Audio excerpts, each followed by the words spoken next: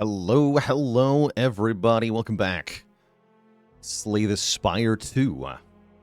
What's up, Fireworks? Sergeant Beatstick, Storm, Scotty Doesn't Know, Some Allison, Rudimental, Zaverne, Nicholas Clooney, French Fry Apocalypse, Solar Flexing, Newt, hello to ya. What's up, Blade Runner? Fluffy Mittens, Words, Nicholas Clooney, Soap Appeal. Hello, everybody. How y'all doing? Quick thanks to Scotty Doesn't Know for 33 months. To Leet Nanas with 56 months. And to Boraphil with 38 months. That's exactly 3 years.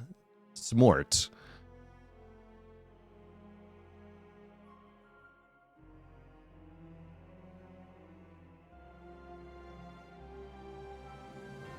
How's it going, Direct? Saw me in Japanese export stream yesterday. Am I going to copy a strategy of messing up an infinite against a specimen and dying? No, I was hoping I could actually show off a working Hellraiser infinite. That sounds fun to do. Rudimental with the Prime sub in 4 months, and Mushkin Mandletort with 28 months.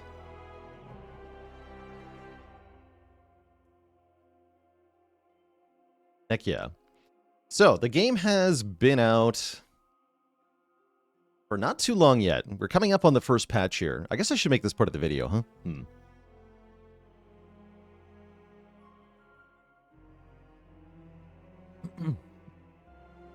So my plan today is to open with a recording of a video for YouTube.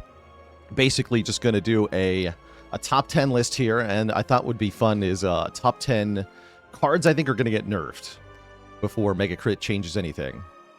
It's very important that I make this video quickly before anything changes, so that my predictions can be proven true or wrong. Everything else can kind of wait, but this one's actually very time sensitive. So I figured that I would do it immediately. Now that I've seen all the cards once. You got Replay Void Form with Hidden Gem. First 12 cards played this turn are free. Oh yeah, that's we're going to talk about both of those cards, actually, I think, on this list. I had previously thought that you couldn't duplicate Void Form because it has an end your turn clause on it, but Spire 2 works differently than Spire 1 in this regard. And so you can do things like duplication, potion, Void Form. That does work, apparently. Although I've yet to actually try it myself. But it seems like you can dupe a card that says end your turn in Slay the Spire 2.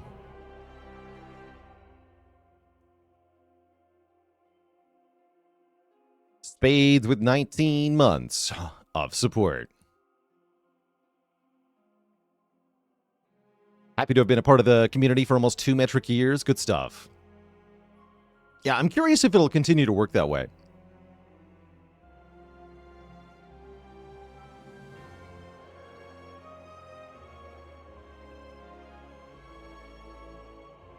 Hey there, Failing. Current Ironclad any percent world record is 5 minutes and 46 seconds. I think we'll be trying some speedy runs in the nearish future. Does it end your next turn? No.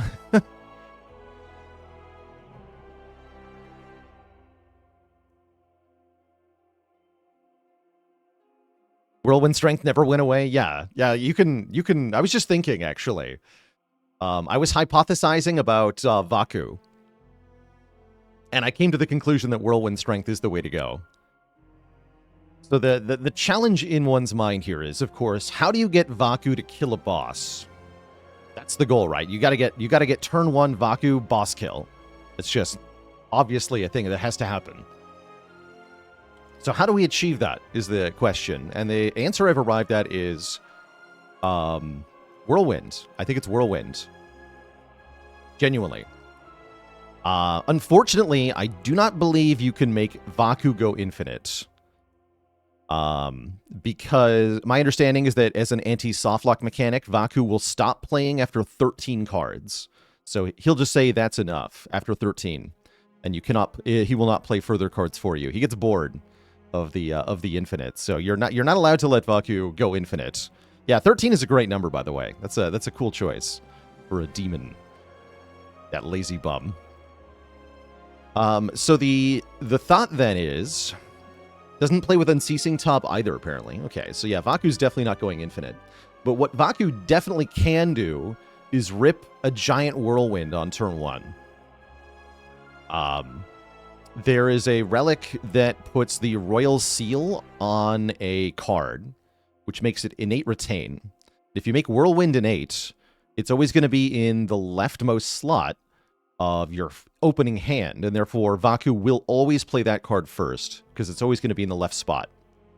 It can only be an attacker skill, and Whirlwind is an attack, so you can do that.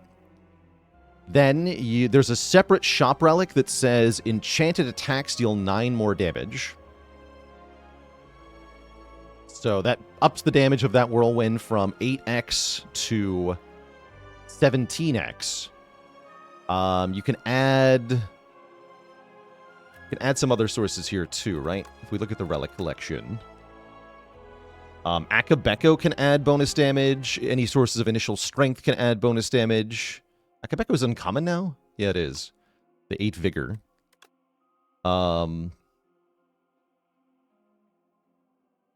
Oh yeah, and the miniature cannon makes upgraded attacks deal 3 additional. So if you have what's the shop relic called?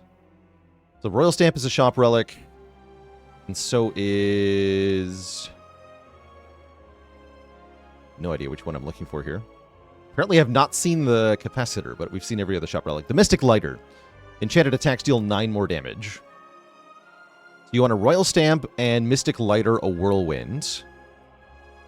And then if you have Miniature Cannon and Akabeko, the base damage of this Whirlwind is going to be 28. Which goes to 42 with Bag of Marbles. And if you have Pen Nib set up, I think you would need Pen Nib for this to really go ham.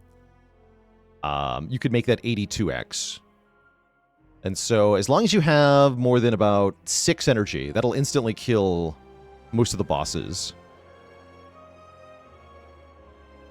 That would ideally work best with Tez Katara's bonus energy on turn 1. You can also use, of course, the ancient tea set. Sorry, the venerable tea set. My bad.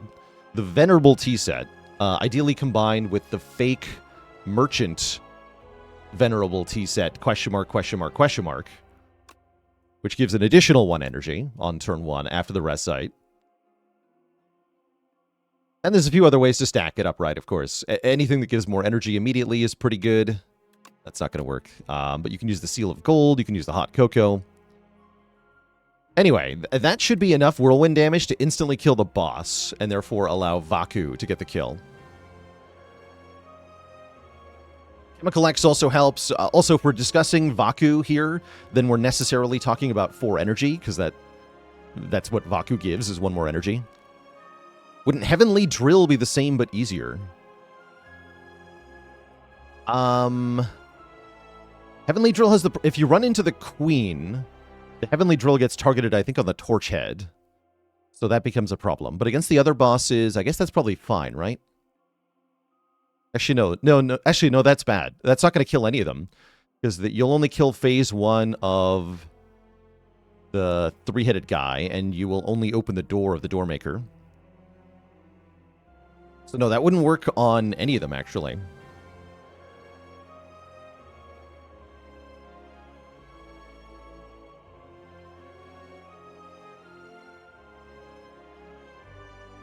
My understanding... I'm not 100% sure on the timing of the door opening, but my understanding at the moment is this.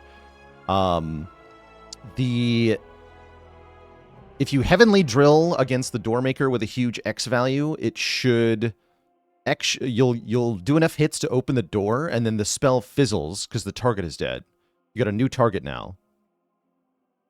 But if you do it with Whirlwind, Whirlwind hits all enemies and doesn't actually require a target. So Whirlwind is allowed to keep going when the door dies, and you should keep hitting into the Phase 2, I think.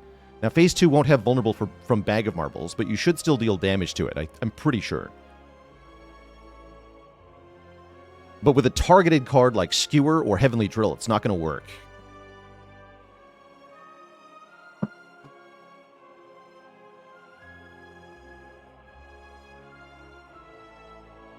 That's my thought. That's my thought.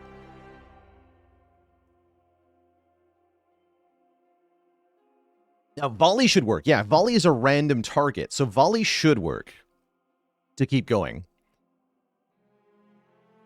Cyan Lovers, Solo Bolo with a tier 1 sub. Welcome to the Cozy Sub Club. Some of this we're going to have to test with science. I do want to do a science session probably in the near future. After we get... I don't want to ruin my, like, when... I guess I could set a new profile for this. But just one where we type in console commands, which I'm pretty sure we're allowed to do, and then just, like, see how certain card interactions work. To see if they match our expectation.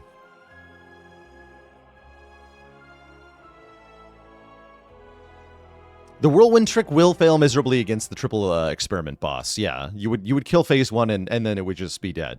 And it would come back the next turn. So you're only going to kill phase 1 with that. Get Hang with the clone enchantment and make Vaku play 13 copies of Hang on turn 1. I like that idea. Yeah, I like that idea a lot. That is very fun. I guess you could do it. You could also do it with Perfected Strike in the same way, as long as or Mind Blast, clone Mind Blast. Vaku can definitely win with that. Cassius with the Prime sub in 6 months.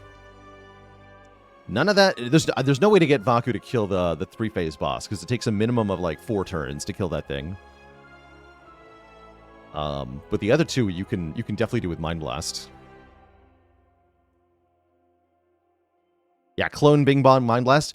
By the way, we still have yet to see clone 1 time. I've played this game for now over 60 hours. 70 hours now. And I've yet to see clone 1 time. Is that the only one from Pale we haven't seen? No, there's 3 things I haven't taken from Pale. 3 things I haven't taken from Tez.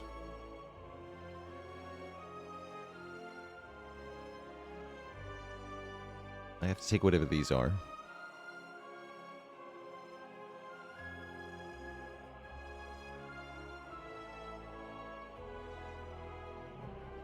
We've been taking the cloak from Vaku, and there's lots of things from Darv we haven't taken. We've yet to find our first Nekoi.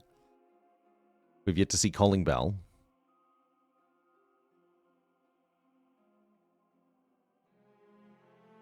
Anyway. I do want to record our video for YouTube today and then dive into some runs here at Twitch chat. So I guess we'll get started.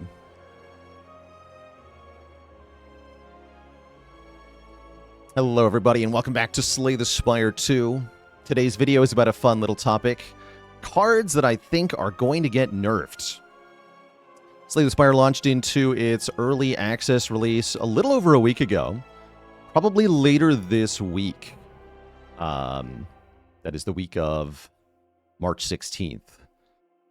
Will probably be the first patch on the beta branch that changes some cards. But as of yet, none of the cards have changed since the initial early access release of Slay the Spire 2. And I wanted to get some predictions in now, while there's still time, about which cards I think are most likely to get changed quickly, and specifically about the cards I think are going to get nerfed.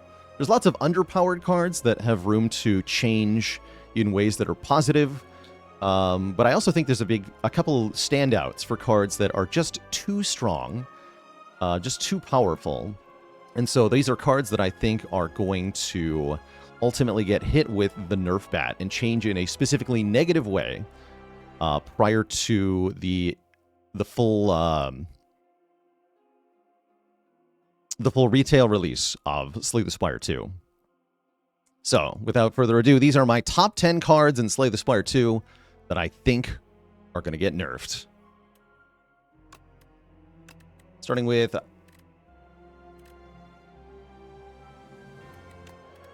number 10. Oh yeah, we're not in the... Here we are. Number 10 is Big Bang. And this is maybe not the most egregious card on the Regent. I actually had a hard time picking a Regent card that I thought was going to get nerfed appropriately. But Big Bang is, I think, a relatively easy one to point to. This is a little bit of everything, with essentially no downside. You get 1 draw, 1 energy, 1 star, and a little bit of Forge. I think the Forge part of this is actually kind of irrelevant. But this is just such a takeable card, which is why I think it's It makes the list rather than a couple of other of the Regent cards that I could have highlighted.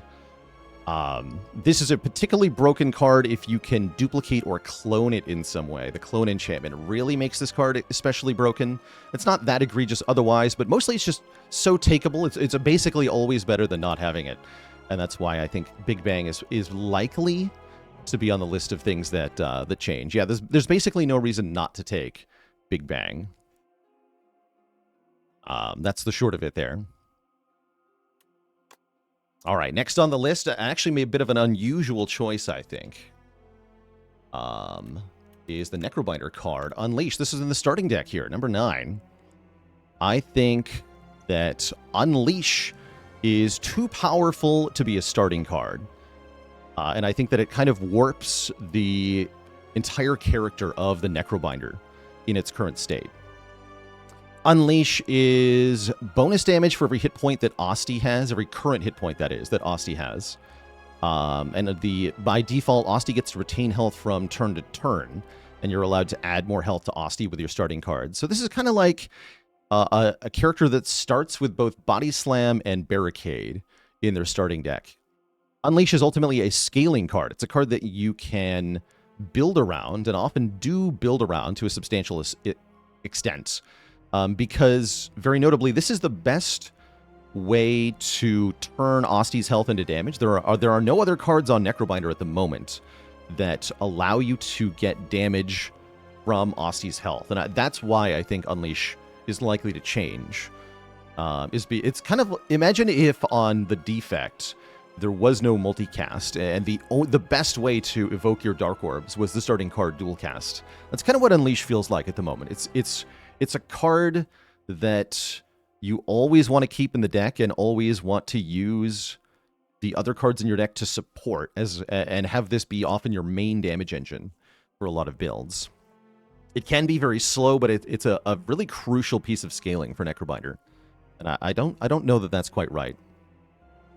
So that's why Unleash is my prediction for number 9 card that's going to get nerfed.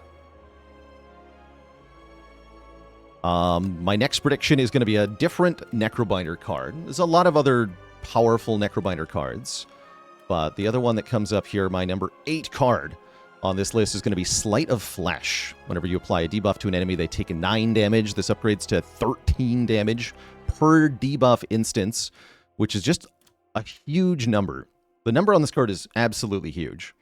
It is expensive, which makes it a little tricky to put in play, but the character has access to enough different ways to debuff. You've got Weaken, you've got Vulnerable, you've got Doom, of course, lots of ways to get Doom. And there's a couple of the other niche ones that interact with this, actually. Like Sikkim, for example, so you wouldn't immediately think of this. Oops. This one applies a debuff that says whenever the Asti hits the enemy this turn, summon 2. That is also a debuff, and so that's going to trigger Sleight of Flesh. I don't expect Sleight of Flesh to get nerfed to the same capacity as some of the other cards on this list. I don't think it's going to be a huge nerf. But I do expect the number on this to get slightly reduced. That's mainly my expectation. Oh yeah, Hang is also a debuff. There's some other cards that are... and the Strength Down card, Debilitate. These are other debuffs that can take advantage of Sleight of Flesh. Yeah, good call-outs there. Overall, though, I think Necrobinder's in a relatively good spot and doesn't have too many extremely overpowered cards. So most of the cards later in the list... are going to be non-Necrobinder cards here. Next up, we're going to talk about a defect card. My prediction for essentially the best current defect card, or the one I think that's most likely to get nerfed, is this one. Number 7 on our list is Voltaic. Voltaic. Channel Lightning equal to the lightning already channeled this combat. It's like Thunder Tempest. It's pretty cool, actually. I really like this card. I love the design of this card. But here's why I think it's going to get nerfed. It's just a little bit too powerful if you can play it multiple times. Inherently, the way this card works is that each time you play this card, the effect doubles. And that makes it extremely powerful.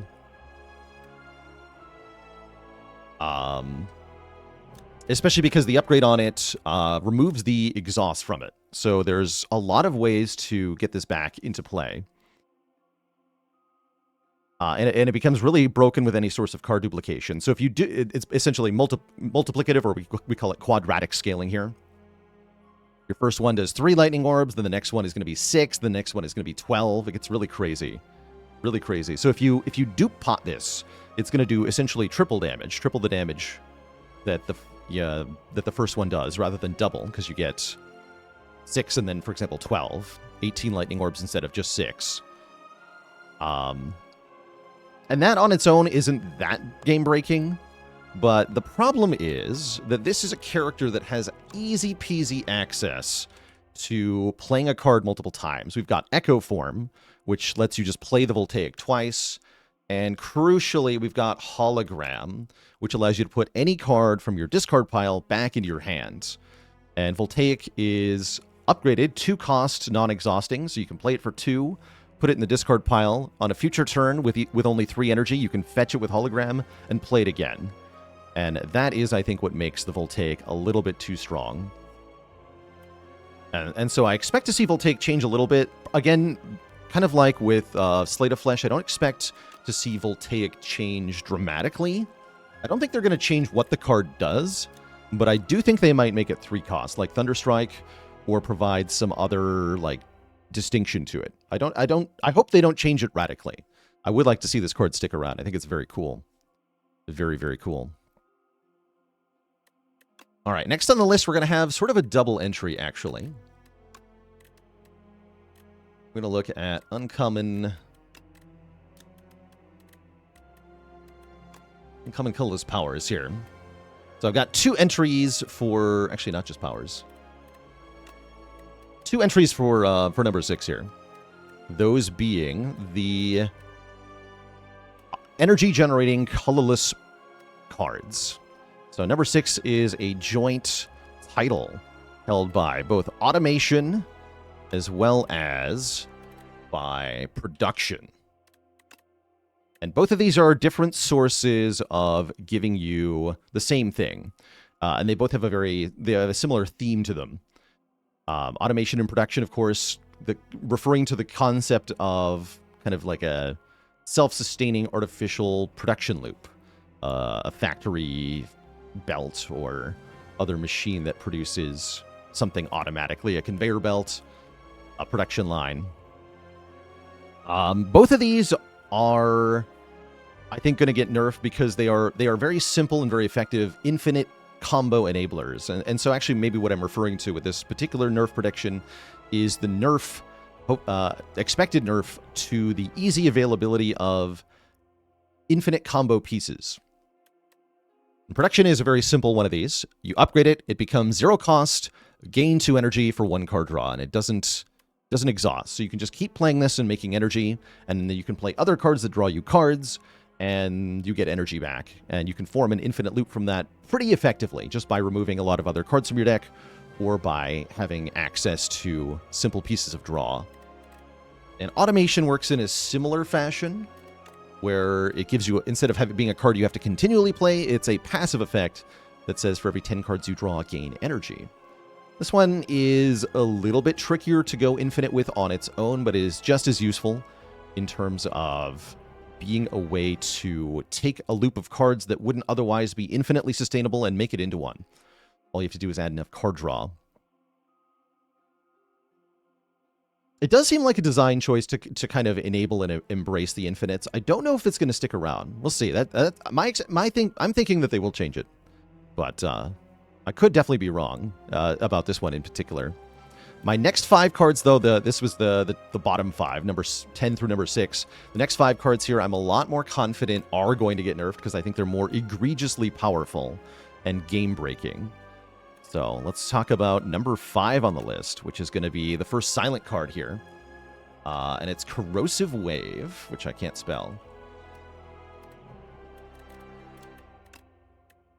This is our number 5 prediction for a card that's going to get nerfed and nerfed fast. Corrosive Wave. Whenever you draw a card this turn, apply poison to all enemies. This is 3 normally, 4 with an upgrade, and it's crazy strong. Yeah, this card is crazy strong, in part because Silent has access to so much card draw. You've got Acrobatics, you've got Prepared, you've got Backflip, you've got Calculated Gamble, which can be very obscene. The numbers on this card are sufficiently high that for just one measly energy plus a decent draw engine, you can apply enough poison to all the enemies in the fight that you've effectively won the fight on turn 1. Just have to apply, if you apply a whole bunch of damage over time, then all you have to do is survive after your explosive turn 1.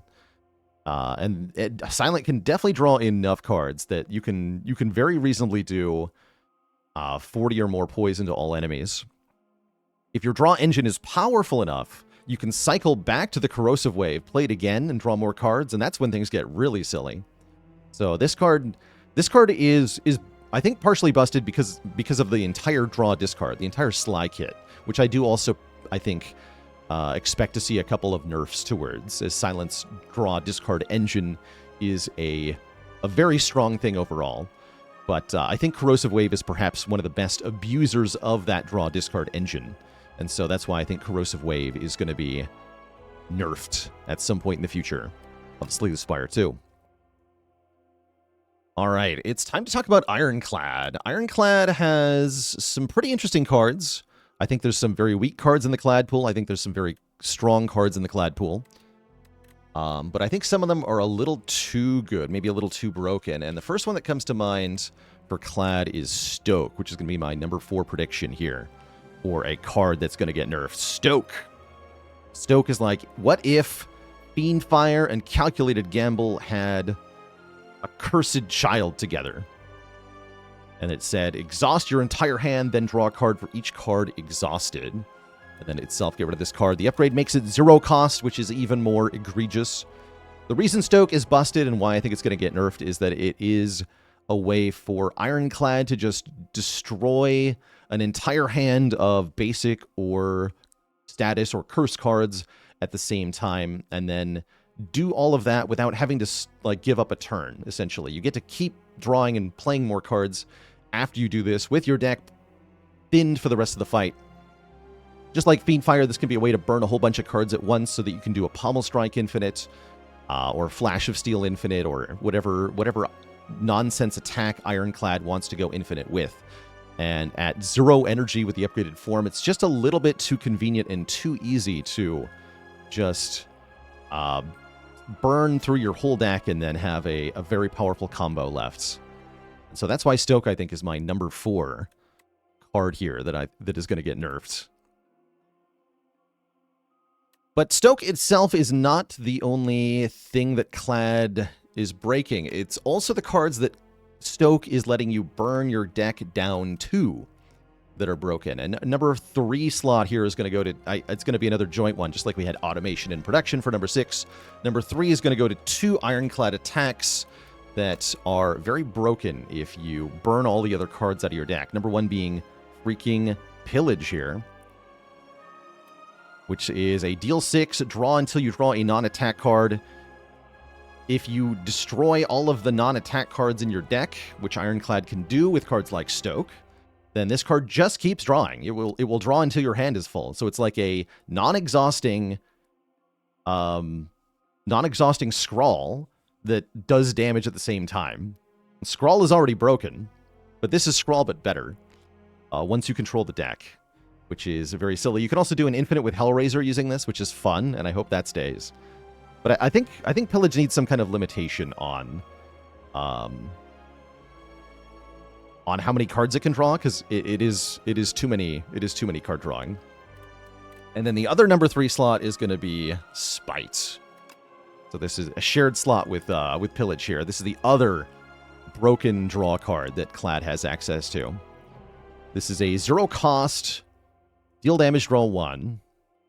So this is a very basic infinite enabler. It's like Flash of Steel, as long as you have taken damage 1 time during the fight, which 1 time during the turn, which is relatively easy to do. There's a huge number of cards that deal damage to you on your turn on Clad, and all you have to do is have 1 of them in the deck, and then you can Spite your way to glory. Spite in itself doesn't go infinite, but if you have 2 copies of Spite and you activate the condition, and there's no other cards in the draw or discard pile, that's an infinite combo. And Ironclad has ways to exhaust all the other cards in his deck. He also has ways to make more copies of Spite, such as the Juggling card. And these can allow you to go infinite just with one Spite in the deck initially, which is, again, a little bit ridiculous. So I think they're going to change something about Ironclad's toolkit for exhausting all of his cards and then doing a very basic attack loop.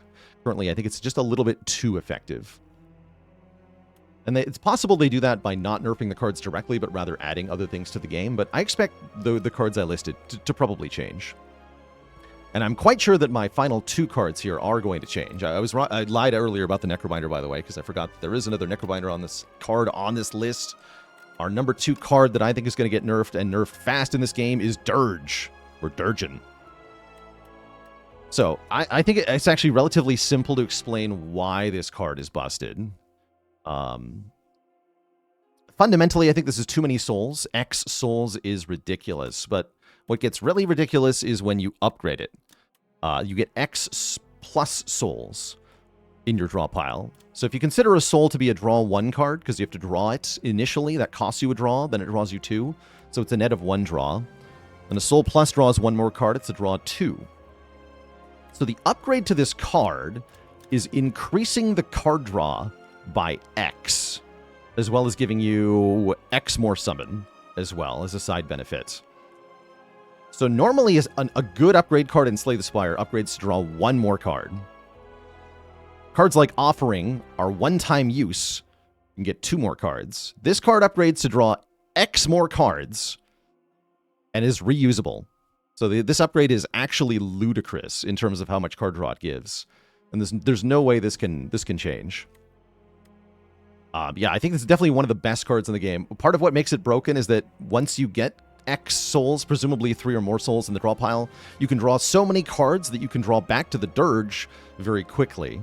And then you play it again, and then you just keep doing that. It makes it trivially easy for Necrobinder to cycle her deck. It also conveniently activates a number of powers. It makes your Asti big so that you can sit behind it. It's just too many effective things all in one. Dirge is definitely ridiculous, and that's before we even get into things like Chemical X, relics that interact with it, which make it even more obscene. I think the simplest way to fix this card is probably to make it exhaust. But there are other options that they could go with. Even if you just make it exhaust, I think it is still quite good. Because of that aforementioned plus X draw upgrade. I think maybe you want to make the upgrade on the souls X plus 1 souls instead of souls plus. Just because the upgraded souls scale too well with the additional energy. I think that's kind of my thought at the moment. So for these reasons, Dirge is my number 2 card that I think is going to get nerfed. But there is one more card that is much stronger than Dirge in my opinion. A colorless card. Which is, of course, if you've watched the stream a little bit, you probably know about this card already. It is the number 1 most broken card in the game in my opinion, Hidden Gem. This card is disgusting, actually. There have been a number of cool things the community has done with the game in the week plus since its release. Tales on Reddit of 100,000 gold obtained from the royalties card. Screenshots of Asti with 1,000,000 hit points. People who have made the Sovereign Blade deal 100,000 damage. And all of these ridiculous game states have one thing in common. It's this card, Hidden Gem. Because this card is so broken that it essentially allows you to stack an arbitrary amount of any buff or effect in the game. So what this card does is it adds Replay 2, the keyword Replay 2, onto another card. So when you play that card, it plays 2 more times. So strike would be a triple strike, would strike 3 times if you gave it Replay 2. It works on powers, it works on cards that exhaust. You can... but what's most broken about this card is that Hidden Gem itself does not exhaust, and Hidden Gem can affect another Hidden Gem. These are the 2 things that are really broken here. So you can use Hidden Gem to add Replay to Hidden Gem, so you can add Replay to another card multiple times, and then vice versa. You can keep stacking the Replay effects. So if you can cycle through the deck and play your cards again, then you can add even more replay onto a card. People have shown cards that have hundreds of replay values. So you play the card one time, it instead plays like 600 times. So you can, again, break the game in any way you want with this game. You want to find out what the cap on stacks of buffer is? Try Hidden Gem. You want to get 999 strength per turn with Demon Form? Hidden Gem. You want to have a million gold from royalties? Hidden Gem. You want to make the world's biggest Asti? Hidden Gem. Hidden Gem can break any card by just making it play so many times that you can achieve a ridiculously gigantic number. This card has to be nerfed in... There's a couple ways you can do this. The most obvious way to change this card is simply to add exhaust to it. I don't know if that actually alone would be enough. I think it would still be... Oh, it would still be quite strong. Reducing the replay value, this upgrade goes from 2 to 3 when you upgrade it. Having it be 1 upgraded 2 is a bit more reasonable. It'd be less quadratically game-breaking. Just like Voltaic, actually, that's part of why this is so ridiculous, is with 2 hidden gems able to add replay to each other, you achieve a quadratic game state where you can effectively like double the effect every time you play it, and then it gets very, very, very silly very fast. Another thing that you could make this do is increase the cost of the card that gains replay, so that stacking replay on a card multiple times has an actual downside to it. I don't think they need to do all of these things. I think probably 2 out of 3 would be sufficient. That is, exhaust Hidden Gem, lower the replay value, and add cost to the replayed card. 2 out of 3 of these would be sufficient, but I don't think any one of the 3 would actually be enough to make it not ridiculous as a card still. You could also have the replay last 1 time only. That's another nice way to do it. Or even add exhaust to the replayed card, too. Although, yeah, that actually alone would also not be enough, because part of what you can do is you can keep stacking the replay on a one-time use card anyway. One other thing that currently makes this card ridiculously broken is that any source of colorless card generation can make Hidden Gem. So, for example, Spectrum Shift, which makes a random colorless card every turn, it can make Hidden Gem, and then it can make another Hidden Gem, and then a deck that didn't have any Hidden Gems suddenly has 2 Hidden Gems, and then you can break the game. So any way to make colorless cards can actually turn into a degenerate state here. Which in Regent in particular is a little bit ridiculous because of the aforementioned card royalties, which is a real payoff for breaking the game. If you add tons and tons of replay to this, you can make tens of thousands of gold. I've seen a couple of people break the 5-figure gold from 1 combat number using this card in Hidden Gem. And then you can just buy everything for the rest of the run, which is very funny. But yeah, that's why I think Hidden Gem is the number 1 card that's going to get nerfed. I think it, more than anything else, is egregious. So, that's my top 10 list. The 10 cards I think are going to be nerfed, are most likely to get nerfed in Slay the Spire 2. Before I round out the video, I actually do want to talk about a couple runners-up. We'll talk about the cards that I think are relatively likely to get nerfed that didn't make it into this list. Because there is a couple that I wanted to mention. On Regent, the card Charge is a really strong one. The cards aren't ordered correctly. Here we are. Charge. You choose 2 cards in the draw pile to transform into minion strikes. The minion strikes exhaust, so you can use this to thin out your deck by selectively removing cards.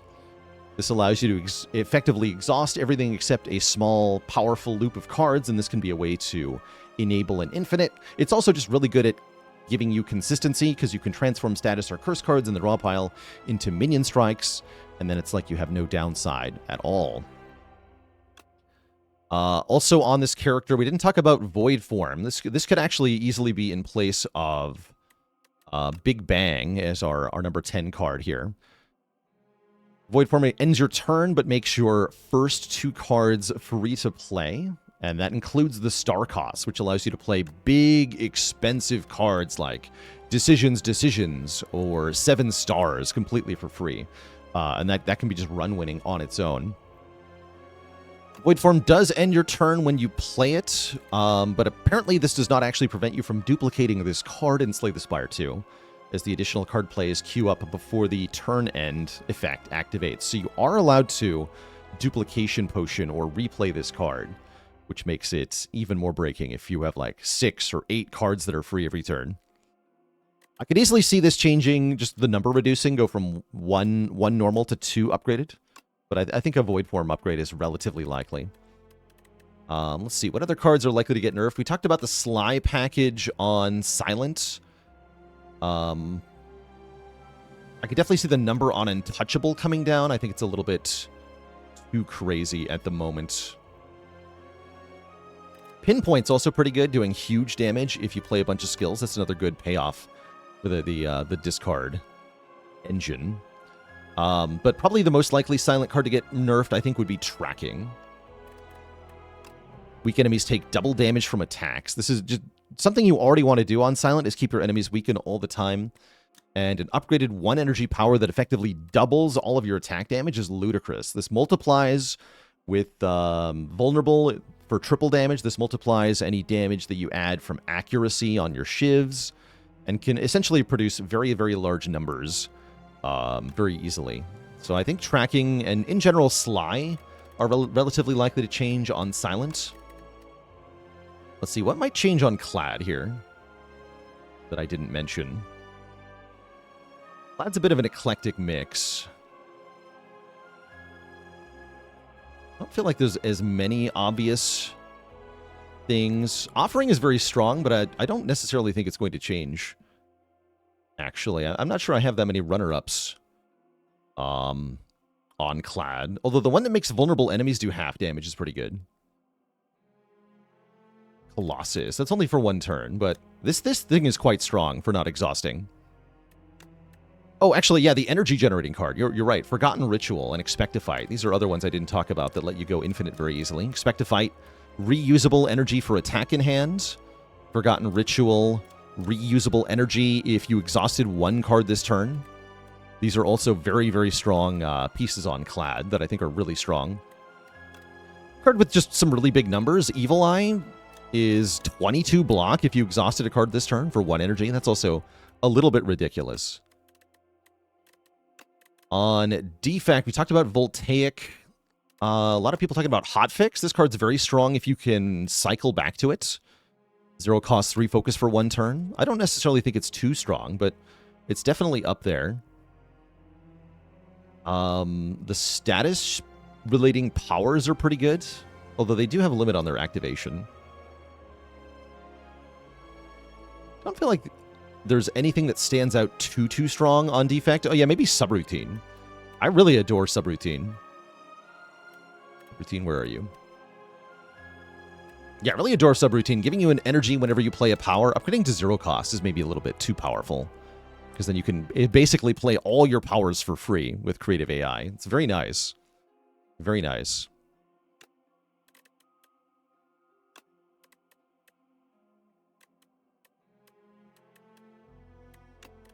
Let's see, and runner-ups on Necro. Defy is a very good common card. I could see this getting nerfed very slightly, maybe down to 6 block on the upgrade. I don't think this will get a huge nerf, but I think it is a little bit overvalued at the moment, just being a little bit too efficient. I could also see Deathbringer changing for the same reason. The area effect Doom card. Doom and weak to all enemies. This card is very, very good. Very, very efficient, and I think it might not escape the nerf bats. Crucially, the number that it does is just very convenient for getting through a lot of encounters with 1 card play. In terms of cards that enable infinites pretty easily, Cleanse is a bit strong for its ability to exhaust a targeted card in the draw pile, although I don't think it's egregious as a card overall. The Self-Doom cards are quite nice too, as these are effectively, if you compare these to the self-damage on Clad, these are very free. Borrowed Time gives you 2 energy for 3 Doom to yourself, and Neurosurge gives you a huge amount of upfront draw and energy for a Self-Doom. I think this one's also pretty good. So those are my predictions for the cards that are going to get nerfed in Slay the Spire 2. I'm curious. This will be a fun video to look back on. Just to kind of like compare once the game fully comes out in 1.0. This will be a fun one to look back on and just compare the state of cards to how they were in this initial early access release. I'm curious how many of the cards that the top 10 cards that I numbered are going to be nerfed before 1.0 comes out. If it's going to be some, all, or heaven forbid none of them. I can't imagine it's none of them. There's no way Hidden Gem makes it out of the game intact. No way. No way. Anyway, if you like this video, please be sure to subscribe to the YouTube channel to catch more instructional videos, top 10s, or highlighted runs. There's tons of content on the YouTube. Or if you want to see the content live, then check me out on Twitch. Twitch.tv/Balalord is where I'm at. Thank you so much for watching, and have a good day. Cool.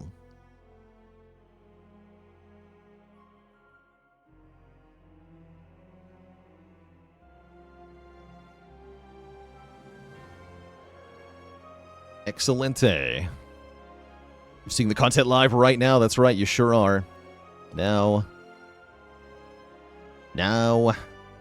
we can Spire. How long do we have left to play with these broken cards? How fast did they nerf the broken cards last time? So I think we still have a while with the broken cards, because the first nerfs are going to come to the beta branch. You don't have to play on the beta branch if you don't want to. So if you want to keep playing with the broken cards, then even once they get nerfed on the beta branch, you still have some time before the changes migrate. The soonest that I expect any of these cards to change is Thursday, which I guess is 2 days from now. That's when I think we're going to see another beta patch, as Mega Crit tends to release weekly patches that are on Thursdays during early access. They said they didn't want to commit to a regular release schedule, at least for the main branch, but they did indicate that there will be regular updates on the beta branch.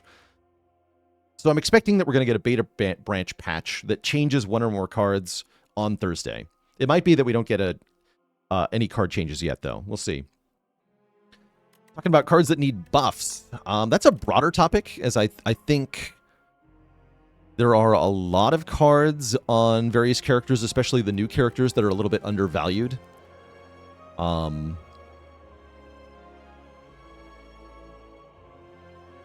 at the same time, you don't necessarily want all the cards to be great. It is important that some cards be somewhat better than others. It's part of the roguelike, and that you get offered random cards, so you can never make the best stack out of everything. And sometimes you have to make do with what you're given. And part of that means having bad cards. But that said, I think there are some pretty bad cards. On the Regent, the ones that strike me as really bad are the ones that forge with no other immediate effect. Specifically, Spoils of Battle and Refine Blade. They give you a small amount of forge for 1 energy and not much else. The delayed cost of these paired with the upfront payment that you have to make, delayed effect rather, is a bit too much. And so forging with the common cards feels especially bad.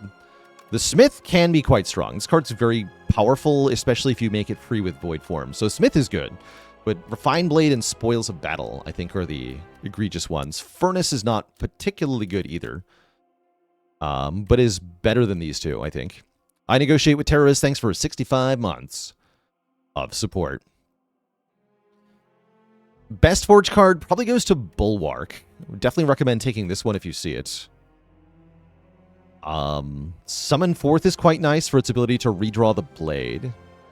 Conquer is nice for its ability to double the damage of the blade. But that's only if you've got a good blade already. Does Void Form work with Child of the Stars? I don't think so. I think you have to actually spend the stars.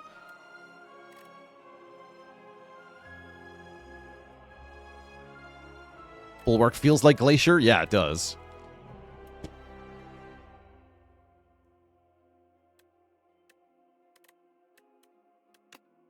What about Necrobinder? Any obvious weak cards? The cards that apply Doom feel like they're mostly kind of weak.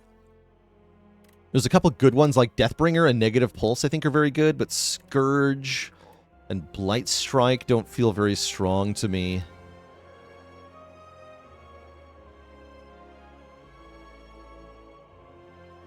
Bury is a weird card. I don't know how to feel about this card. No Escape is pretty good. No Escape is great. How do I think the enemies will change? I think some of the enemies that do tons of damage early in fights are going to change a little bit. Some of the most egregious offensive enemies will probably get toned down a little bit. And I think we're going to see more enemies that counter certain player strategies. We're going to see in Alt Act 2 and Alt Act 3 especially. We're going to see more examples of enemies that put a stop to card spam or other combos the player can do.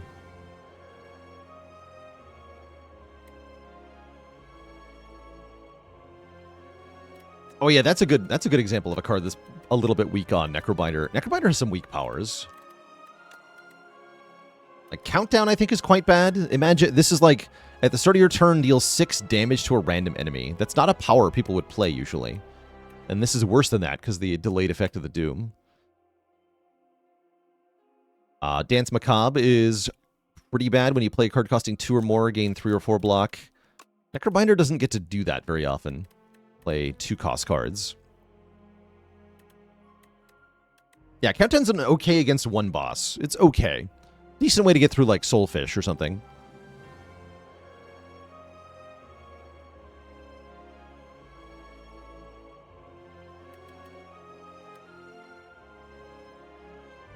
Oh yeah, Parry on Regent. Parry's also very bad. Yeah, Parry really suffers.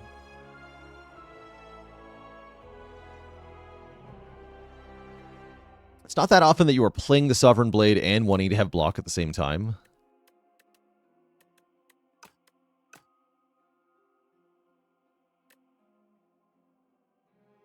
What do I think about some noticeable Act 1 bosses?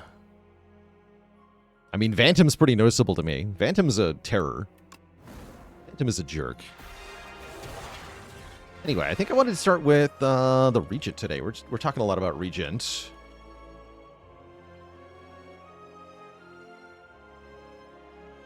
So let's start out with a Regent run. Would Parry adding a buffer be too broken? That'd be quite a way to do it. Buffer stack. That'd be strong. Need more ways to get Sovereign Blade back into her hand. Yes. Yeah, that's part of the problem, actually, is that Sovereign Blade, like a playstyle where you play Sovereign Blade multiple times, is not very viable. Because Sovereign Blade costs 2, so getting back to it and spending energy on it multiple times is not desirable. And there aren't really any ways to get it back into your hand. There's Summon Forth, which puts it directly in your hand. As I mentioned, that card's pretty good.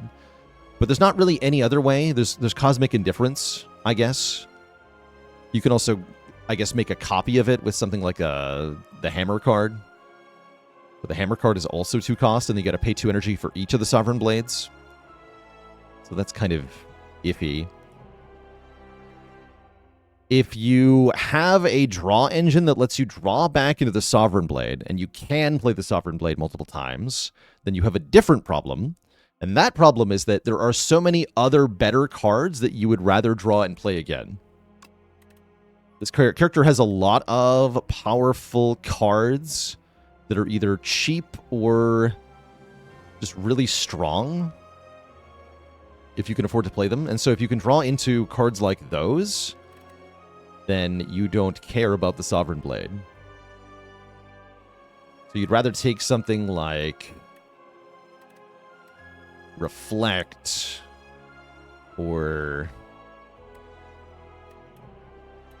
you could use Kingly Punch, actually. You could use Kingly Punch with an engine like that. You can stack stars and do a huge Radiate. You can do a Lunar Blast if you're doing a draw engine. These are all cheaper than, and potentially have a higher payoff than, the Sword.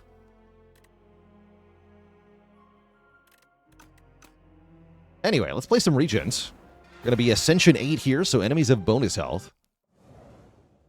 And we're going to see if we can figure out how to survive. Oh yeah, also, speaking of cards that need a buff, I think Venerate is perhaps amongst that category. A card that only gives you stars. It feels really awkward in the starting deck. Especially since you already start with enough stars to play your Falling Star. MemoS with the 2 months. Thank you, thank you.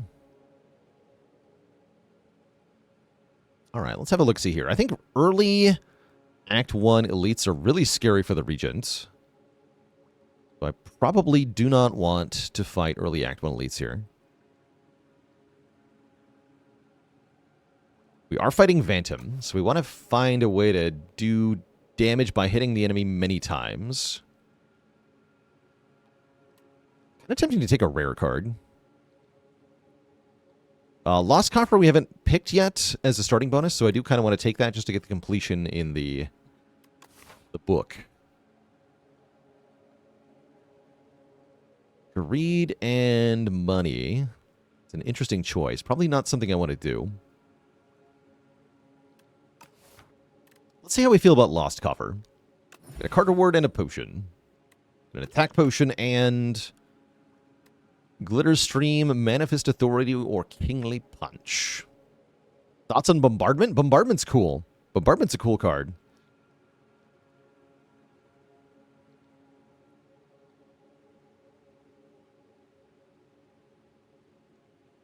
Let's get punching.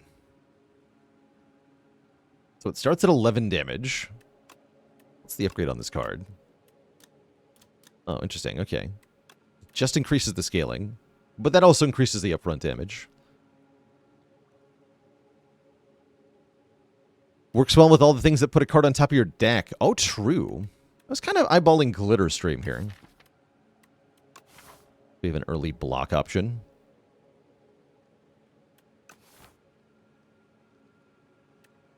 That's what I'm going to take. And let's go 2 events before this first fire. Isn't it just Rampage? It's Rampage that you don't have to play. That's the difference. You don't have to play it.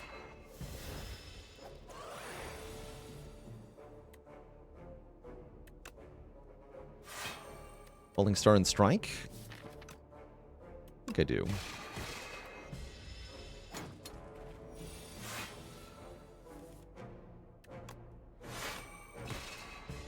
Yeah, having a consistent block is very nice for these early fights.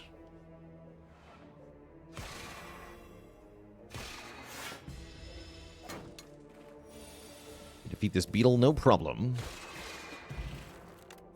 We're up to 2 potions. Resonance is here as a way to lose strength, remove strength from enemies. Or Shining Strike is here as a reusable star gain card. Ooh, I like Shining Strike early here. Give me that. Yeah, that does cost you a draw every time you play it. That's right. Jungle Maze Adventure. Opus Magnum has received a DLC. Really? I was seeing a lot of Opus Magnum type stuff lately. I was wondering why. It was kind of in the zeitgeist.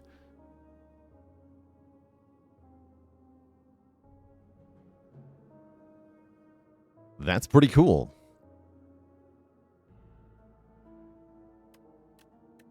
I don't know that I want to lose health here. Although I am probably going to the shop, yeah? We're getting 18 health for less than $100. I don't think I've seen what it says for the solo quest, so let's read. Feeling misanthropic, you wordlessly walk past their now frowning faces. One of them even shakes their fist at you.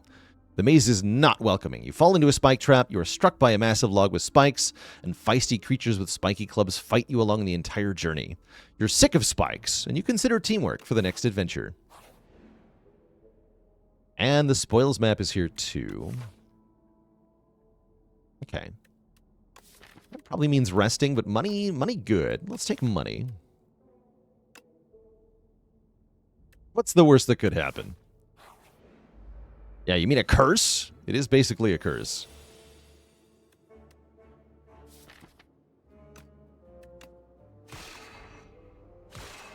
Kill the little ones first, I guess.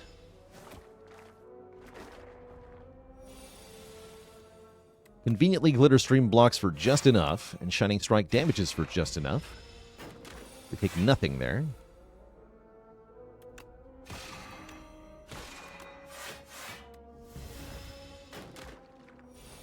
Very convenient indeed. And yeah, Shining Strike might cost you a draw each time you play it, but you're drawing an attack for sure. That's a nice thing, actually. Ooh, oh, wow. 3 really good cards here. Holy. Unfortunately, I do know which one I'm taking here. But yeah, all of these are very good. Orbit gives us energy per energy spent. It's just like guaranteed energy. It's very nice. Charge allows us to transform the spoils map. But Astral Pulse, 0 cost, 14 to all enemies. Very strong option for dealing with multi-enemy fights here. And I think it's got to be the Astral Pulse, since I have the Star Generator already, the Shining Strike. So I love Charge here, I love Orbit here, but Astral Pulse I think is a bit too good. And we're currently waiting for a Star Outlet, yeah. But I take a Relic that I could only take 2 cards from card rewards, or 0? It sounds like kind of a curse, though, right? Isn't that just a curse?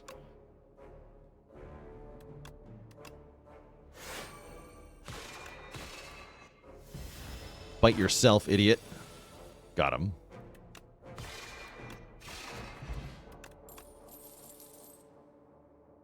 Damn it.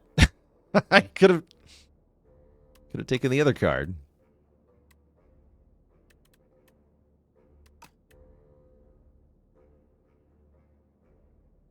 I mean, now we can take Glow. Glow is fine.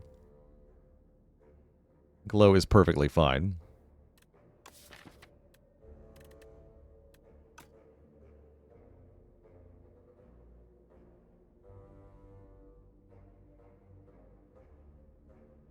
And Spicy Grandmama. Why was the Regent feeling bummed out?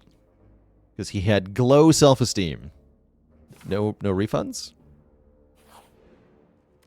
No refunds.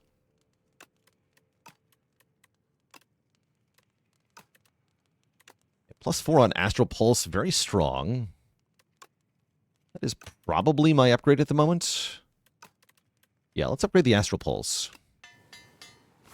I do make these jokes up on the spot. Yeah, I do. That's why they're so bad. Oh, hello. Bag of Preparation is spicy. Orbit is back. Gamma Blast is here. And Chaku is pretty good, too. I think it's Bag of Prep. Unfortunately, I kind of have to go to this shop. Sad.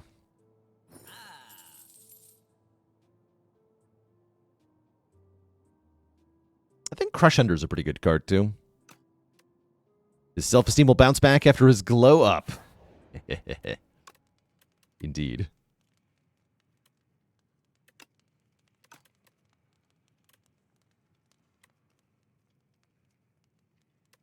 Alright, I think we want to keep adding stars so that we can keep adding star spenders.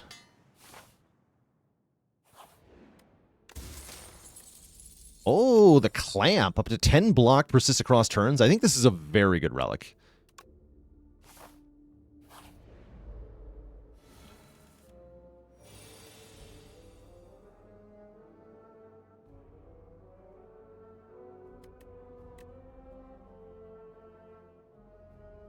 And yeah, this is why Astral Pulse is good. We just go strike, strike, strike, Astral Pulse. And they all die. Ooh, Stardust is here. There's a payoff card for all these stars. Holy. I haven't had a Stardust run yet. Let's do it. This is also a great way to kill Phantom, which we do need.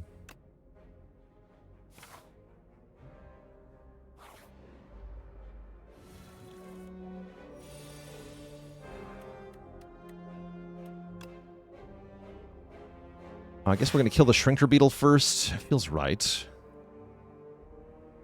Just go Venerate, Falling Star. Actually, I don't even need to Falling Star, do I? I mean, I don't really want to play Stardust. Sure.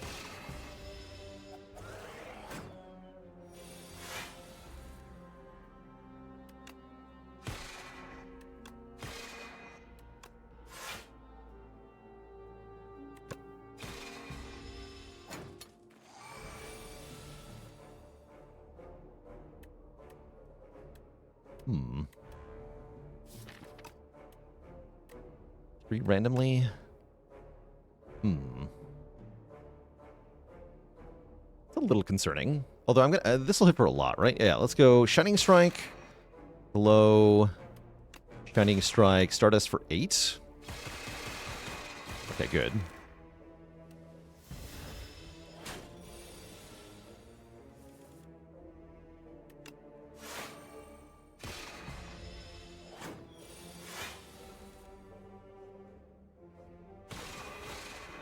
Not too bad.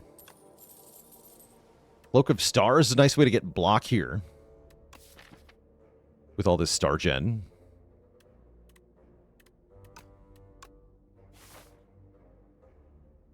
And what are my upgrade options? 7. 7x on Glow is pretty good. Upgrading Venerate's also an option.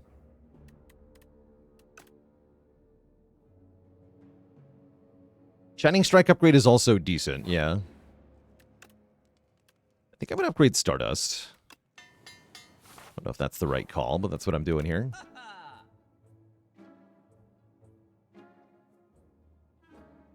Ooh, Black Hole is here. Black Hole really nicely counters this boss.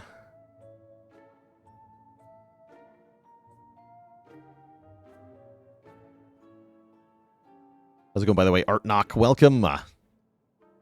Didn't play Spire of 1. After 150 games of frustration, you figured some things out, and you managed to beat Ascension 2, 3, and 4 back-to-back on Clad. I'm glad you've got your feet under you. Particle Wall is also very good here. Shame I can't get that as well. That's alright. I'm not taking this Crush Under. We're fighting the bird.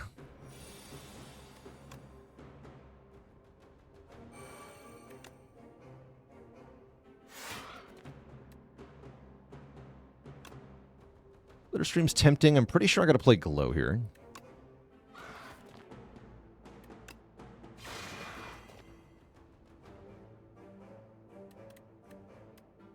And then I'm pretty sure I want to play Venerate.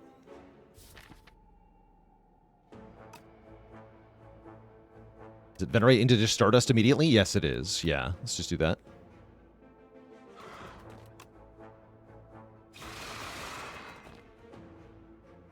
What are my thoughts on Golden Compass? Okay, I learned something really important about Golden Compass yesterday. Golden Compass has a secret strength that isn't in the know yet. There's a secret bonus. The Golden Compass gives you extra floors. You get 2 more floors in your Act 2. And so you actually get more, like, total stuff. The path gives you a second chest. I knew that, but I didn't realize it was more total floors. So you actually get more total adventuring. Does that make it worth a boss pick still? I'm not sure. I think it's still kind of on the weaker side, but there is a real benefit there, which is that you actually get more total floors in the run. So that's kind of cool. Alright, how am I dealing with the Burdonis now? Astral Pulse has to be drawn before Shining Strike. Our draw pile is kind of crap here. Block pot pretty easily, though. There's not much reason not to. Because of our clamp. Yeah, I was worried that would happen.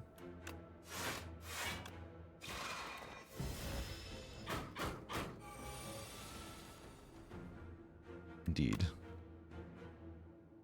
That is a tempting attack potion. I'm scared of the boss, though, so I'm going to keep it. Let's take our damage here. Probably rest.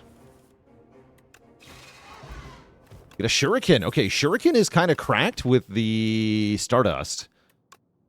We're happy about that. Radiate is here as well. Radiate is also cracked with everything that we're doing. I'm super taking Radiate. Holy Radiate. Hurry McDurr with a Prime sub in 40 months. Do I think Forge is weak? I think the common cards that give you Forge are weak. I think that's what's weak, is the common cards that are Forge. And I wish I could upgrade here. I do not think I can upgrade, though, into Phantom. Radiate is many damage instances. It's 1 hit per thing, so it scales really well with Strength.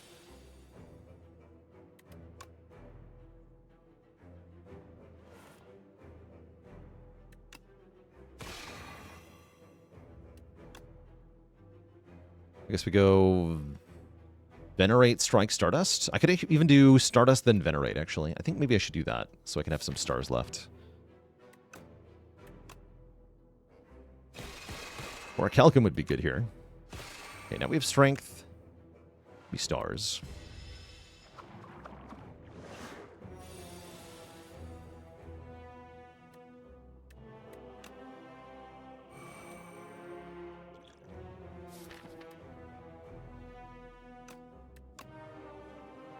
That's why we had to rest. Getting absolutely stabbed now.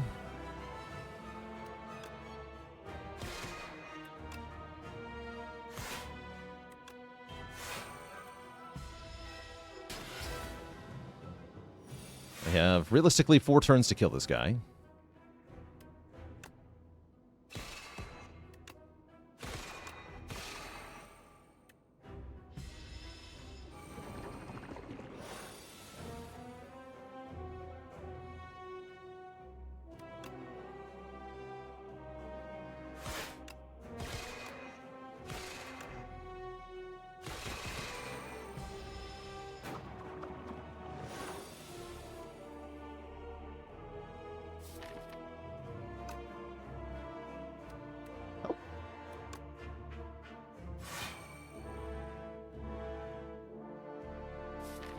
Maybe barely live. If we draw the Falling Star, we're okay. If we don't draw Falling Star, we're going to be in trouble here. That means I need to play the Venerate. I guess I could play Shining Strike, but then we're less likely to draw the Venerate. This is just better, though, right? Or not the Venerate, but the Falling Star. Heck it. Need damage. Yeah, that was the... Well, we have Glow, though. Okay. Unfortunate. But we can go defend Shining Strike, and then I'm pretty sure we can kill next turn. Pretty sure. You can see that the rest was, in fact, necessary to get through this fight.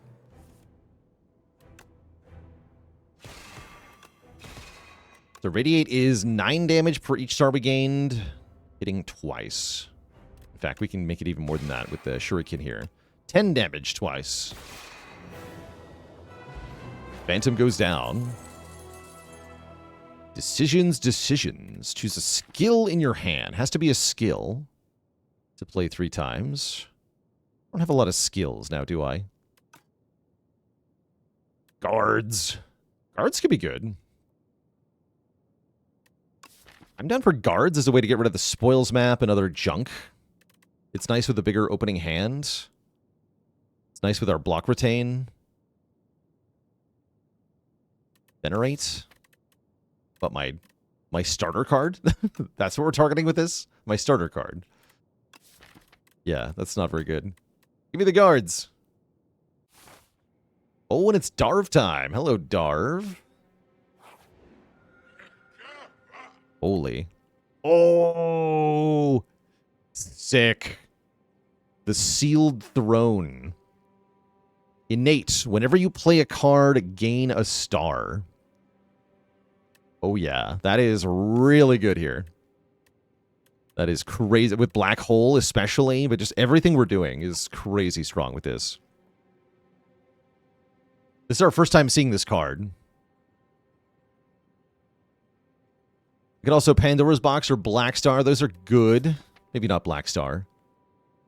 But I want this Sealed Throne so hard here. Give me the Dusty Tome. The power. Look at that beautiful card.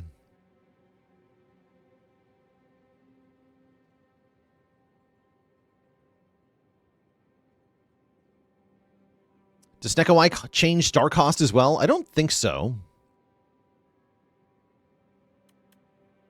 And yeah, it's an 8. It's an 8. So this is the upgraded version. The unupgraded version is not an 8. If you manage to downgrade this card somehow. But you always get... Darv's Dusty Tome always gives you the upgraded version of the card.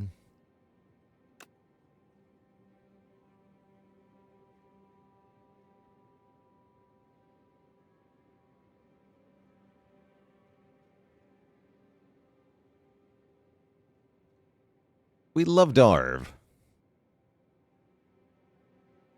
Oh, and well, I don't love this. This is bad.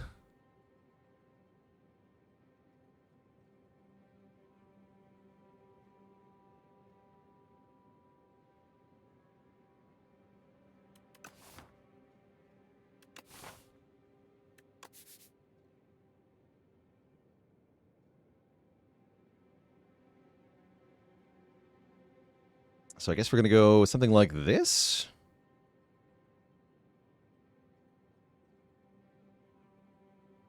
I could take one more event if I want. That actually sounds nice. Yeah, let's go event maxing here.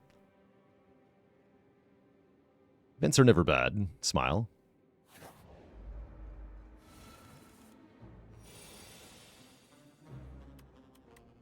This is definitely getting played. Oh, it does cost your initial 3 stars. I didn't realize that. Yeah, that does take your initial 3 stars.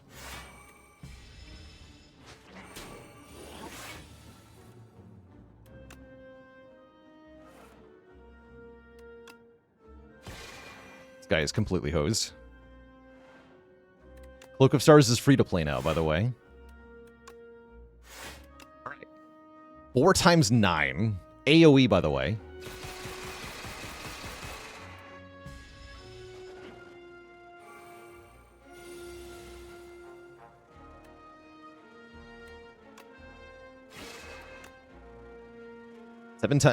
Three times 11. Very conveniently, exactly a kill. Oh, he falls down, actually, so it's more than a kill. Get wrecked, nerd. Give me my black hole back, thank you. I'm taking another Cloak of Stars, because these cards are free now. These are just free. Yeah, these are free. Do events seem more positive in this game compared to Spire 1? Yes, that was a deliberate choice. Oh, holy. Before you is a rather epic sight. 3 different colored statues hovering over a dais, having a heated debate over the philosophical implications of color. You get to choose 3 cards from another character. Note that the cards, this is 3 card rewards. 1 common, 1 uncommon, 1 rare. Insomniac, thanks for the Prime sub in 2 months of gaming. Hologram on defect would be very good.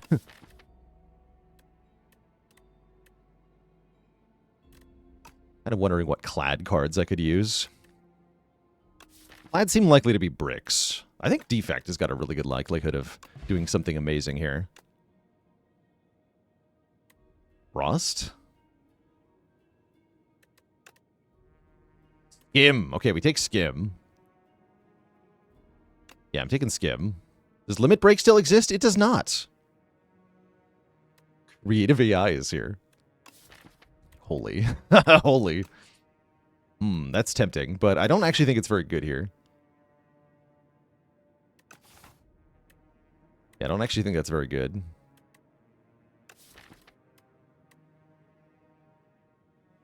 I'm thinking about Boost Away.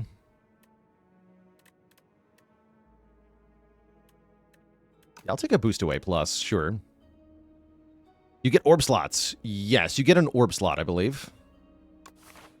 If you take an orb card. Can AI make more sealed thrones? I don't think it can. No, I don't think it can.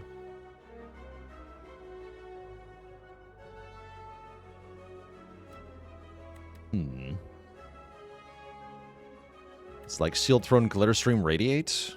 There's no way to kill, right? I can do Sealed Throne, Skim. Then I'm kind of locked in, right? Yeah, you can't generate an Ancient card. That's correct.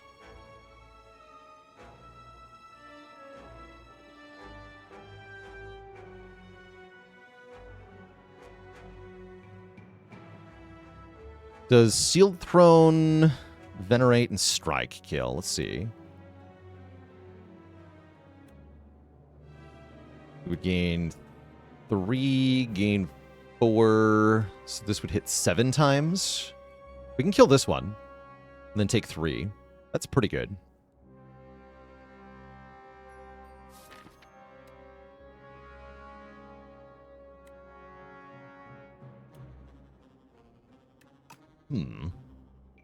But yeah, given that I can full block, I don't think I want to do that.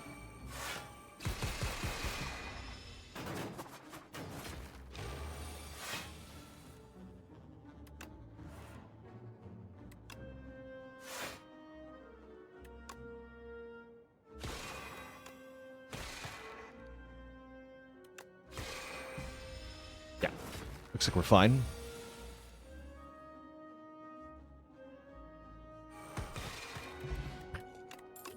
Yeah, Black Hole is insane here. Glow seems pretty good too.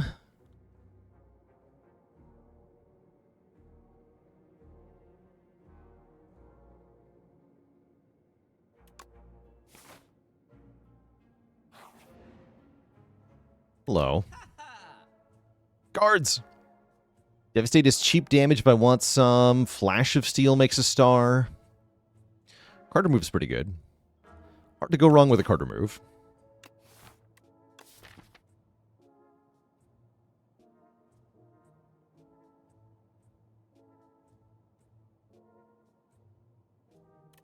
Don't like the cards that make colorless cards? I get it.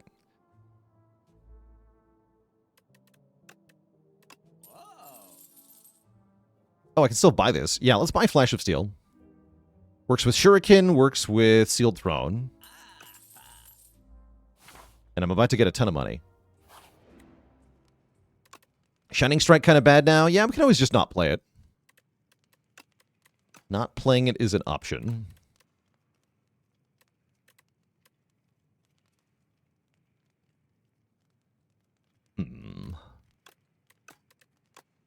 Upgrading Black Hole and Radiator, both tempting. Let's upgrade Black Hole. This seems a bit insane. These guys are so screwed and they don't even know it. They have no idea.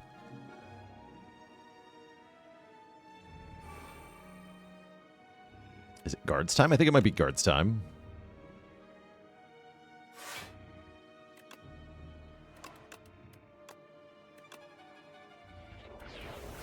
Don't retain. Let's keep one of them around, I guess.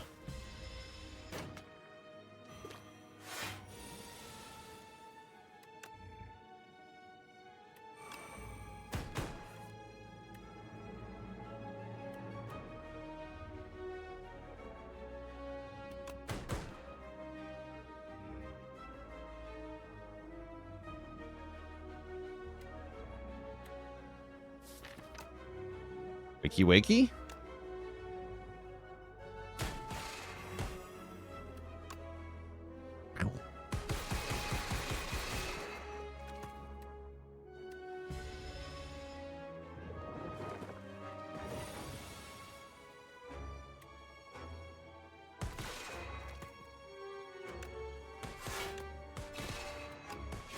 Wow. Wow.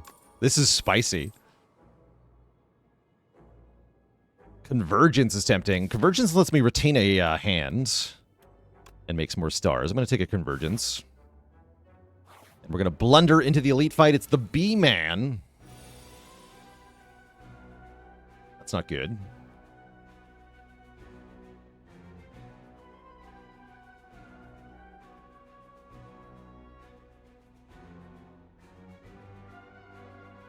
Dr. Bees. Actually, he might just be dead. I'm gonna be honest. He might just die. His ability says whenever we hit him with an attack, he gets a dazed in the draw pile. But will that save him is the question. I don't think it will.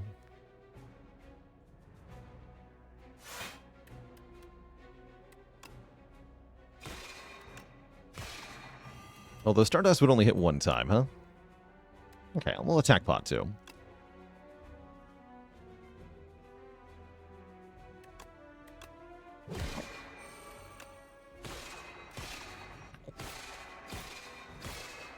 Asian Yaki, thanks for the Prime sub and 4 months of support. Yeah, he's just dead.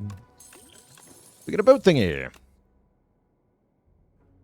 Glimmer for card draw. I will take more card draw.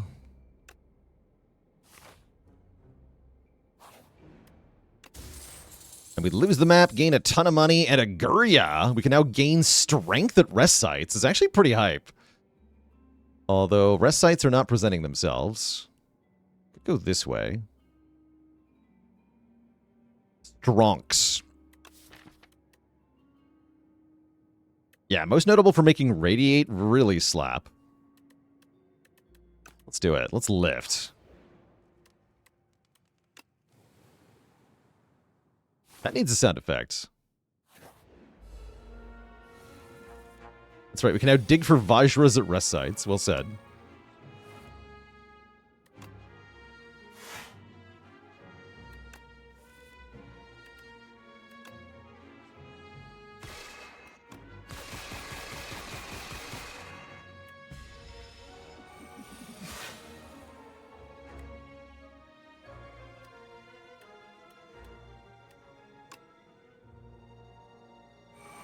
Guards.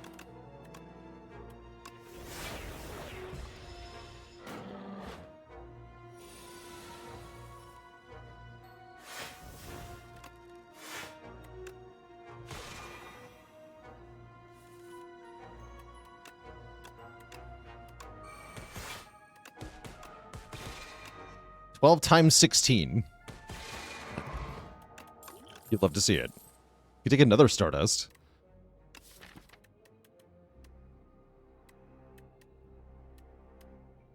Stop. He's already dead. I don't think I need these. Not even that glow. You heard me.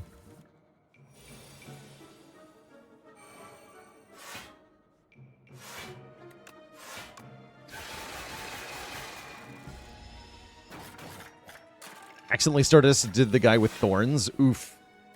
Yeah, that's a mistake to make only one time, for sure. Big oof right there.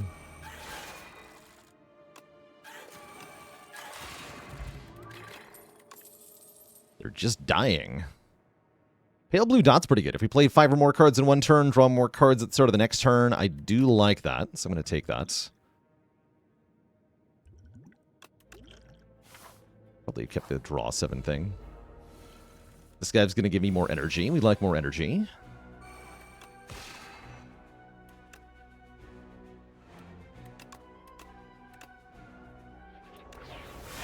Guards!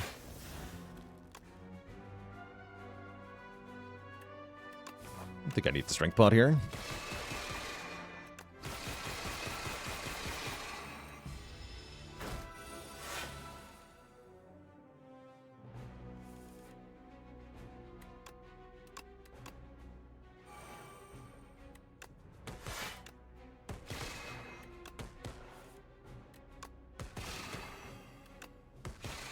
Wow. This is so dumb. Just so much free damage all the time from Black Hole.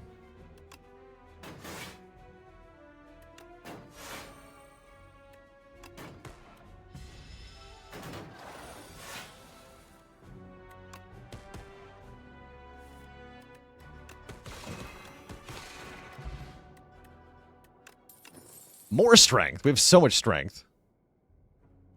I can take another pale blue dot. Do I need to? I don't actually think I do. Don't actually think I do. Sarigama's here. Sovereign Blade Forging is here. Whenever you gain gold, gain max health. Is kind of cool. None of these are amazing, though. We're going to lose a strike. Is Bola's good? Bolas are kind of funny.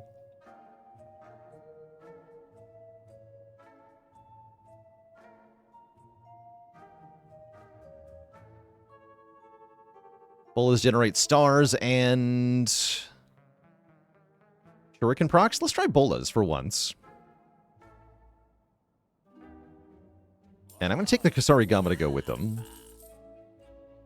And I think we keep the rest of the money here. The Bolas return to our hand, I think after we play them, right? Yeah, after you play them.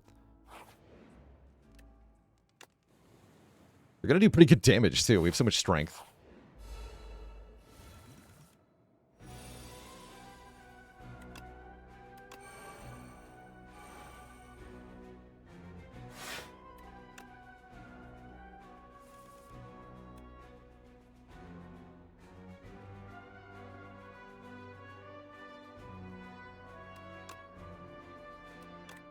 Put Black Hole on top.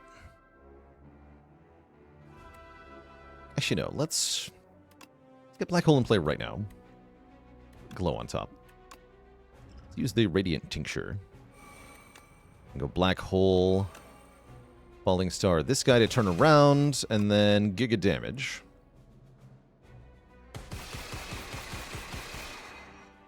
Already got the crab claws at half health, essentially. Just from turn 1.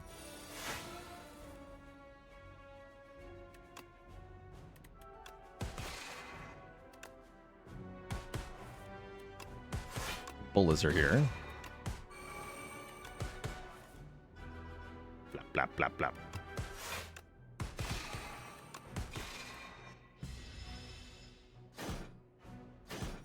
Petite Fluo with the Prime sub and 10 months of support. Thank you, thank you.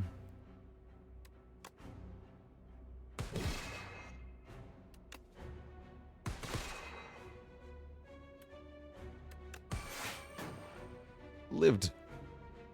Guards.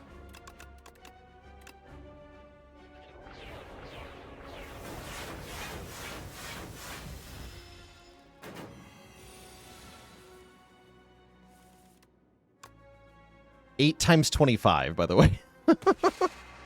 Hello. GG. 8 Drake with 15 months of support. Favorite character to play? Currently Defect. But there's a lot of good characters here. Let's see. Make It So is not bad. Take Make It So. This is also a valid skip. Yeah, this comes to your hand from anywhere, including the exhaust pile, apparently, which is spicy. And Darv is here. Or not Darv. Vaku. Vaku is here. He is offering me the earrings. Music Box. Create an ethereal copy of the first attack you play each turn. Is really interesting. Wishes are pretty good with our Sealed Throne, too. Actually, wishes are crazy. Wait, wish is crazy here.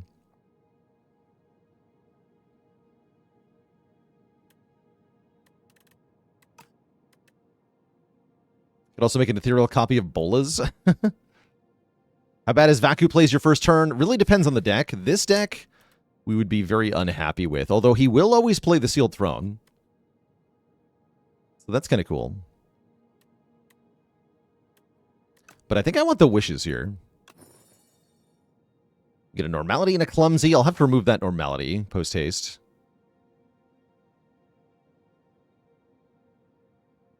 Yeah, let's lose the normality and then see what the rest of the act feels like. We took it and nothing changed.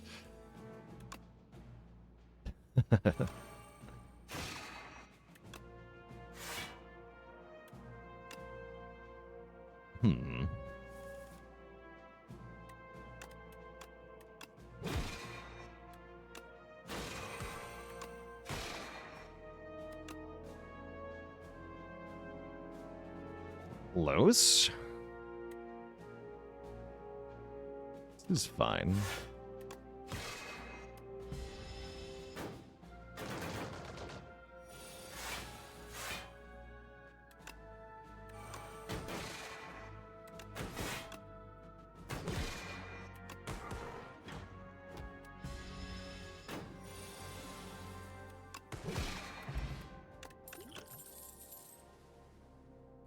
Whenever you play a card this turn, gain 1 strength this turn. Yes. That. Aha.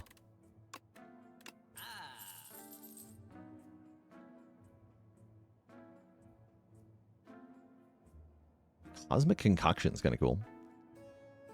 Don't I think the throne is too good and should be nerfed? As a boss reward, it's pretty good. Maybe one of the stronger ancient cards. Good decider. Okay, no curses. Just heal me. Thank you. Decide, the crowd bellows. Can't even get to another shop, so there's no reason to take a bribe. He's guilty. Kill the corrupt noble. Perfect. We go Sealed Throne. Monologue. Book of Stars. Bolas. Glimmer. So we can go Make It So, Boost Away, Cloak of Stars, Wish for Wish. We can Make It So again. Wish for Wish. Wish for Radiate. Radiate does 17 times 14 to all enemies here on turn 1. Boom. And alignment is here. Turn stars into energy. Excellent. Excellent. Isn't that a lot? Yeah, that is a lot. You may have noticed that's a big number. Correct. It is a big number.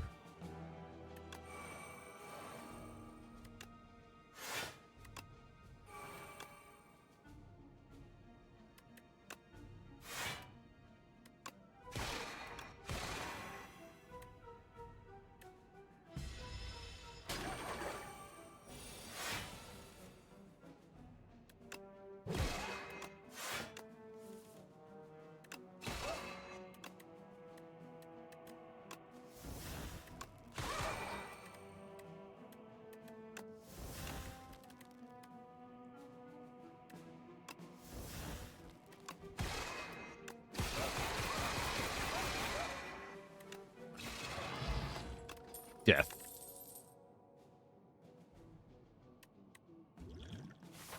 Most excellent death.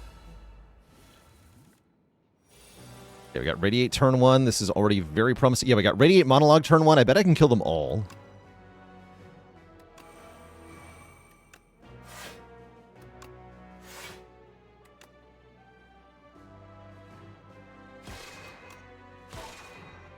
Sick.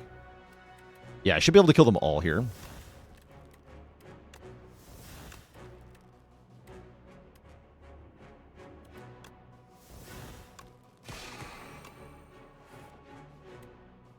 $16 times 15.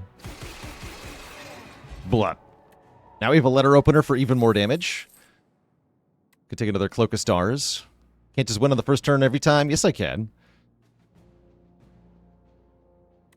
Yes, I can. I can do whatever I want. I'm all powerful.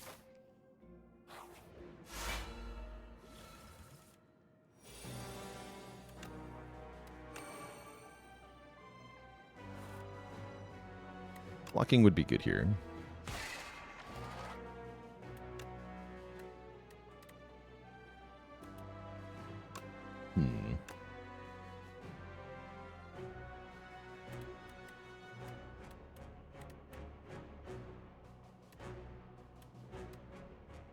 Guess I just wish for a Cloak of Stars. I guess so.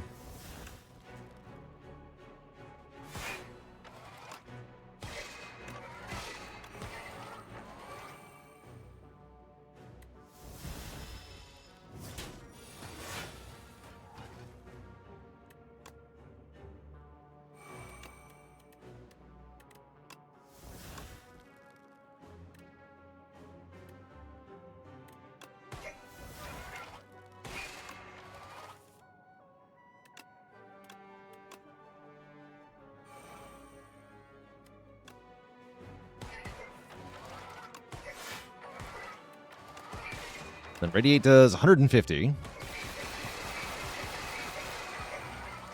quite a KO, but good enough.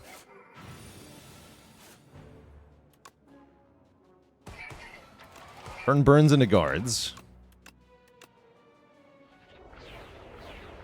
And then Stardust him. GG. Another Radiate. I would love another copy of Radiate. Radiate is strong.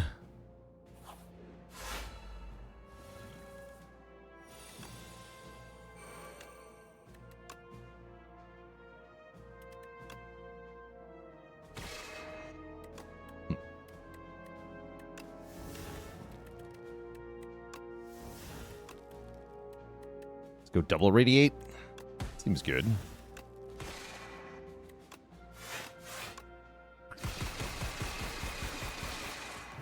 Glorious. That's really good. Another monologue. We'll take another monologue.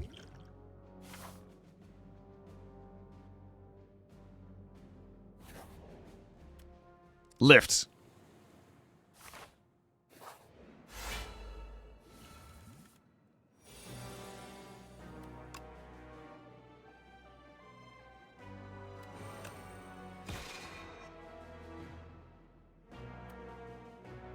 Ding.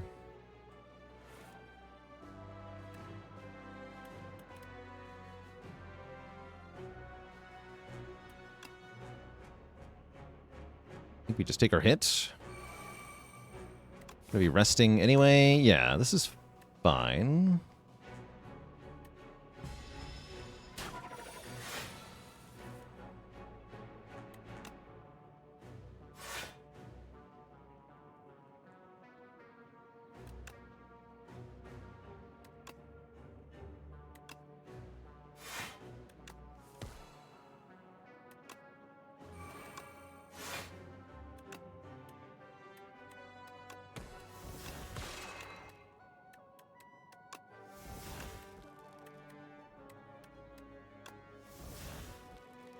Then we can go Shining Strike,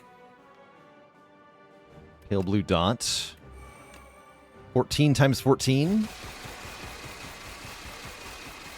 That actually just kills immediately. Okay, great. Good, good. There was way more in my hand there.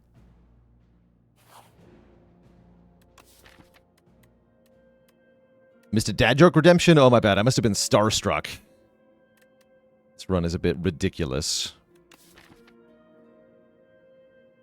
I can make a reusable wish. It's very funny. I wish for more wishes. I wish for more wishes. No, I think we just take the Forgotten Soul. I might be able to kill on turn 1 here. That'd be pretty cool. I guess I don't need to... I'm thinking I can do that. I should upgrade.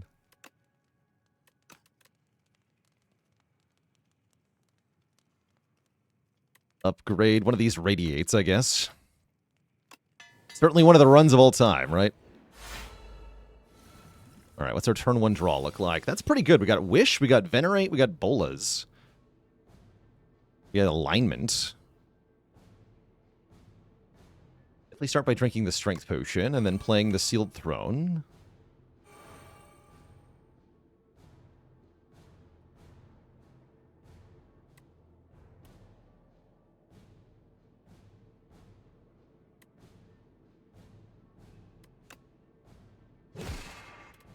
Gonna tell your grandchildren about this run? Good. Make it so. Believe I want the draw 4 card, actually.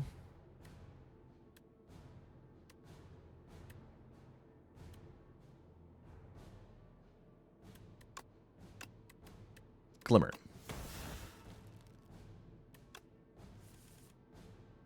We get Stardust. Stardust is good. That gonna be enough? I guess we can try to find out.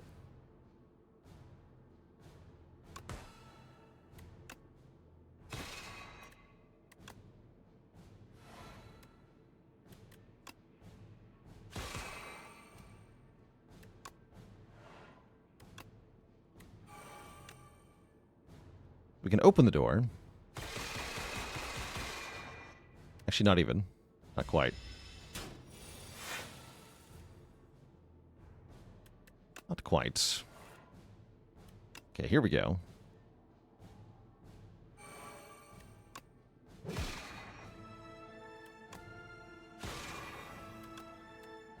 Wish for wish. Wish for...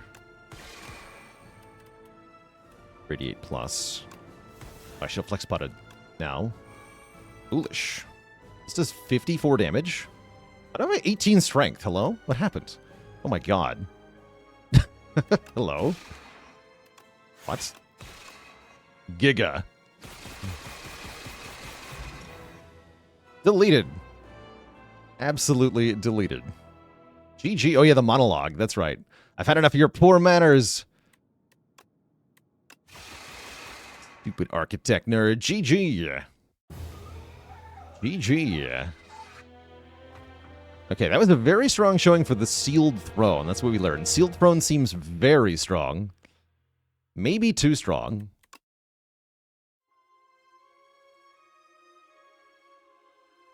absolutely clapped. Yeah, so much damage output. Absolutely ridiculous. Simply ridiculous. Stop trying to nerf the fun cards. Yeah, I hope this card doesn't change that much. This is great. Maybe you can make it 2 cost or something, but this card is great. I would like it to stay. No, actually, I deliberately didn't put any of the ancient cards on the nerf list because it's kind of hard to evaluate those. They're cards that are meant to be as strong as a boss relic, so they have to be pretty powerful. Yeah, like for the full art ancient cards especially, that's kind of their whole shtick. So I'm hoping they stay pretty good. And it is pretty rare too, right? You have to get it from Darv. Darv does not show up often. There's a nerf list. Yeah, we started our stream with my top 10 cards I think are going to get nerfed. Even Slay the Spire too. It's going to go up on the YouTube soon. Which Ascension do I think has the biggest difficulty spike? I think it's Ascension 9 with the bigger damage on everything. That is quite a doozy. That is quite a doozy. Next up, chat, we're going to be doing some more high Ascension nonsense. But first, I got to refill the legs, stretch the water. Back in a bit. Some more runs. BRB.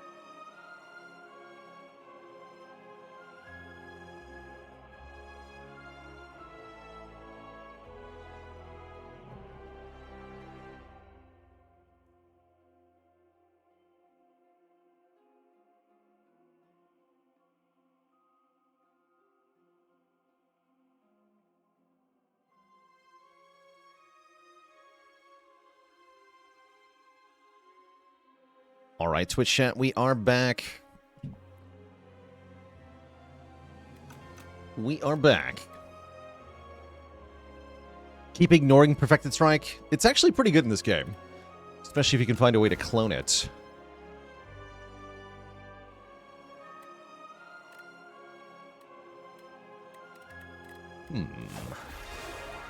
We have Defect on max, not everybody else, though. I want to play Clad. Let's do a Clad run.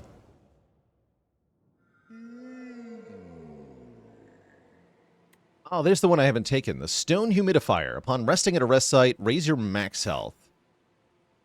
I guess I'll take that just so we have it complete. I don't expect to ever take this again. But maybe I'll be more resting. This seems like it could be okay on Regent. Regent has to rest a decent amount.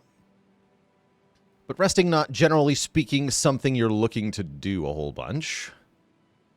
So it's a bit less desirable. Interesting path layouts here. We're kind of forced into an early elite. Yeah, we are. In fact, we must fight an elite before a rest site. That is required in this map generation. That is a little bit spicy. But if anyone can do it, Clad can, I think. Thankfully, we're not on A10. On A10, I'd be very scared of this map generation. I would be going to a shop. But I think I'll just go up the far side here. Hit 4 rest sites. Puts us in a better position to take advantage of the Stone Humidifier.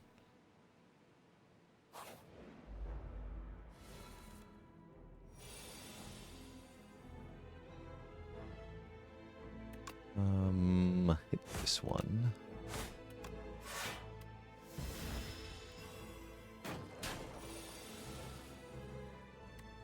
Ouch. Who's the most afraid of early elites? It's either Regent or Necrobinder. Probably Necrobinder.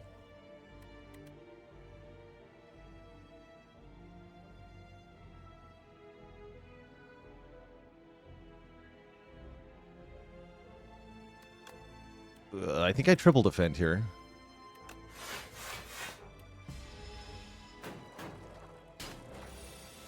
Okay, this is good.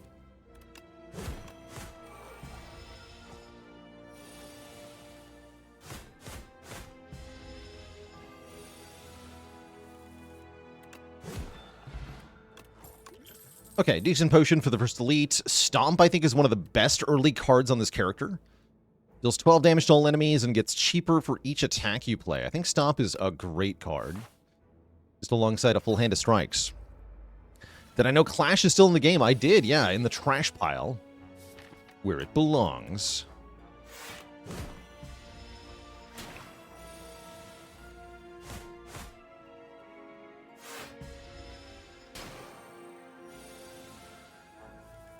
Stomp.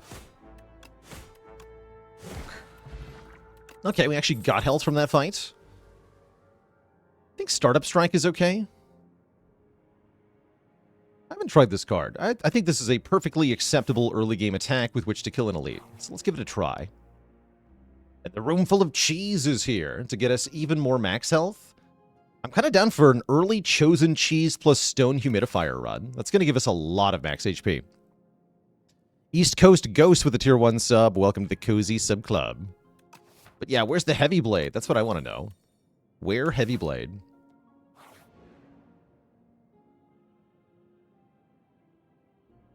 And I can gain even more max health. Bruh.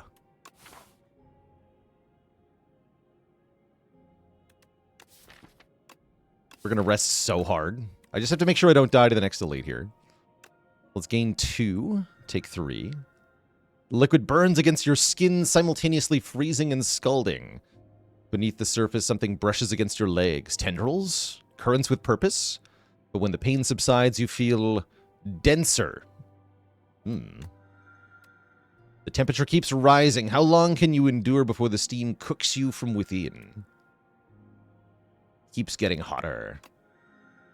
It's so hot. You wonder if this is what it's like to live in the village of demons. You have based so long, you have lost track of time and your mind. I'm going to do one more. It's nice in here. Okay, I don't think we can handle it anymore. So let's get out. The heat finally gets to you, and you hop out of the bath. Yeah, I don't know if that goes infinitely or what, but we have to get out. Or I will die to these guys. I might die to these guys anyway. We'll see.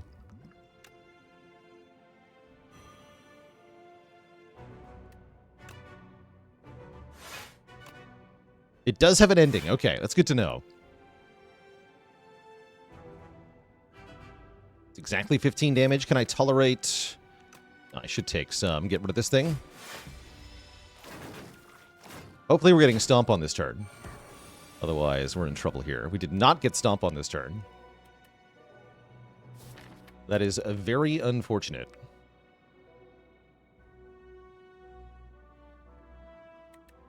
I think I'm dead.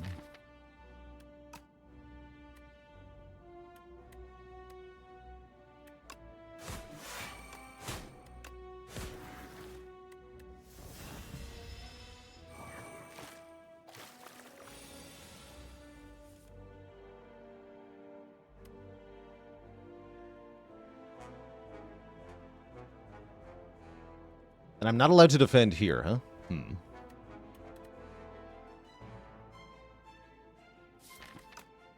Seems spooky.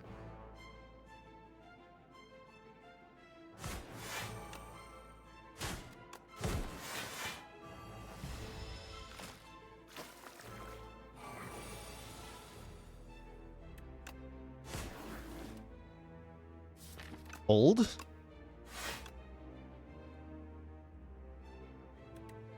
I take 4?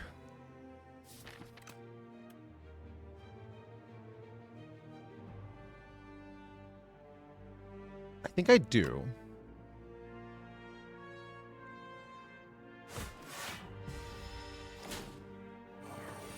Oh, they're both attacking. Oh no, but Stomp is here. Yes. Okay, that's enough, right? I go strike, strike, Stomp, and we're out of here. Hell yeah.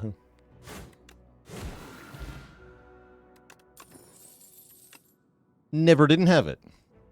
Okay, so we did get out of the baths at the exact right moment. That's what I was hoping for. There is another fight, though. So I guess I'll take an armament so I have a block card. Heck. Help. Good news is this is an easy pool fight, I believe. Yeah, it's just this little guy. The Sea Punk. Surely we could beat the Sea Punk. Smile.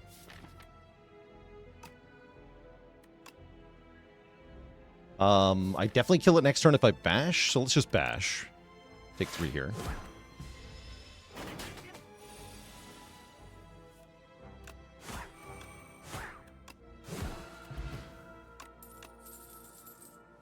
Perfected Strike has arrived, or we could take a True Grit or a Taunt. I kind of like Taunt.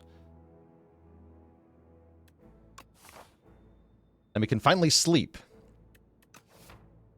Let's try Taunt.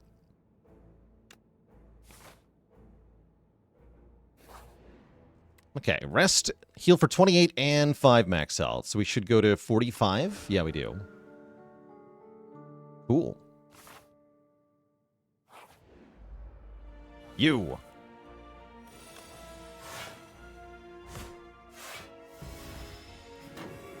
Limits us to 1 skill per turn. That's not a problem with this build, though.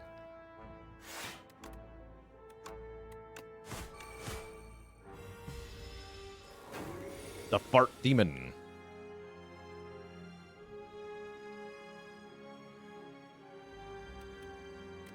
Gonna be strike, strike, stomp here. No defend, no defend.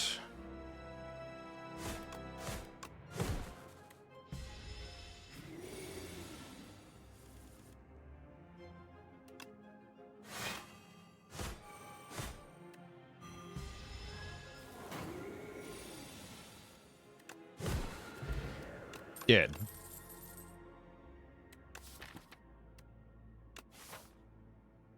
Fighting the Soulfish.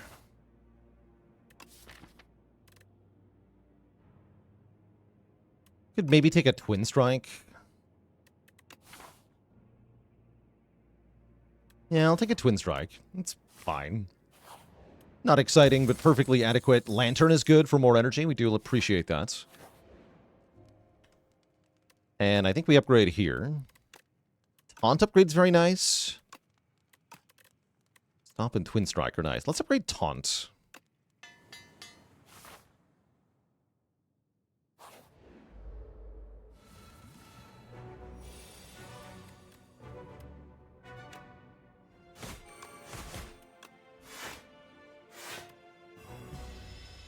This elite is more of a block check than a damage check, but we can use the Heart of Iron to pass the block check part.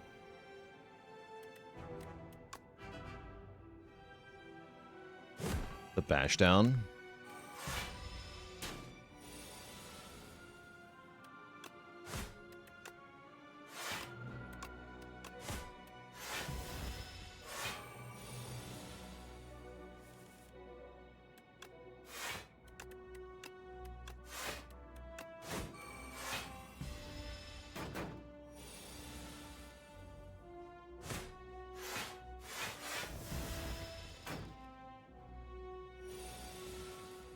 Good potion.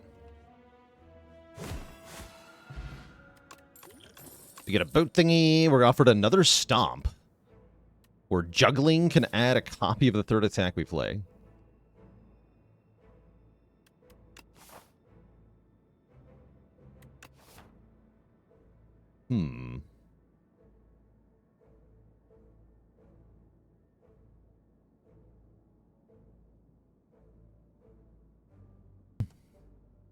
See, what are the other characters' solution to the fish?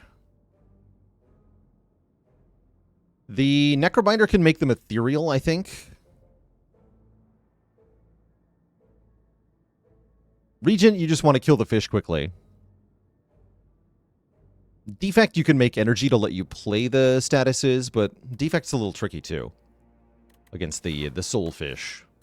I don't think I want any of these cards, not even... Although I'm wondering a little bit about Molten Fist. We do have some good Vuln at the moment. I don't think it's very good overall.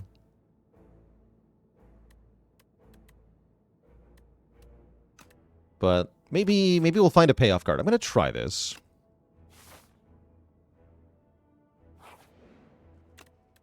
Molten Fist at worst is just 10 damage exhaust, which is not that bad.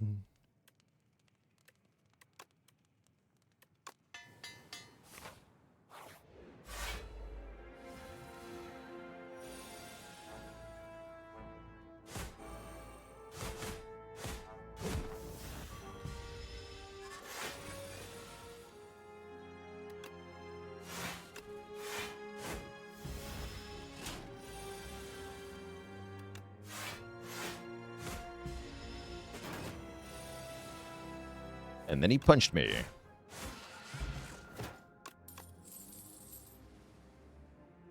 Headbutt, second wind, grapple. Second wind is good into this boss. We should probably take it.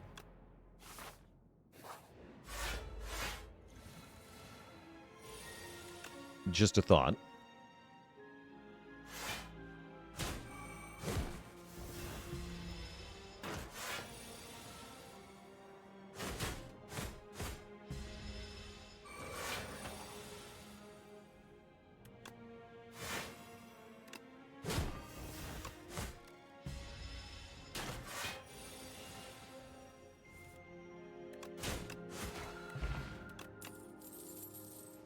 Okay, when we apply Vuln, draw a card. Hold on.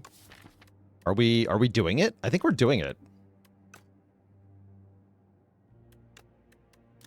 And this upgrades to draw 2. Card draw's good. Card draw is very good. Okay, let's upgrade Vicious then. Adding draw 2 to Taunt especially is quite nice.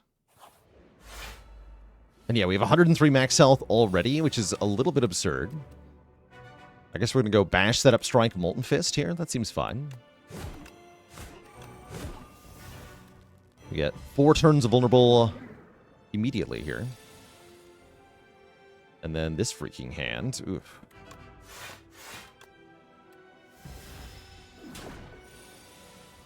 Actually, don't know if I win this fight.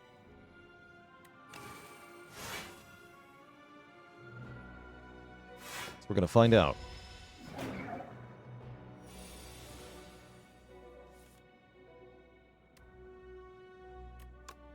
Okay. Kind of focusing on getting cards upgraded here, so we have a form of scaling in this fight.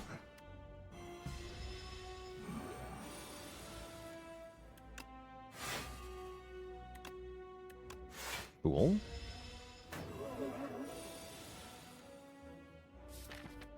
Okay, bash into second wind gets rid of 2 copies of Beckon here.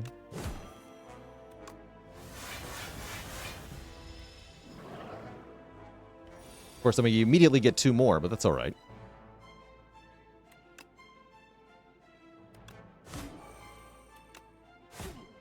Ow.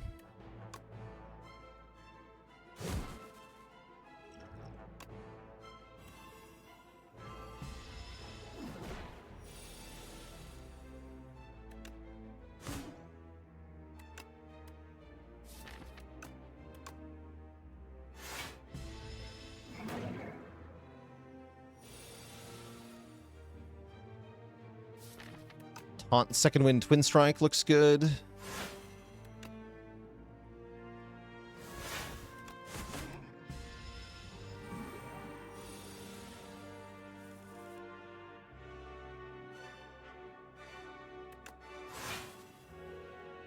Guess I'm doing taunt Beckon, huh? Okay. And then we should be able to kill pretty fast, I'm hoping.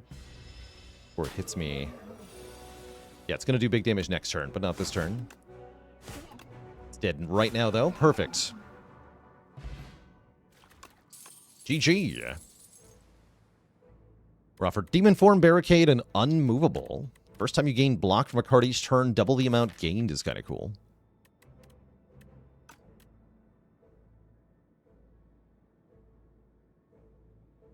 You, Rick, with the Prime sub and 13 months of support. Yeah, it's like entrench every turn, sort of, kind of. I think this is a lot better than Barricade from Cold Stars.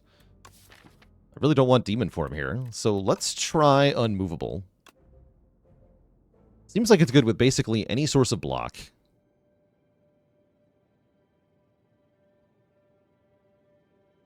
Looks like a pretty good act overall, too. What's up, Ouroboros? See, 15 Regent cards. Interesting. I already have Potion Belt. Oh, I so want Alchemical Coffer. I so want Alchemical Coffer. Go to 8 potion slots. Uneducated Demon with the Prime sub. Welcome to the Cozy Sub Club. And then we might be able to get the thing from Nonu in Act 3. I really want to get the full potion run. Yeah, Frond. Exactly. Frond next act, please. We got a Radiant Tincture, Fire Potion, Weak Potion, Skill Potion. That's kind of hype. Black Blood is still 12 health. That's right. Oh, the merchants are weirdly placed here. That is unfortunate. We start out here. Glug, glug.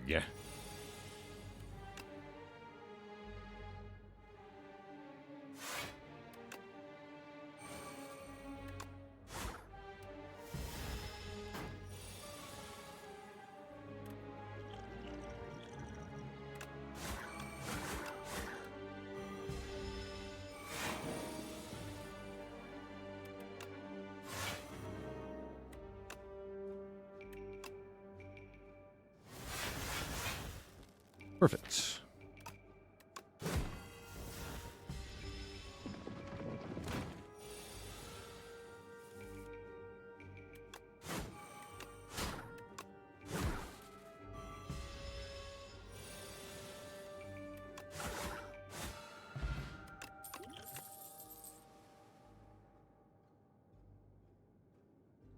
I really wanted the potion to go here. Feels odd.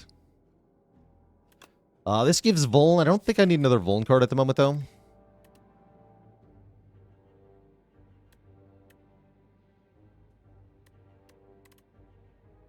I don't. Oh, and do I owe a dad joke? For Weed Wizard.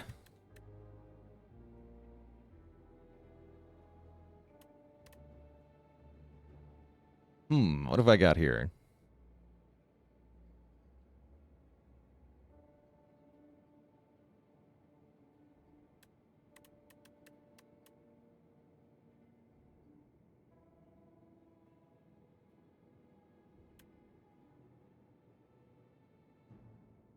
And I see a cutie trying to sneak in there. Hold on.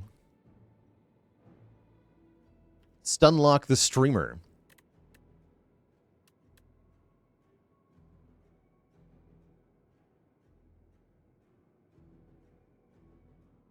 How does the Ironclad keep his breath fresh?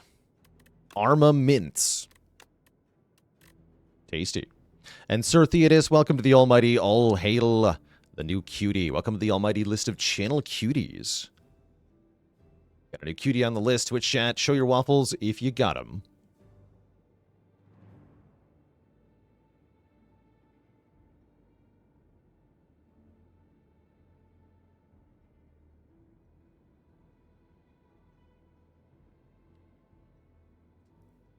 Always good to see you around, Sir Theodis.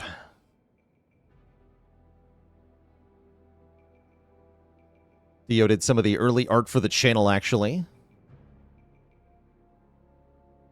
So we get the original brown demon design that we used for the channel was depicted by Sir Theo. So it's good to see you still around. Been having a really good time with Spire, too.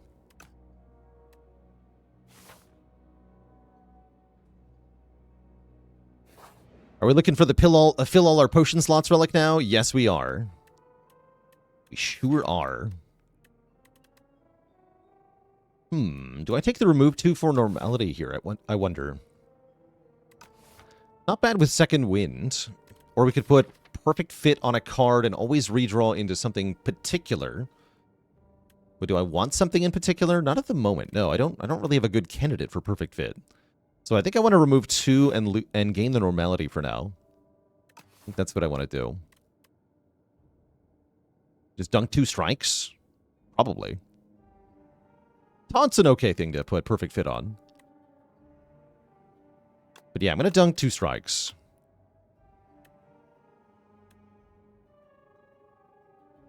You walk past all the holes, even the one carved perfectly in your shape. Why didn't I go inside? What would have happened? Have I been in that hole before? Who made these holes? What? Who? Where?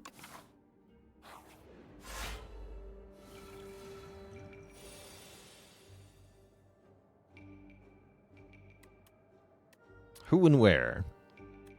And how? 8 plus 15 kills you, so I can just second wind?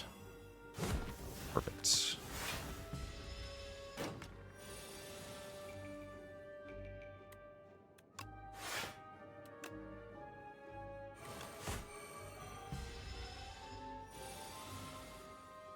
Nice.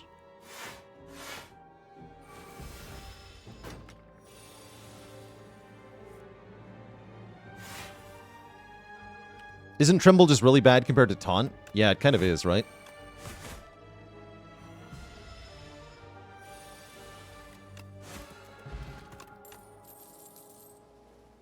Bloodletting can do fun stuff with card draw especially.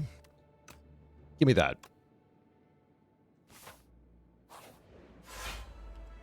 Yeah, give me the energy generating card with our card draw. Uh-oh. Stomp on top of the deck. It's very bad here. I think we're going to need help in this fight, and I should use maybe a power potion here. Yeah, I think we're going to need help here. Dark Embrace, Stampede, or Unmovable. Oh, fun.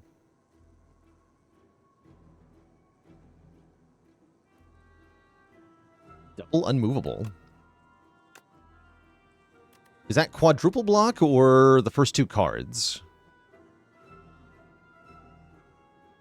If we stack it. Times 4. Oh, hell yeah. Let's do that. No. Incorrect.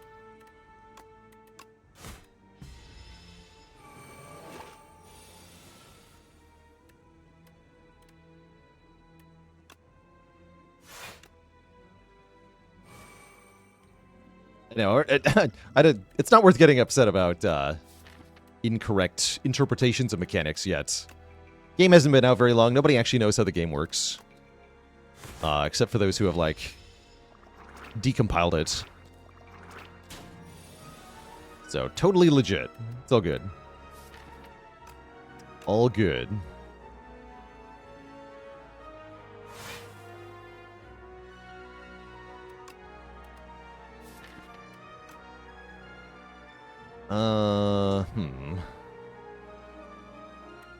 Guess I have to bash last.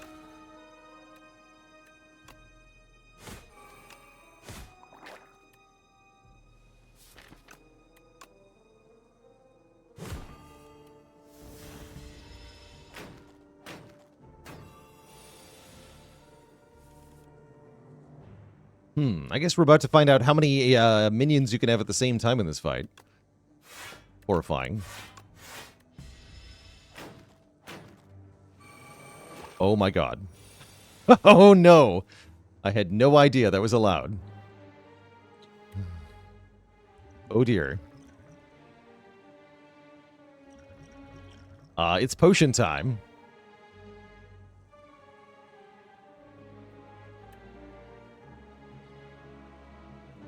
Thunderclap would be so good here. Yeah, where's the flex potion? Might be skill potion time.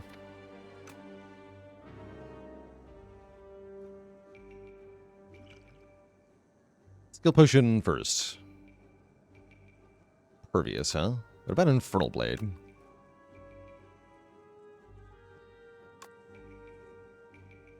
No, that's a pretty good Impervious, actually. But I need them all to die.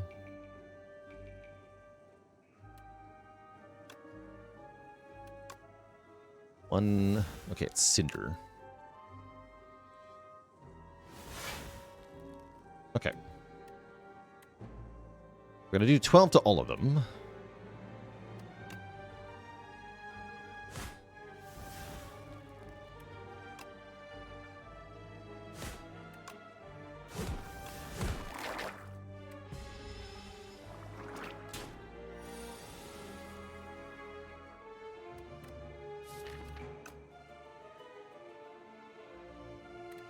Yeah, what minions?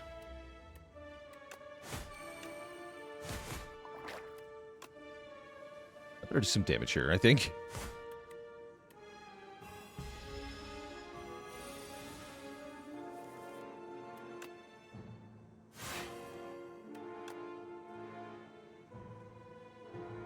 This as well.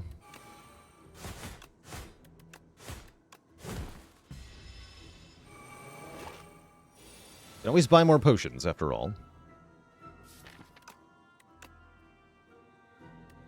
Set up Strike, then Bash. Then Bloodletting, then Cinder. There we go. That was very scary, but we got through it. Inferno is here. As a way to deal area damage. Or Pummel Strike is here.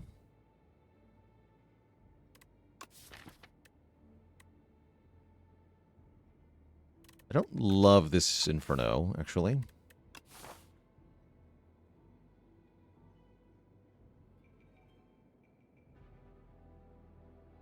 guess I would like to fight elites. I'd better take Inferno, then.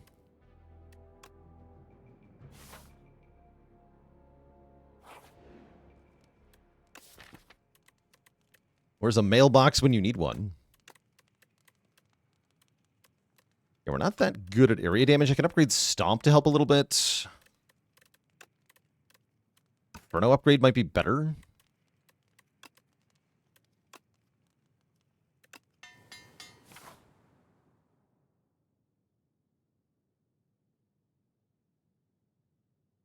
Good luck to me. It's them. I was afraid of them. That's all right. We have some solid options here.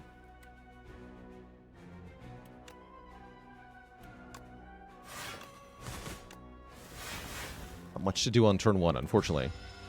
Wasting the lantern feels kind of bad. But yeah, hopefully Inferno can win this fight. We'll see. Not a good start.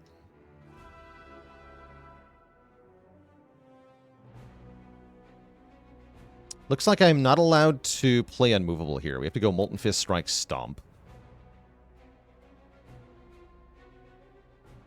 Yeah, that they make you weak is it's a little annoying. It's tough. I find this fight very comparable to the 3 Slavers from the first game.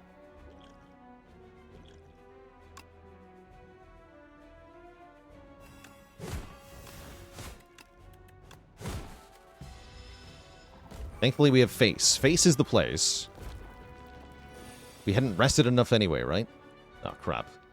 Oh, wow, that's a devastatingly bad draw. Oh, I'm kind of hosed here.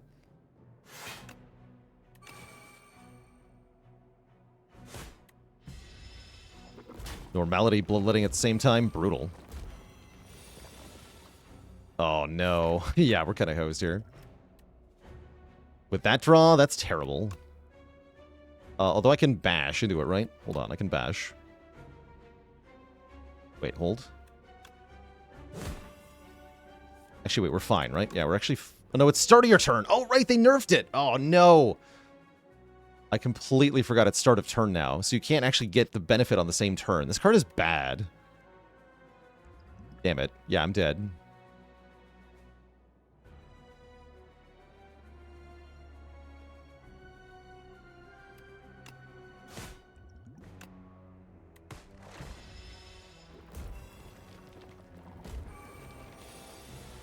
Dezidan with the Prime sub in 2 months of support. Hold.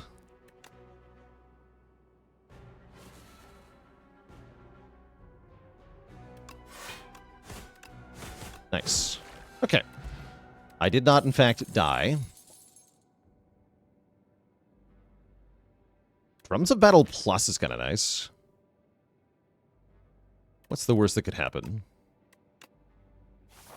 We're only mostly dead. Oh, yeah, there's no rest site, by the way. Oh, no. Ah, help. Okay, let's go here. I have to beat these things now. Yikes.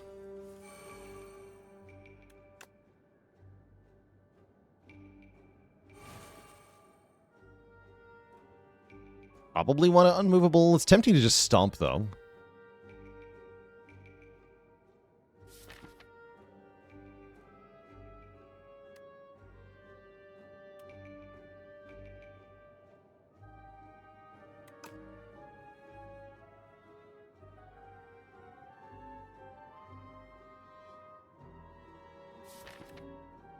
Am I living if I don't play Unmovable, though? I don't think I get to live.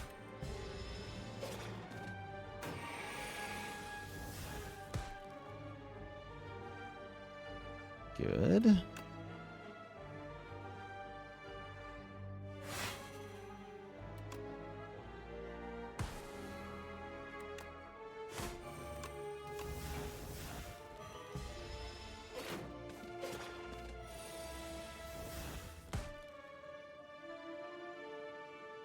I'm cooked. Wait, no, I'm not cooked. I'm alive, I think. No, I'm cooked. Not enough damage, right? Yeah, it's not enough damage. Yeah, we're dead. Okay. Fair enough. Yeah, fair enough. GG. We're defeated on the Clad. Okay, we learned some things that I think we already knew. 1, that the starting bonus is not very good. 2, that Molten Fist is not very good. And that multi-enemy fights are really tough. We learned a lot of things. I am going to run it back on Clad, though. Because that run was garbage.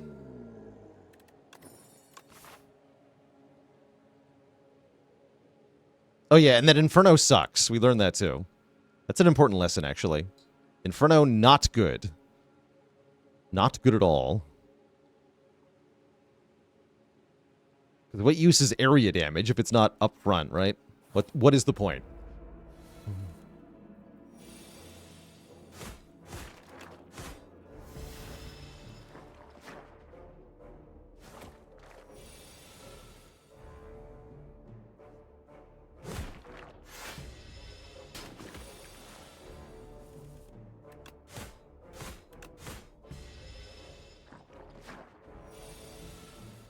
Oh, no. No strike to go with the bash.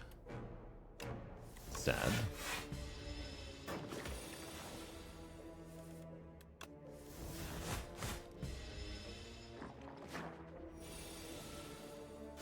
Good fight, though. We heal from that one. Vicious is back. A Breakthrough. This is a very good card, just for doing lots of area damage. As much as I will actually like a Vicious Plus, I will definitely take a Breakthrough for damage to all enemies. What do we choose is our starting bonus? We chose to get 3 upgraded cards from our first 3 card rewards, but then we lose our first relic, essentially.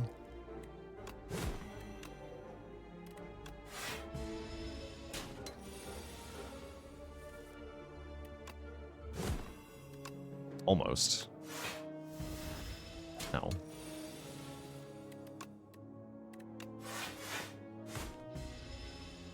Yeah, you lose relic and money. That's right, because the chest is empty. Anger Plus not bad, but I'm taking Bloodletting Plus as a very premium energy source.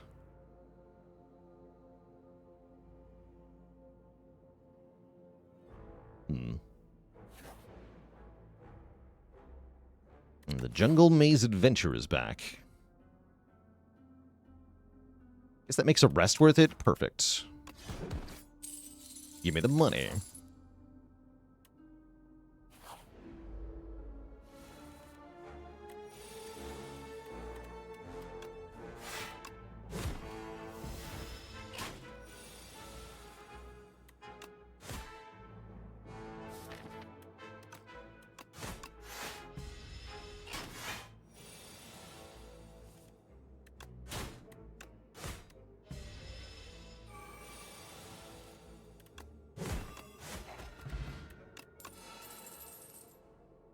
Pommel Plus goes hard with Bloodletting. So does Burning Pact Plus, I suppose.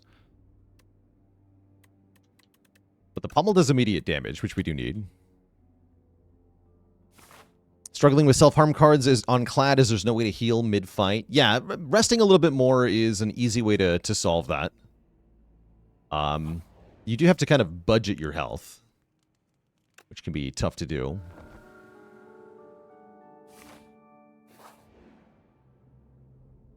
And I think this stupid stone sword is garbage. Actually, I'm fighting a lot of elites, though, right? No, wait, give it to me. Yeah, give me that.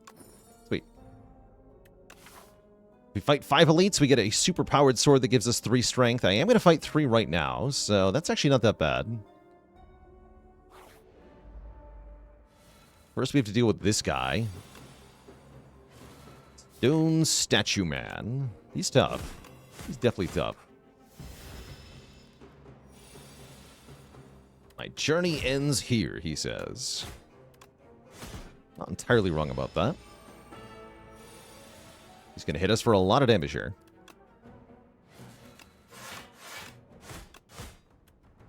I don't even think I get him next turn, do I? 36. I don't think so. No, that's not enough. Ouch.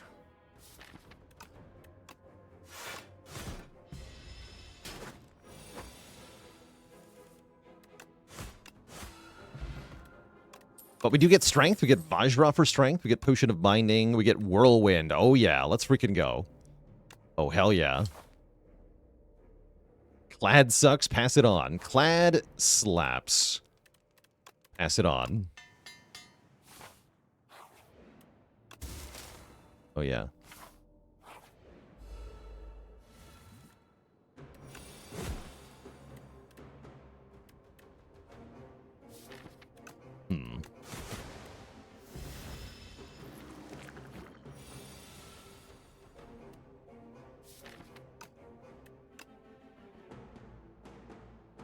This is a pretty lousy draw. Right, I'm cool resting after this fight.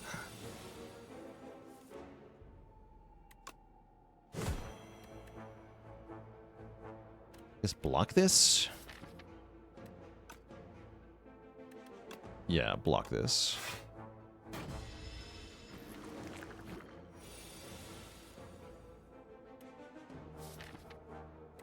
Okay, we just got to draw the Whirlwind. Basically guaranteed. This is fine, then.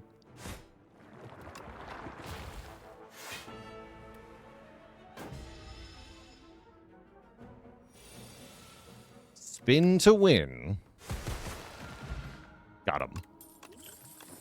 Orichalcum's going to help with this attack-heavy strategy, and for once, I think Thunderclap looks kind of decent here.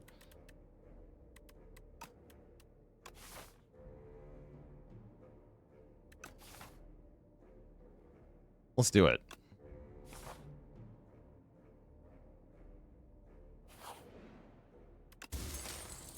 Pocket Watch. Holy. Okay, this is an insane start, actually.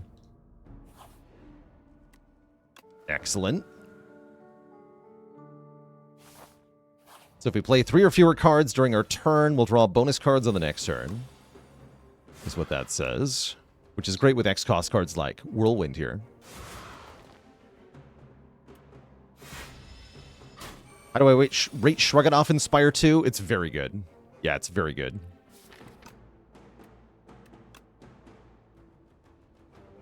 Good card. You're dead.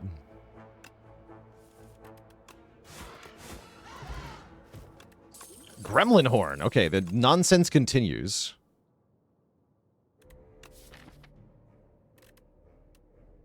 Twin Strike is actually tempting. How am I against Phantom here? I think we're okay.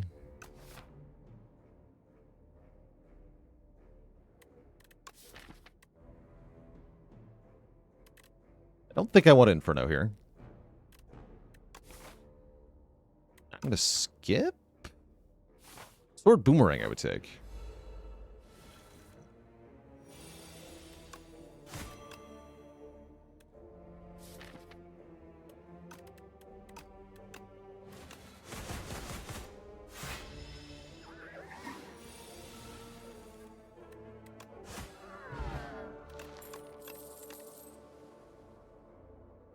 Second Bloodletting or Burning Pact? Spicy. I think a Burning Pact.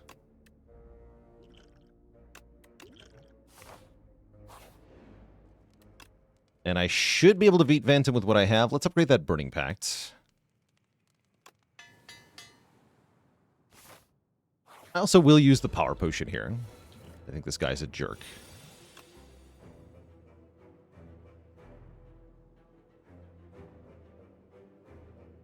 Rupture or Crimson Mantle? Mantle's pretty good here, actually. Although it's start of turn, right?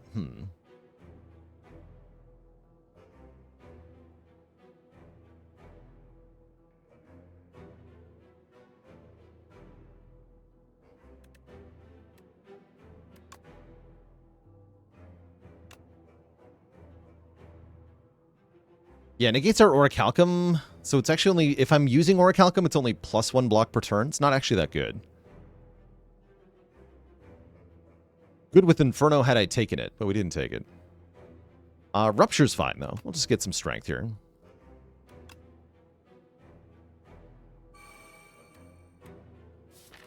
And yeah, we want a Burning Pact, defend. Perfect.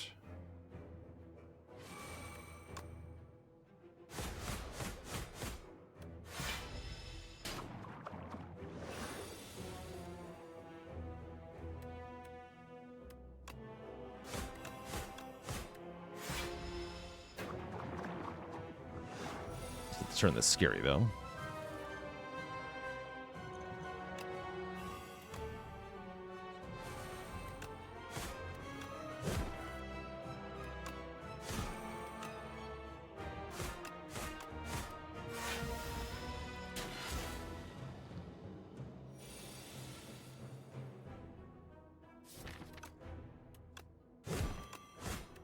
Got him.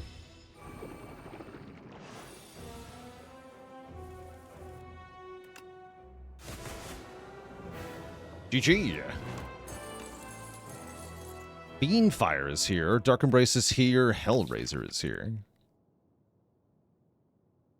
Interesting. Fiendfire is pretty strong. Especially with Pocket Watch. Yeah, I'll take Fiendfire. Beanfire is very strong here. Now, we're not going to go with a Hellraiser Infinite. We're going to do something else entirely. You can see 15 Regent cards. Wait, that's kind of hype. We can give ourselves a Luminescence. Retain 2 energy. That's also very good with Whirlwinds. Or transform Bash into Break. For way more damage, way more vuln. I'm not really using Bash at the moment, though.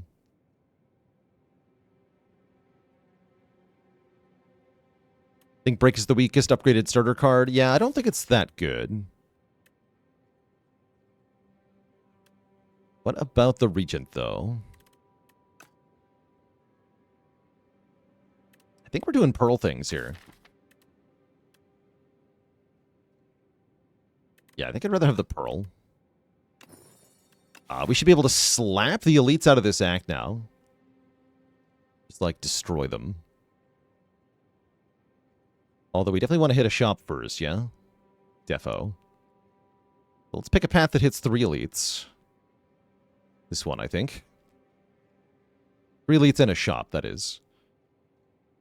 Yeah, that's the only way. Well, I can go to either of these 2 shops. Might as well go to the earlier one, though.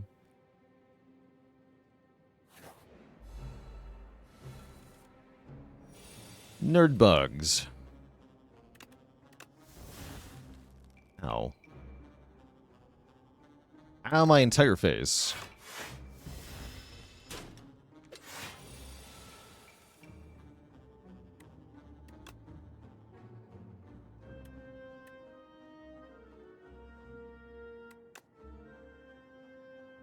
So that does 27. That would be 1 off from killing you. We can do this, though. Pommel Strike, Whirlwind, Luminescence, Beanfire. Don't have to play Bloodletting, so we save the health there. More damage for each card in the exhaust pile is kind of interesting here. I think less cards is better at the moment, though. Our act boss is the Worm. I'm gonna skip. Feels weird. Add Metamorphosis to the deck. Add 3 random attacks that cost... They're free to play this combat. Or I can just remove. Honestly, Metamorphosis seems very funny here. I want to try this. Let it in! The Spirit Grafter merges with you. The Vital Kindred Spirit swiftly heals you up.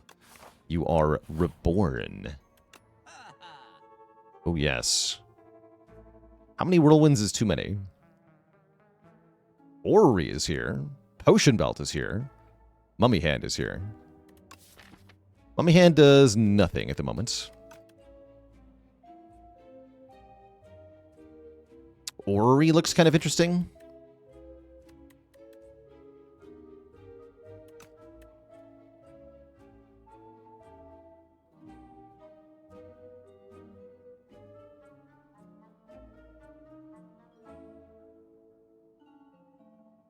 Is Stampede a trap? Kind of.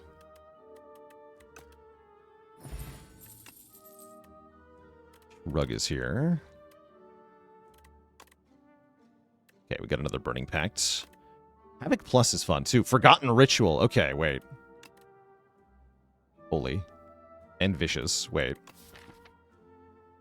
Oh, yeah, we just broke everything. Give me Vicious. Give me Forgotten Ritual. Give me Burning Pact.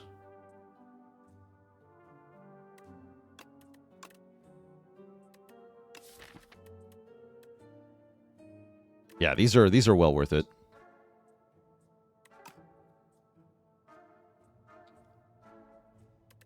Yeah, we're not taking Boomerang here, believe it or not. Do I want to Shrug?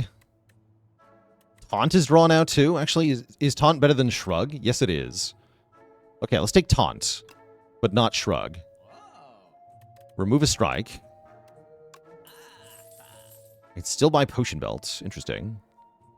I don't think I want to. Okay, good talk.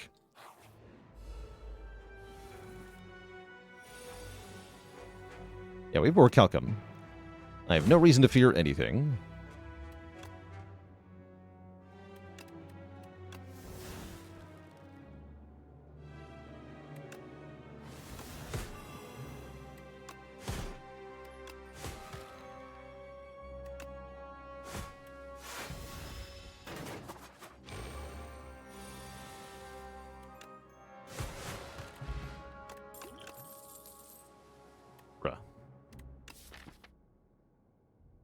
One taunt is plenty, right? I'm pretty sure. Not going to another merchant. Although I could. Could go to another merchant. Yeah, Potion Belt, come back. Take the card draw potion, sure.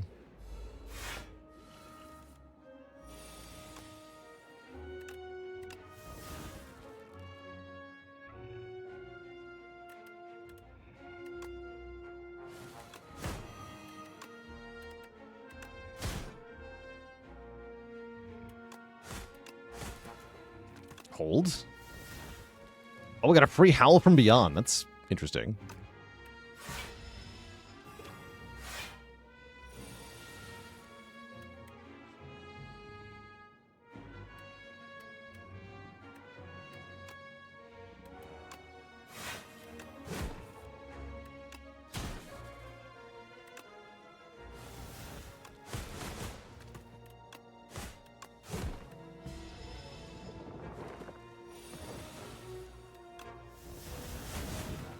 Glad.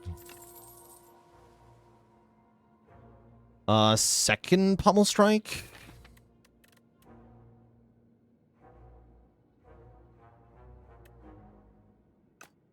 No.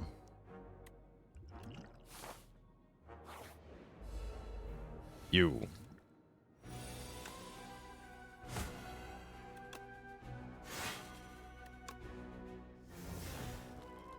Free Fight Me. Oh, somebody asked my opinion on Fight Me earlier. This card sucks, for the most part. Do not want to be giving enemies strength. But I guess it maybe has some specific uses. But I think it's mostly not very good. Play this whole hand, but to what end? To what end?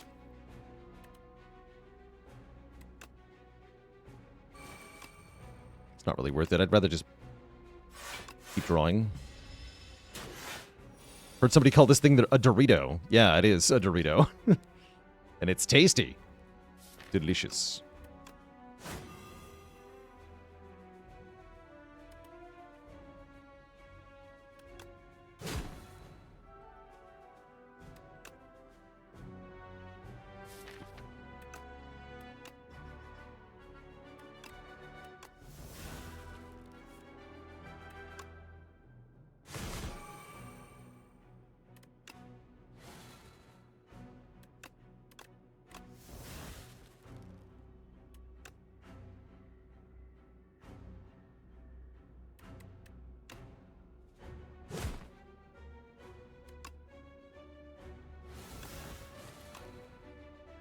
Times 8. Math. That is 128. That's not enough. Not quite. But it should be if I break through first.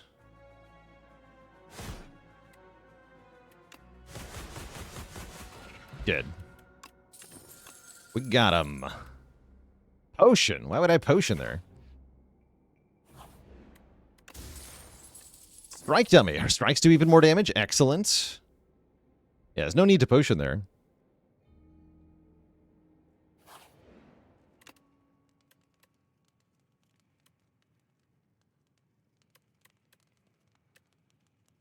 Give me more draw.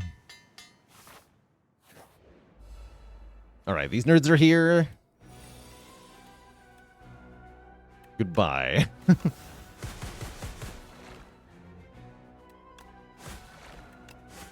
A revenge. Sweet, sweet revenge. Get hacked, you nerds. Alright, we get the Red Skull. We get another Burning Pact if I want one. We have so much strength here. We have a Seek Potion. Seek Potion's pretty good. And now the sword is active, so we have 3 additional strength. In addition to the 3 strength the Red Skull can give us sometimes. Pretty obscene, actually.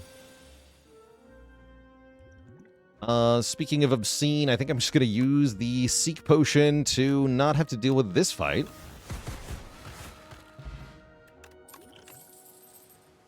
Good talk.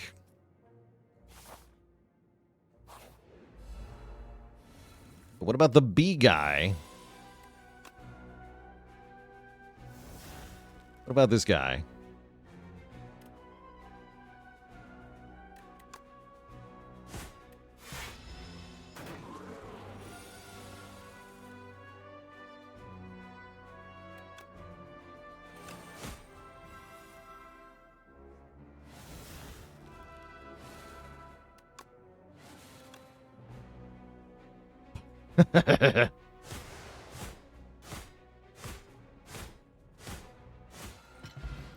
Got him.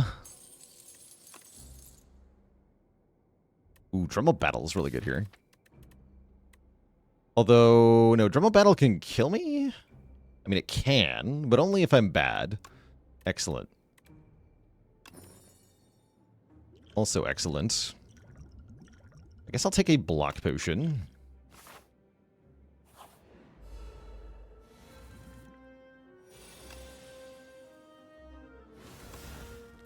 I don't know why I did that.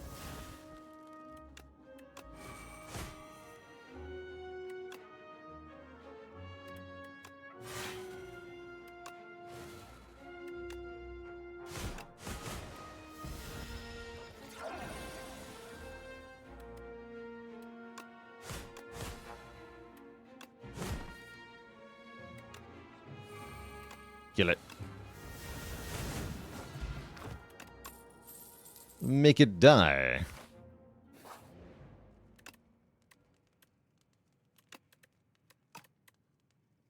Honestly, upgrading Metamorphosis is very funny. Let's do it. My win con.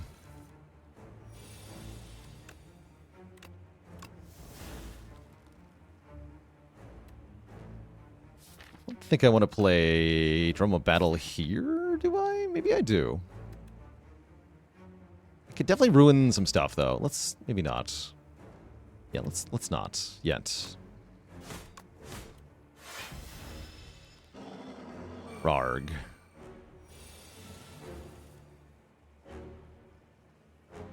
Really? Hmm.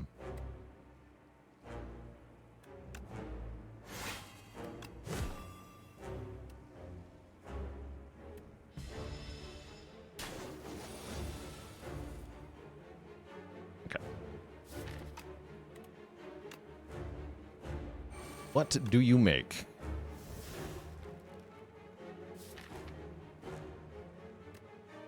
Dismantle's really good. Fire, maybe not.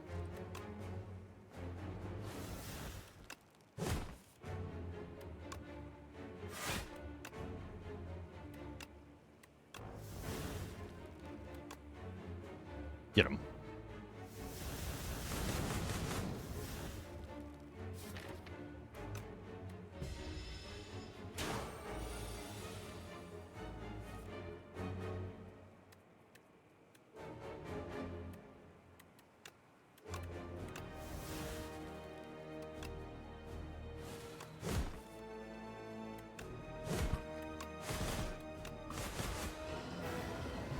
Got him. No jumping. We want a Fiend Fire number 2? I don't think so. I don't think we want to add a lot to this deck at the moment. Skip the Thrash, skip the Mantle, skip the Fiend Fire. Although Thrash can be kind of fun. I don't think this deck wants it. Skip. And Nonu is here. Offering us what exactly? Glam. Add replay to all card awards, once per combat anyway. The Frond, or 31 max HP. What if we were just big? Brawn with 2 potion slots doesn't seem that good. Glitter is strong. But don't I have other stuff to do? I think I just want to be big. Huge. What if Clad was just chunky? How do I feel about, like, Mechanite and stuff? They're not that hard to kill, right? I think I'm just going to go elite maxing, mostly for fun.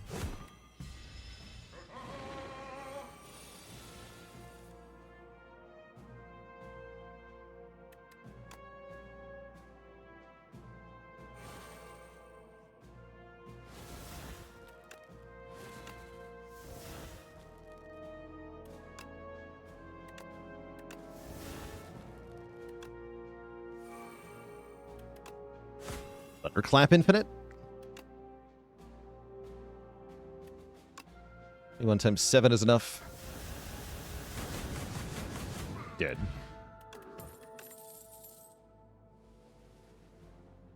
Ashen Strike is back. I still don't think I want it.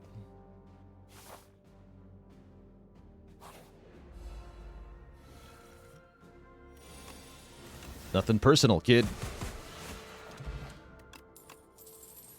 Rip. Okay, this guy.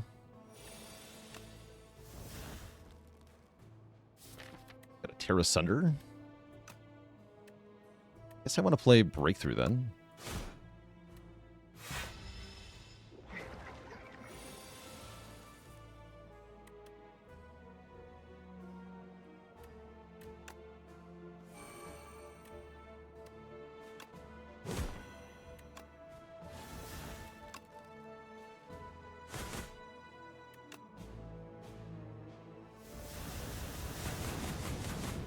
Decent.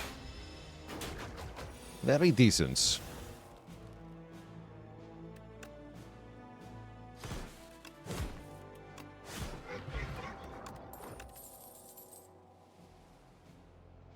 Could use Expect to Fight here. Actually, yeah, we should.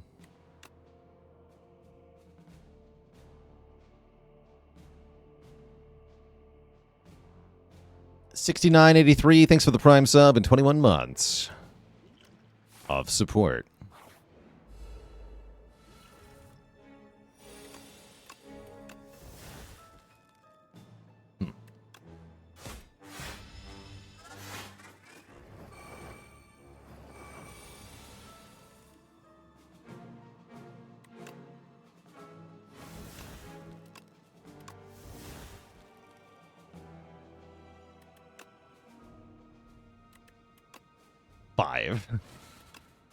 Five energy.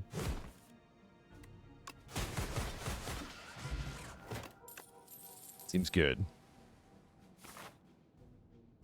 Alright. First elite's gonna be the Mechanite.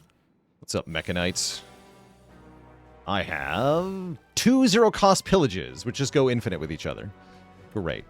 Good talk.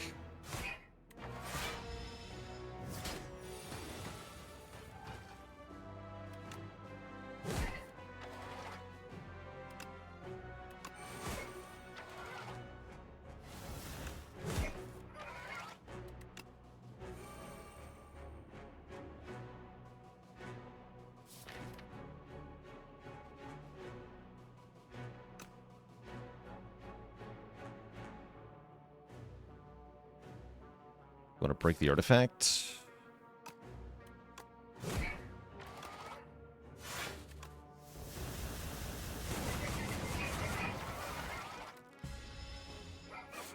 He'll flamethrower us, take another turn off. We lose Expect to Fight. Feels kind of bad.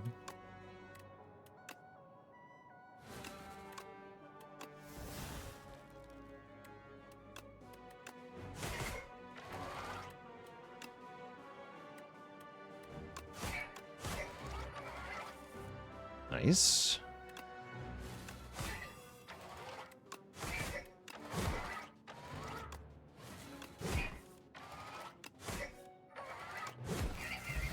Is Corruption in Spire 2? Yes. Oh man, Ashwater. Exhaust any number of cards from our hand is Very strong here. Akabeka with our Whirlwind is very good.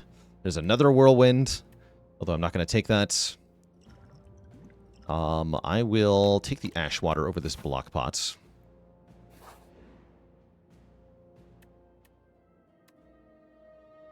Trade Gremlin Horn for Warpaint. There's at most one multi-enemy fight left. I'll do that, actually. Could have had Glam Whirlwinds. True. True enough. I think I want another event over an upgrade here. Bag of Prep's good. What's in the event that I took? Another relic. Pennib. Oh, yeah, that was worth it. Now we can have Pennib Akabeko. Hell yeah. Disgusting.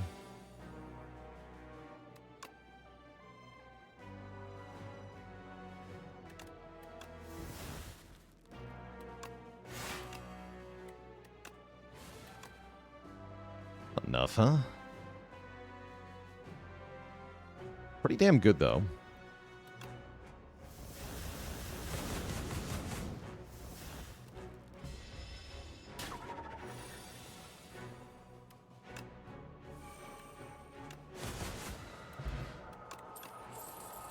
Two-turn kill seems pretty good. Feel no pain? Who needs it? Not me. Certainly not me.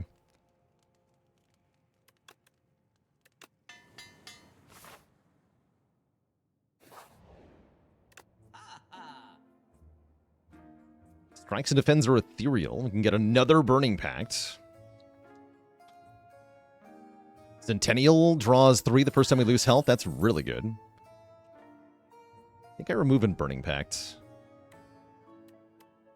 Second Burning Pact is really good here.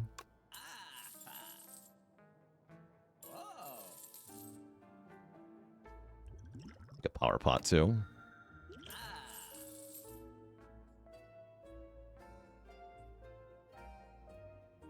Are the Strikes and Defends becoming Ethereal Relic? Is that OP? Yes, this thing is really strong.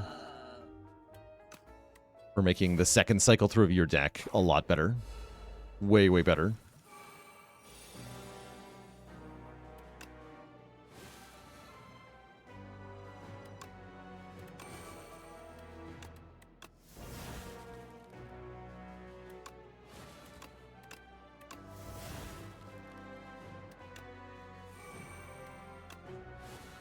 Yeah. Who needs Gremlin Horn? Certainly not me. Whenever we shuffle our draw pile, draw a card is going to break the game too. Excellent. Good. Can you get ancient powers from a potion? No.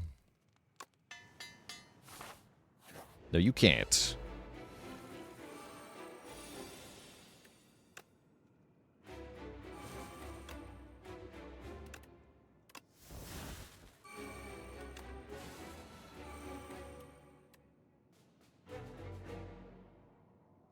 You cannot.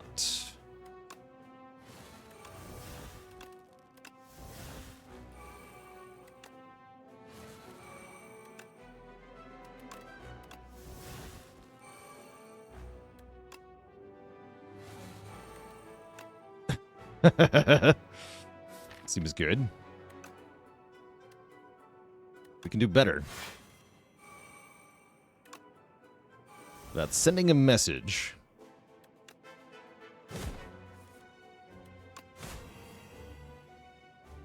All right, delete this entire hand now. Yes.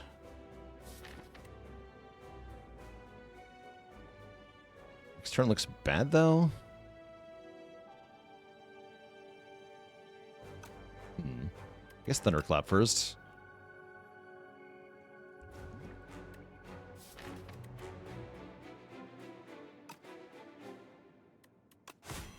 Yeah, that'll be enough. Then Fiendfire.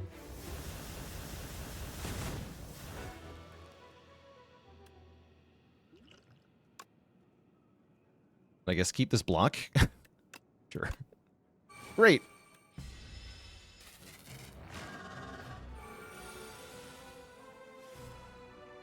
Beautiful.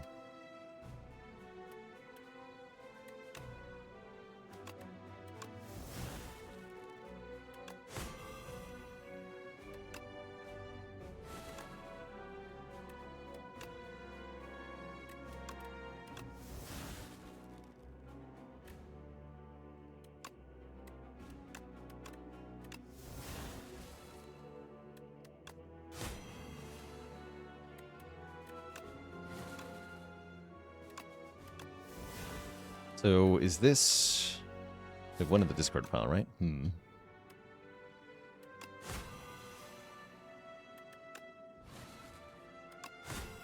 But yeah, we have an uppercut thunderclap infinite now.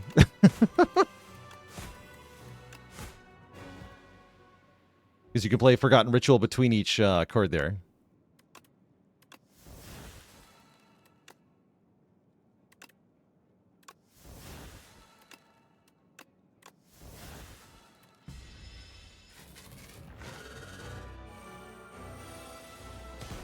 Oh. Oh, that's right. You are a jerk. This is all the block I have? This is all the block I have. It's fine, I guess. I will just kill you next turn. Okay. We're just hit him 300. We could also hit him 300 times now, but I don't really want to do that. No thanks.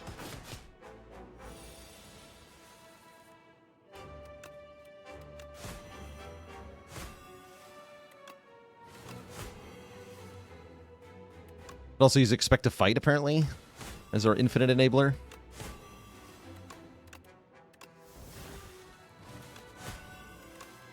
Oops. Not anymore.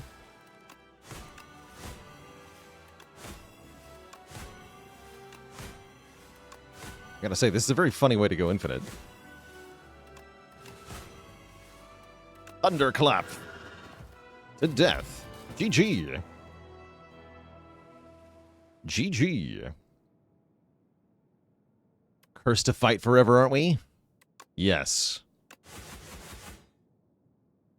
Yes, we are. GG. G freaking G.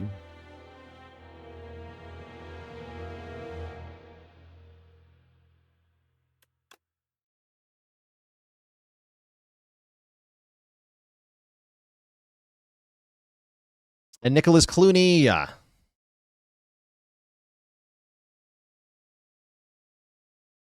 What do you call a clad that's too unintelligent to figure out how to make an endless card combo? An infinite wit. No refunds.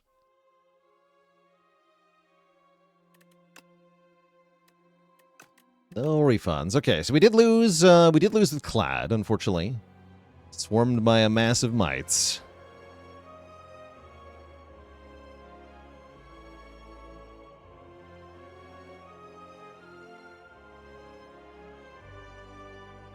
But the follow-up was great. Really good run for the Sword of Jade, actually, with the Whirlwind nonsense. This was fun.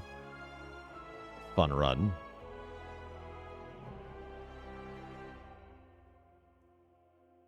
Spire 1, I mentioned not liking infinite mechanics. I think they're even more of a threat to the game this time around, actually.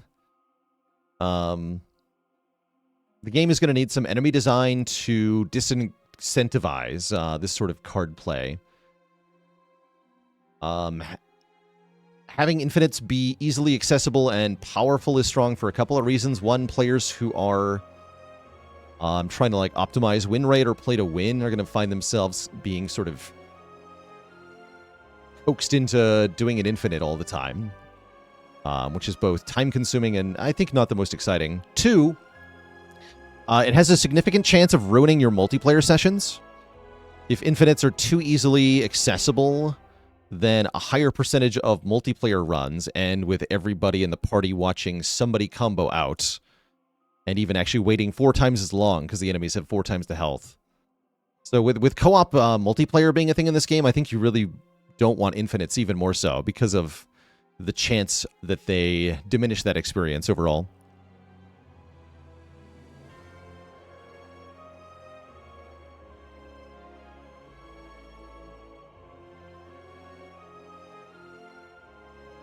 Gentleman's agreement. No infinite in multiplayer, please. Please. Anyhow, there will be more runs in a minute, dear Twitch chat. Before that happens, I'm going to take a quick break here. Refill the legs, stretch the water. I'll be back in a bit. For some more. And yeah, multiplayer doesn't need to be balanced, but it does need to be fun. And if the infinites get in the way of the fun, you have a bigger problem than just balance. That's what I'll say on that. Back in a bit.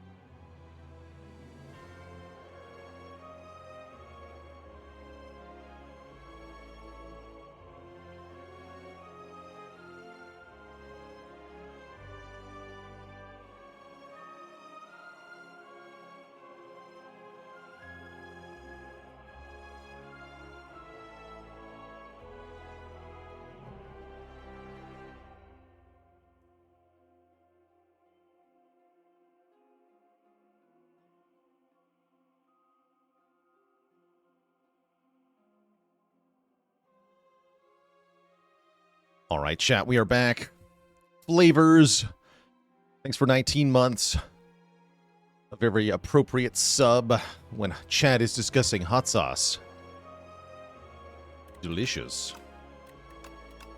Feeling Necrobinder here. We got 2 Ascensions left with the Necrobinder. Let's see if we can conquer 1 or 2 here. Dorito MC Beef with the Prime sub. Welcome to the Cozy Sub Club. Ooh, I do like the Lava Rock. I am also a remove enjoyer. We're playing on Ascension 9. That means we've got the deadlier enemies. More enemy damage. Very scary. Very, very scary. I wonder if we just want to... And I see we have Waterfall Giant. I'll go this way. Get a bunch of events. Is that going to be a good thing? Maybe not. But I'm definitely in the mood to experiment right now. It's hard to imagine not removing 1 here.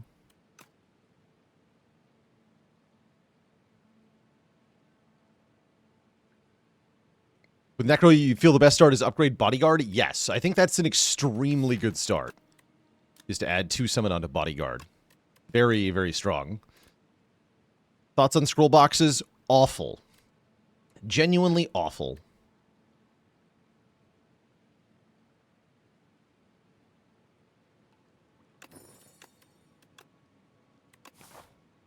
Being sarcastic about Bodyguard? No, I genuinely think it's an extremely good early upgrade for this character. One of your top priorities in early fights is to build up Asti so that your Unleash can do more damage.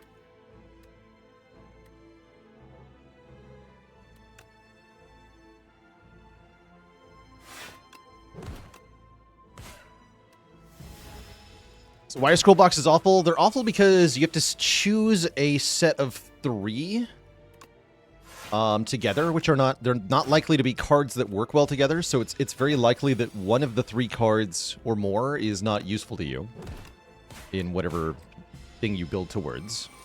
And then on top of that, you're giving up all of your money for the privilege of having that bad card. So you're setting yourself behind by like multiple card removes if you do it.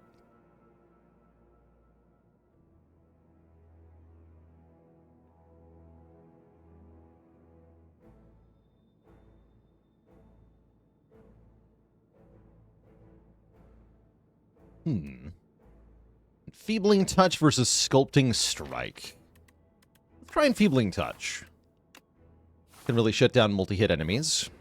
I think getting a block card early on this character is a pretty good idea.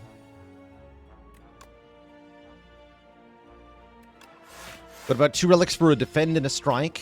I think it depends on the character, but it can actually be quite good.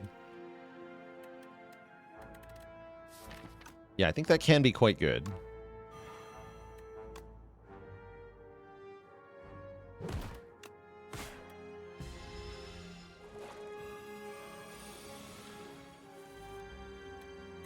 Perfect.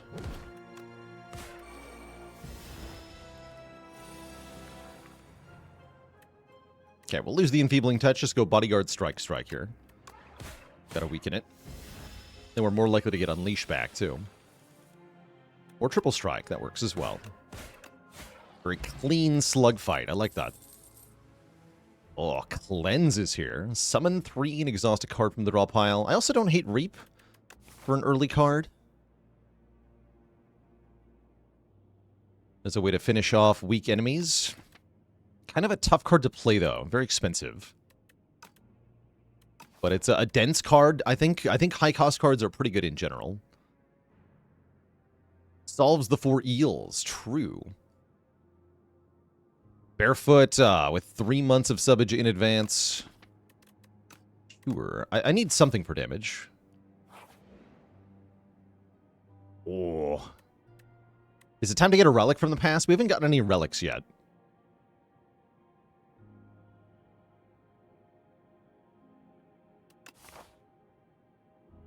I am going to a shop this act. That's why I keep taking the card, is for the shop. We gotta get the boot. Give me the boot. Oh, we get the Dream Catcher.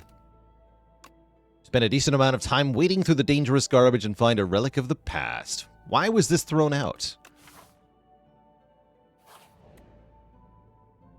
And the baths are back.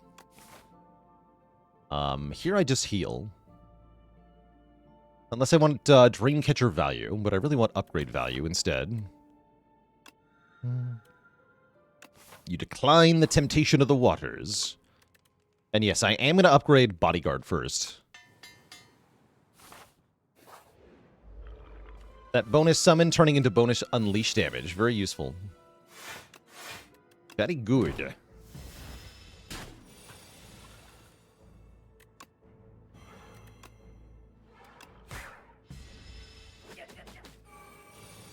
Once you get a decent-sized Austie buffer on this character, it seems really hard to take any damage at all.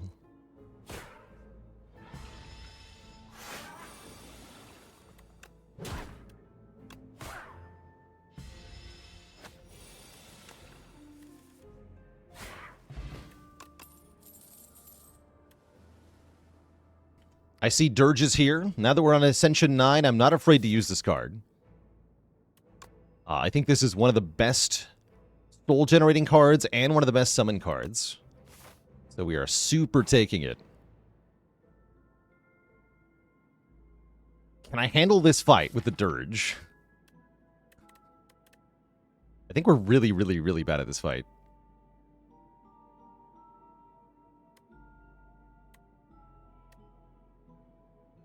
Yeah, what could go wrong, right? What could possibly go wrong?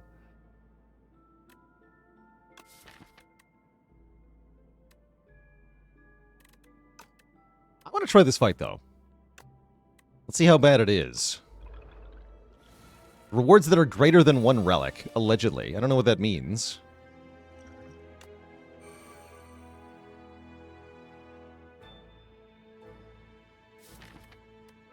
And they do start slightly damaged. That's good to know.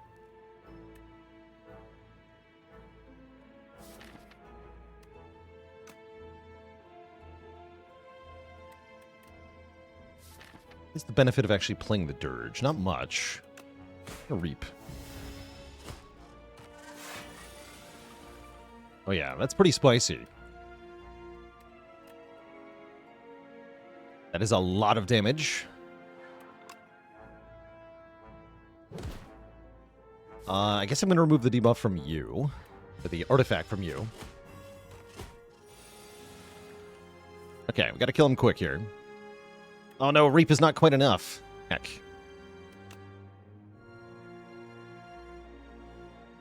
Is the weaken. Sad. Have I considered not taking damage?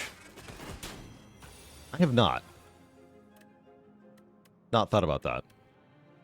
Seems like cheating.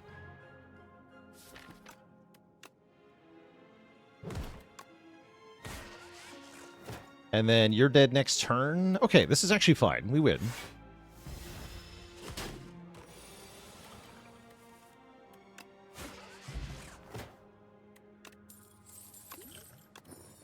And you get the relic, you don't get the curse. You get a card reward. That is... yeah, that is a tough fight.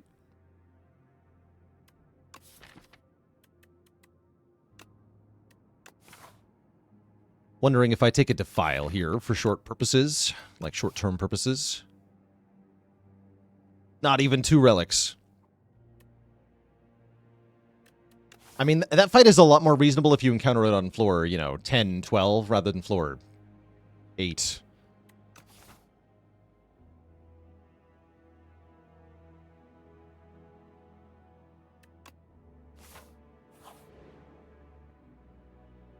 Lose 6 health. I guess I'm getting a clumsy, huh? Unless we want to go to 1 HP.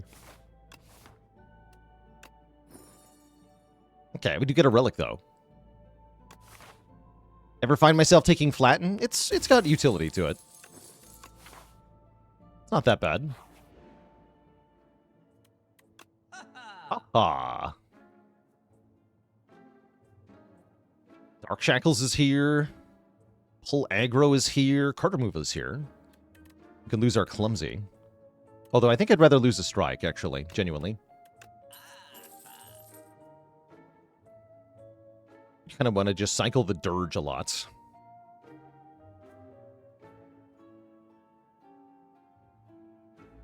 To that end, do I buy the Dark Shackles? I think I do. They're very good.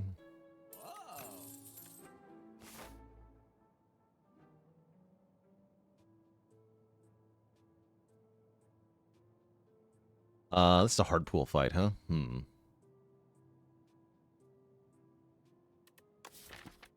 I'm sure we're fine. Yeah, seems fine. Although I probably have to use the explosive ampule.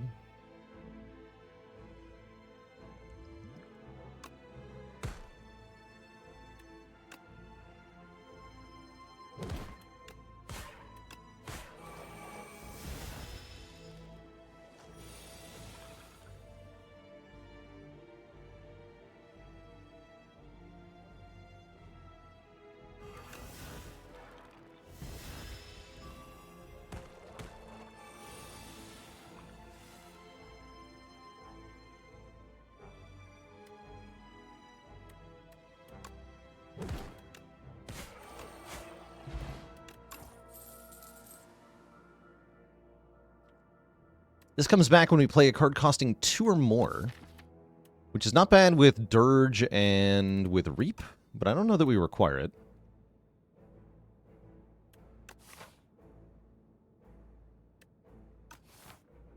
Severance is okay.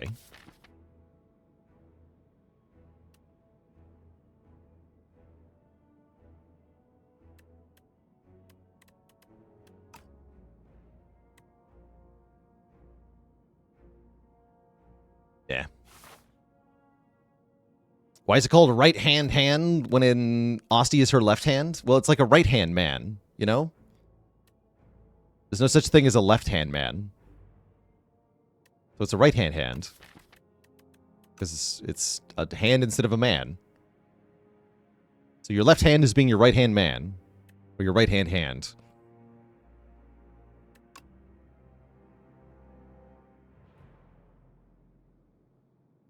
They didn't have room for right hand, left hand.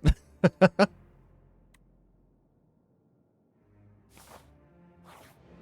resting. We get another dirge. I guess that's probably pretty good, yeah? Fortunately, this shop is terrible. I probably shouldn't have gone this way. Although I can buy Grave Warden, and I will. Great. Then I don't think I fight this elite. I don't feel that strong at the moment. Let's take a regular fight. Cool.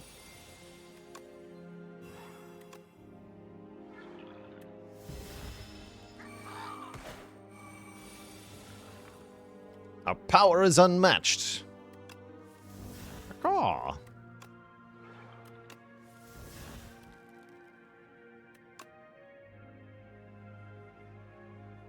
You must die.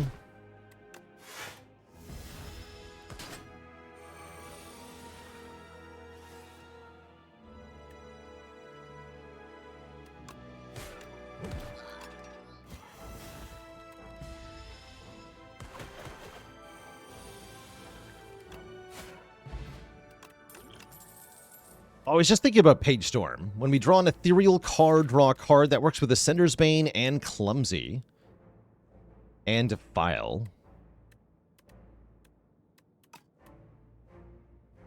Cleanse could also do stuff here.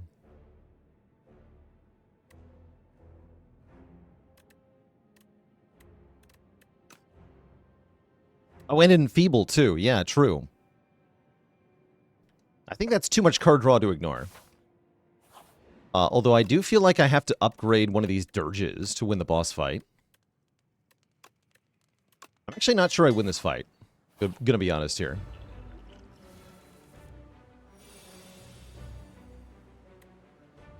I have no idea.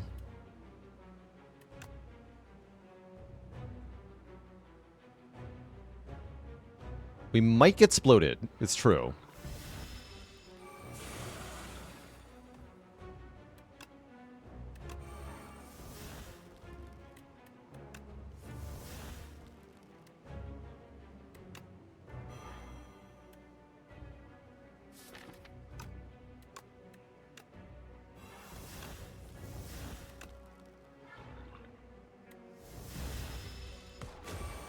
Okay, we lose the ethereal stuff.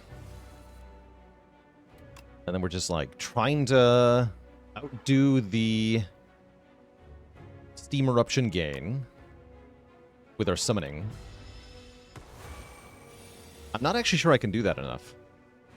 I guess we'll see.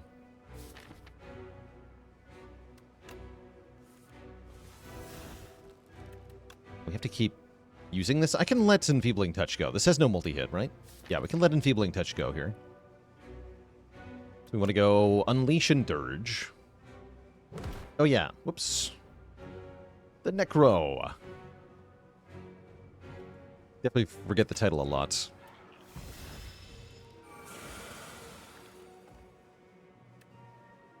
Okay, blocking would be good here. On these big hit turns, it's all we can do to just kind of hold on here.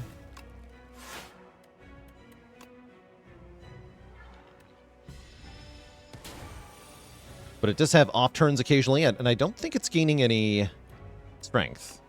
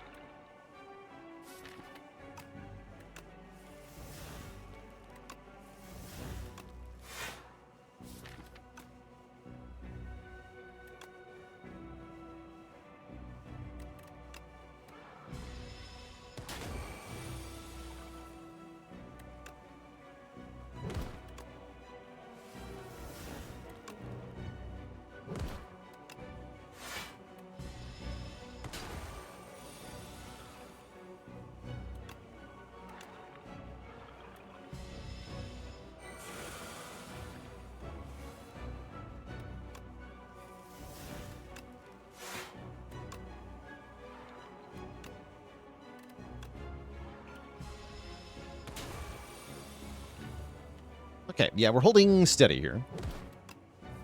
Definitely good enough.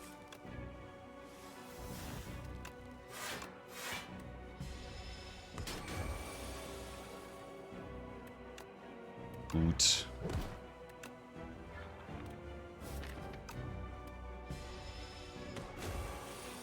That's a big explosion, though. Sure is.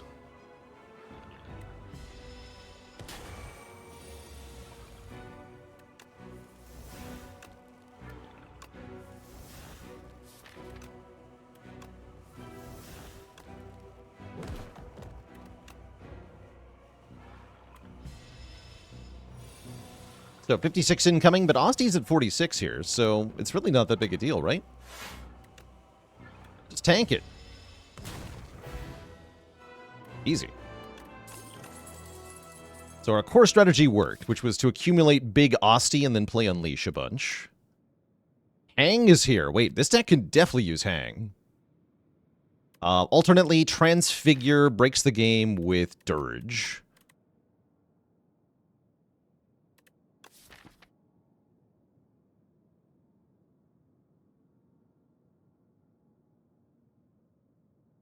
Yeah, and it stacks if you upgrade the Transfigure.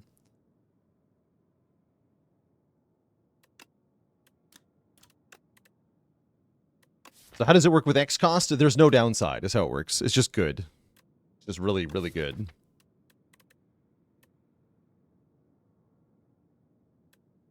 I guess. I want to try Hang, right? Hang, it seems cool. How's it hanging? Let's try Hang.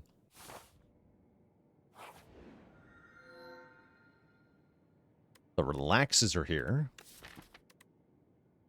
Necrobinder seems like she's suited to relaxing. I could also definitely get behind Goopy Defends.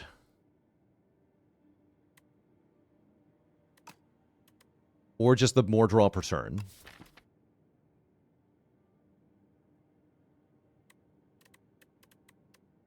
Yeah, this would have been a cool time to get Clone on Hang. Let's do Goopy Defends. So now our Defends all permanently scale when played, but they also exhaust. But that's an upside, that they exhaust. Fight maybe one late elite. I don't think we want to fight early elites here.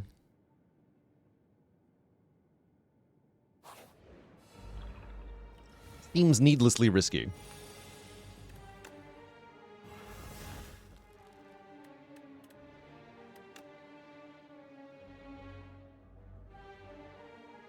Still not full blocking you, huh?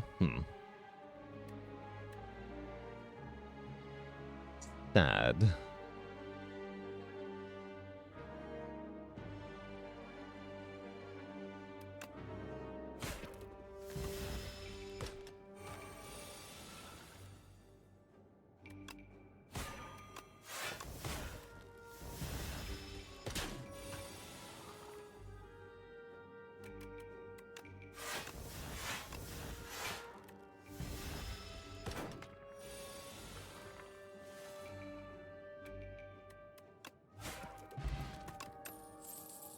Not the biggest fan of how that went, but that's all right. Shouldn't need more attacks at the moment. Upgraded rare power in exchange for the fairy. Honestly, a common skill sounds pretty good. Something like Defy would be really nice. Also, I really want that fairy to stick around, so let's give up the strength potion. Afterlife, Grave Warden, Wisp. Wisp is nice. Yeah, Wisp is really nice here. With these X-costers. Give me a Wisp. There's no hope for the future.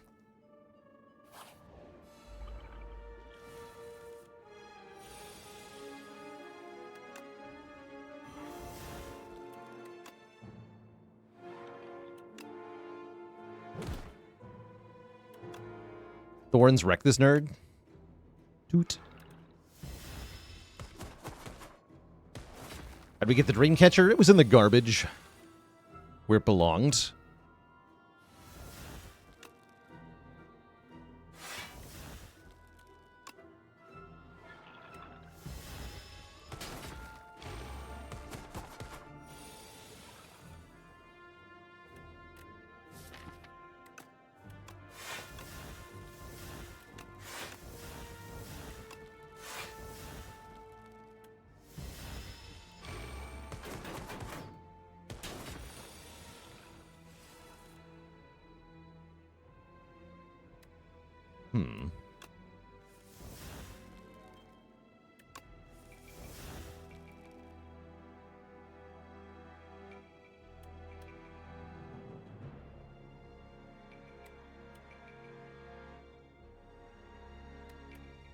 Kill one and then take 3.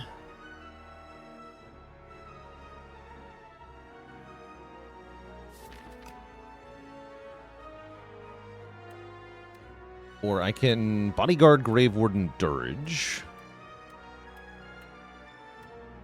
Block 18 plus 1. Take 2? No, take 3 as well.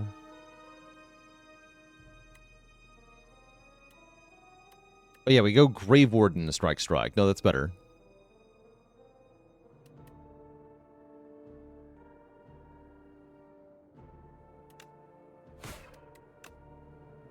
Okay. Yeah, take 2.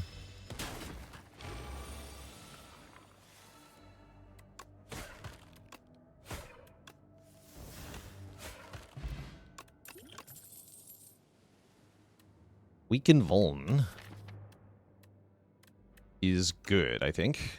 It's only one time, though. That's fine.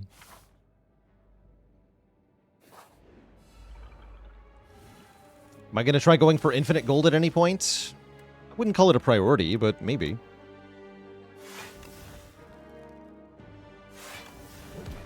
Give Fire Pot for this fight. I'm not too afraid here.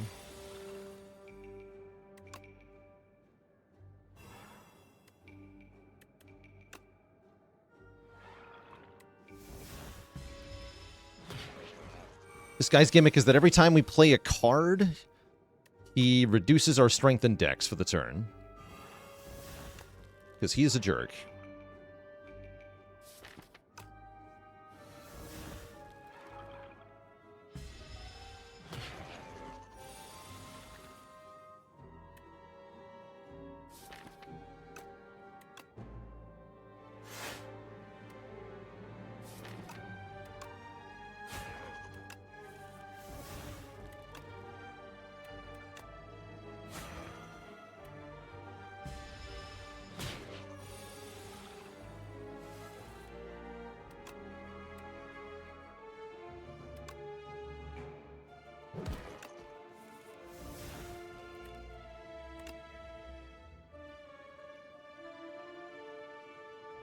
Not sure I'm allowed to play these defends for permanent scaling. I gotta focus on killing this thing.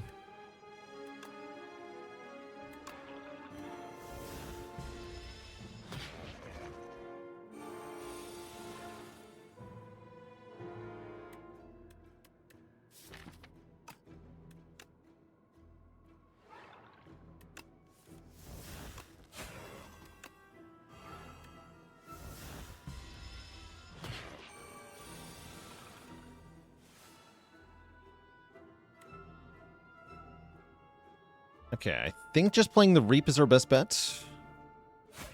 And then it'll die to the first hit with spikes, so we only take 2 here.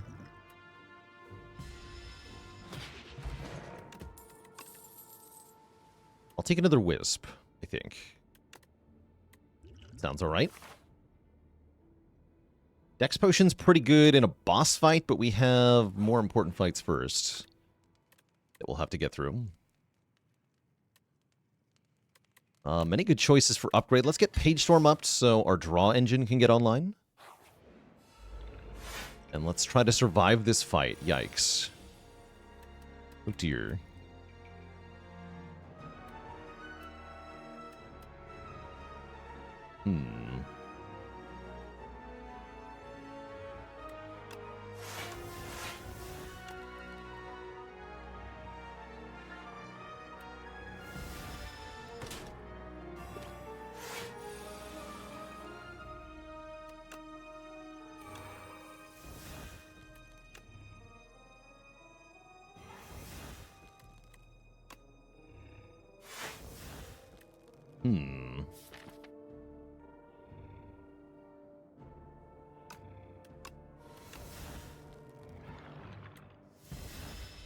Does blocking with Osti stun this guy? No, it does not, unfortunately.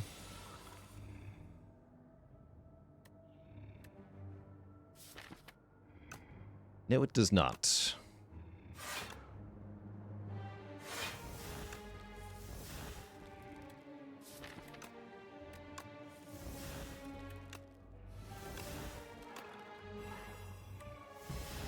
This will, though. Okay, big guy is here. That is unfortunate news, because I'm not really doing anything yet. Is kind of a weird deck. Okay, we need to, like, Fire Potion something here. A little bit too slow. Feels like an infinite, but it does nothing. Yeah, currently, that's correct. I think we should have taken the replay on the dirges, probably. Gonna have a hard time in the short term for now.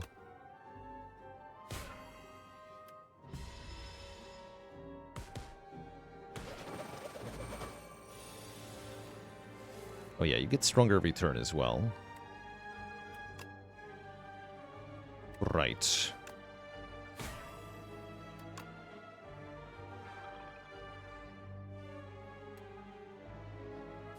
Yeah, this big guy is going to get me. That's not good.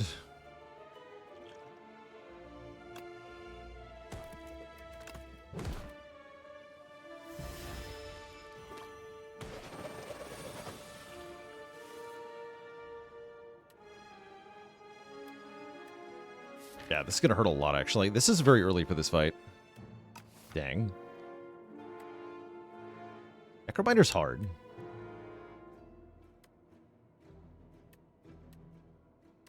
I also did deliberately take the worst card for some reason. Wondering why I did that now. Seems like a bad idea in retrospect. Alright, we gotta kill this thing next, I guess. Take our hits.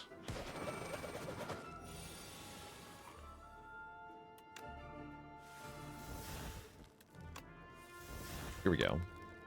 Hang for 20, soul, hang for 40. There we go, there we go. That's what we got to be doing, is just cycling the hang and using it, since it's our win con.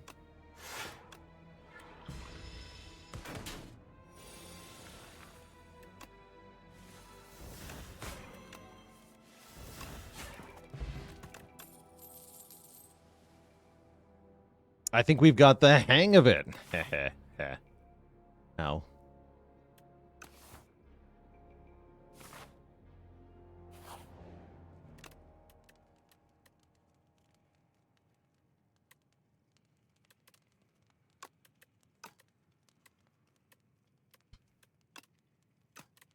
Let's upgrade this.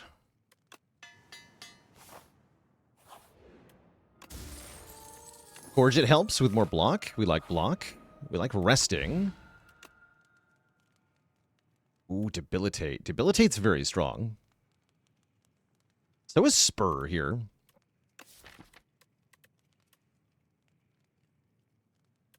Yeah, Defy. With Debilitate coming up, I should have taken that Defy. I was hopeful that I could get something upgraded, though. Spur is also acceptable.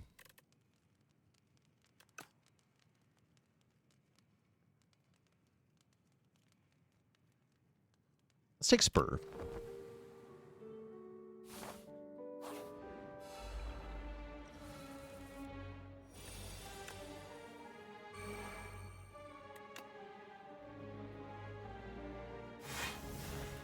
Hoot.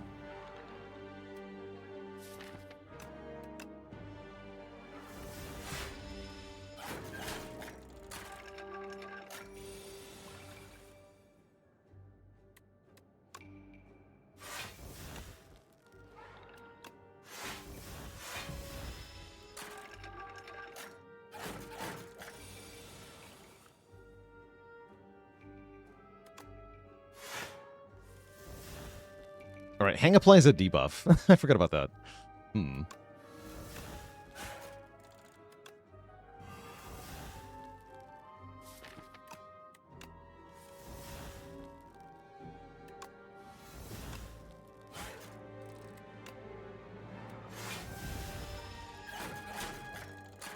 Yeah, we can just kill this one with the Reap.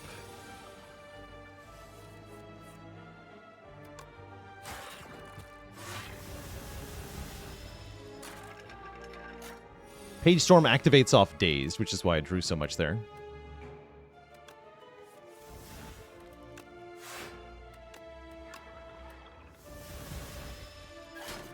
Okay, this fight's well in hand.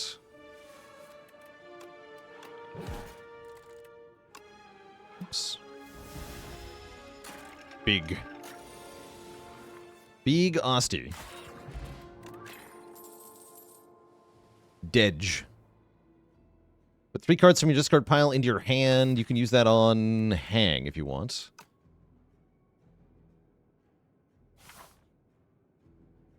Do I dare fight an elite? The 3 worms are super scary, aren't they? They are. So is B-Man. Although I have thorns for that guy. I don't think I want to fight this elite. I think that's what I learned. Do I think the devs should change when Doom procs? No, because otherwise it's just the same thing as damage. In order to be a distinct mechanic, Doom has to be when it is.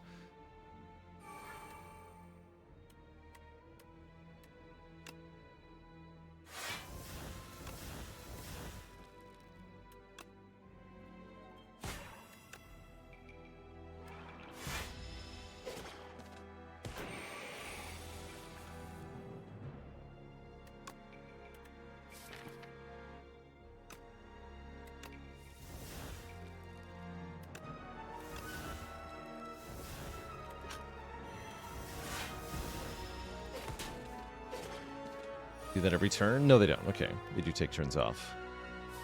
That's right. They do.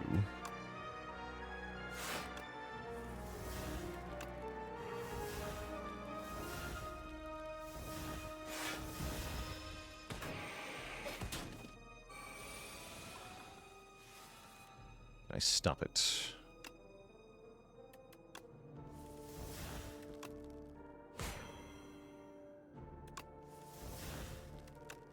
Nice. Okay. We have control.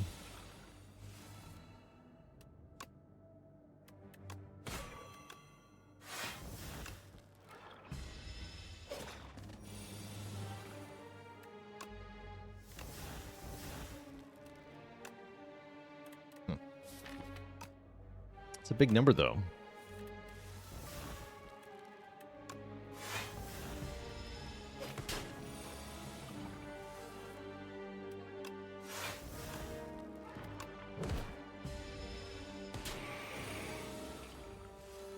Oh yeah, there are a couple of enemies that have awkward interactions with Doom. Those should change, like the worms that regenerate before they die to Doom, eggs that hatch before they die to Doom. Yeah, those should change, I think. Okay, pull aggro plus seems pretty good. I'm going to add that to the deck. And we'll take one event here. Colossal Flower. Give me a little bit of money. Yeah, I still think taking too many events can be a way to lose a run in this game, is how I'm feeling, clicking on lots of events at the moment. Doesn't seem that good. Yeah, this fight is spooky. We don't have any area damage, do we? That is horrifying. But I have a solution. Don't worry, I have a solution, chat.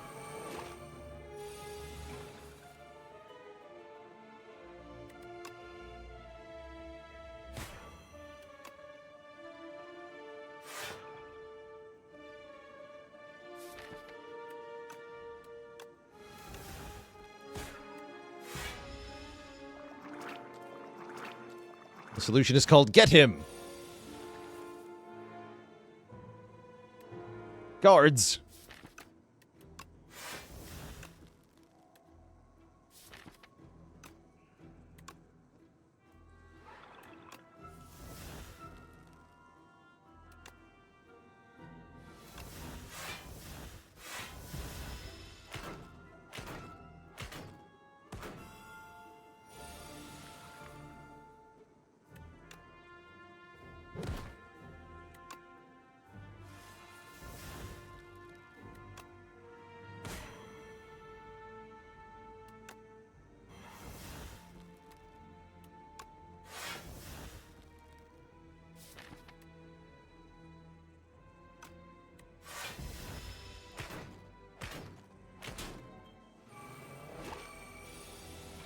But it doesn't summon more, I see.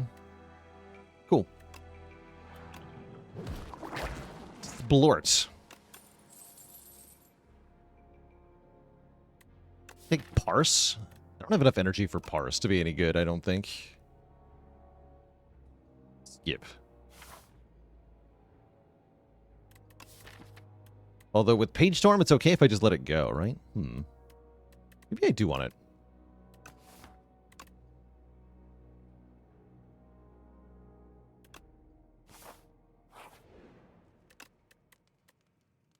Maybe I do. Feels like Grave Warden upgrade's really good. So is the Spur upgrade, right? I think it's +4. 2 summon, 2 heal. That's a really good upgrade. Is boss a cool boss or the coolest boss? This guy's a jerk, is what he is. Yeah, this guy's a huge jerk.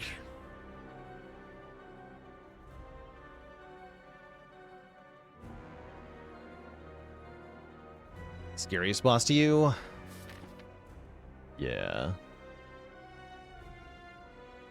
I think I might be taking the card draw down, but I'm not sure.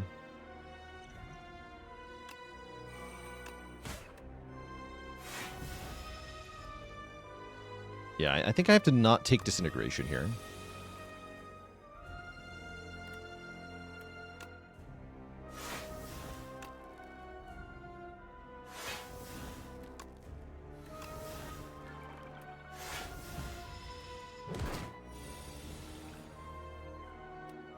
Holy. Wait, we're good at this game? Wait a second. Wait a second.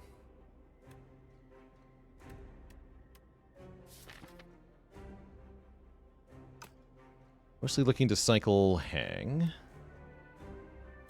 Get rid of this then.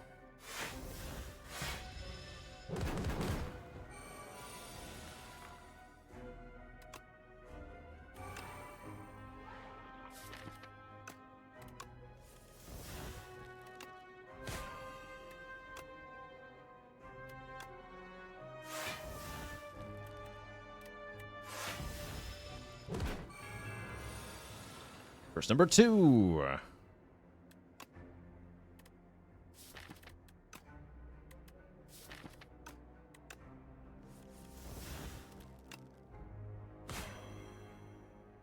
Feels like we really want Grave Blast. Yes, Grave Blast would be good here, for sure.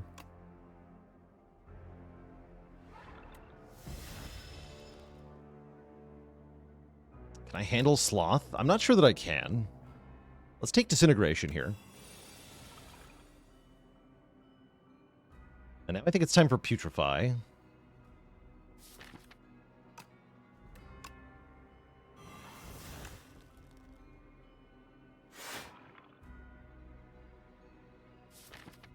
I'll Wisp to Grave Warden here.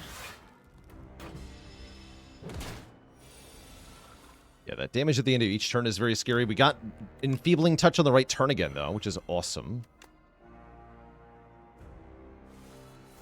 Here's Hang. Oh, I have to play this again or lose it? I guess I'm going to lose it.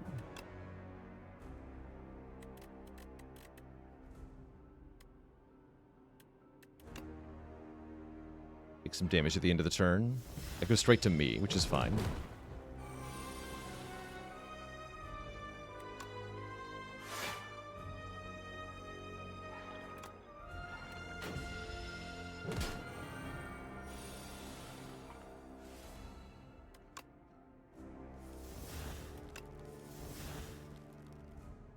We just need lots of souls.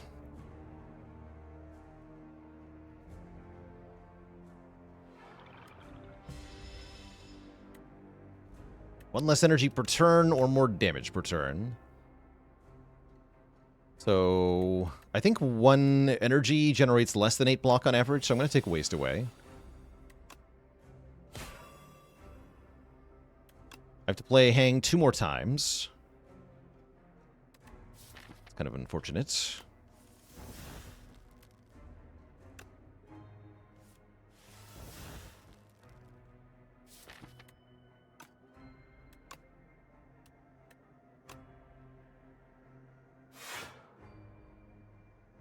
Okay. Save the Dark Shackles. Yeah, for this. Wait, I'm dead? No. I'm in a bad place, is where I am. I can't draw into the thing. Although I can go Hang for 160. Dirge. Soul. Didn't even draw the Soul Plus. Ow, I don't actually lose the Fairy yet, do I? No, I don't. Okay, I guess this is fine then. Because Hang does 320 damage. GG.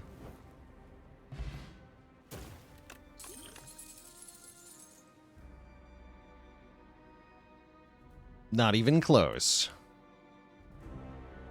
Misery. Apply any debuffs on the enemy to other enemies. He's kind of hilarious with Hang. Hang is a debuff. I don't think I'm bothering with this, though.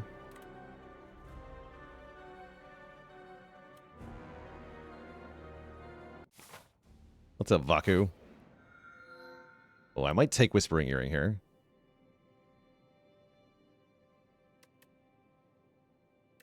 Remove 5 is pretty good. We need more energy pretty desperately, though.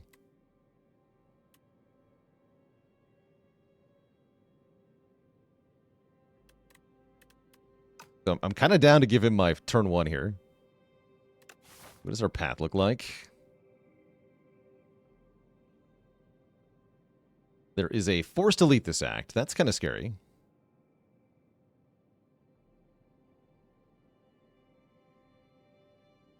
Guess I want to go this way, then. What could possibly go wrong?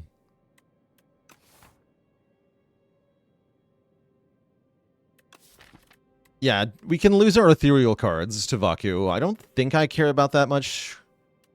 Mostly Enfeebling Touch would be annoying. It's not that bad, though. Smile.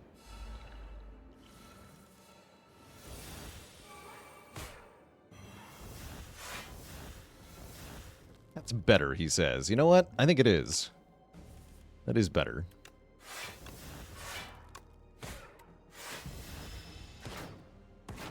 Yeah, see? No downsides.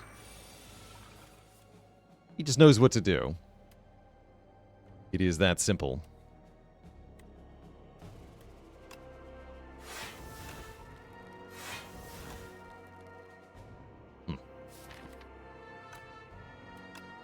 Doot.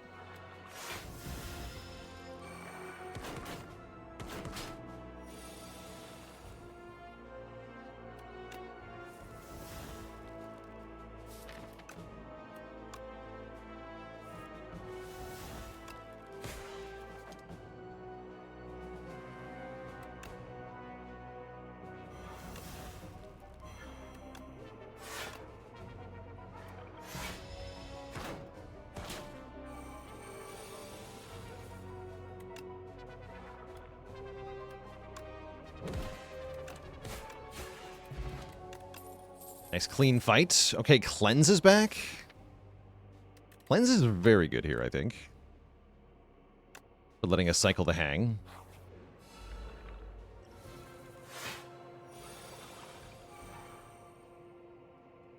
Yeah, I'm not even mad. He played Page Storm and he played Dirge. I'm cool with that.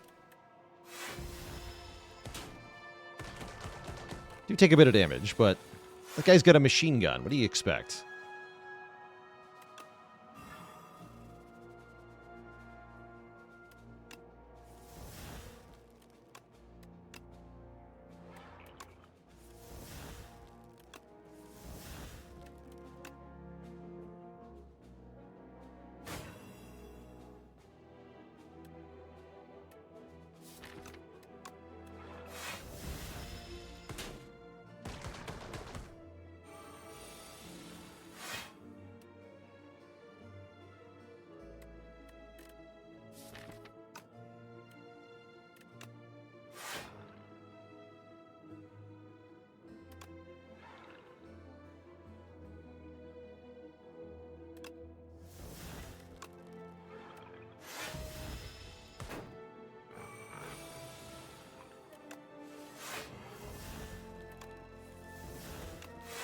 Please defends.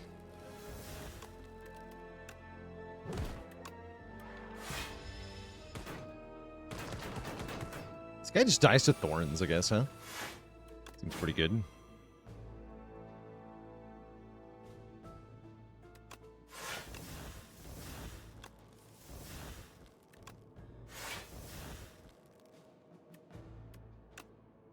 Hoot.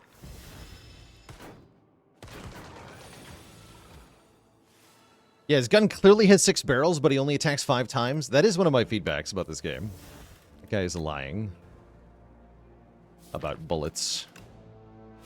I know what you're thinking, kid. Did I fire 5 shots or only 6? Or 6 shots or only 5?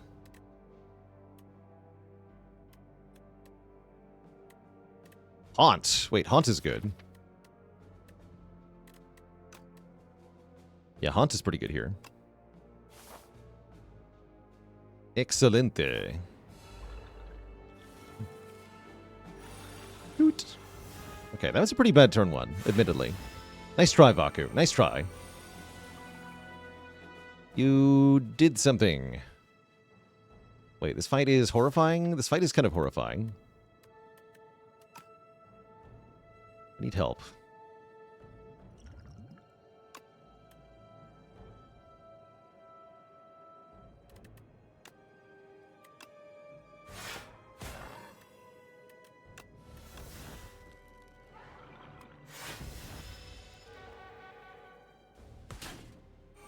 These things don't self-destruct, right? They're just gonna stick around.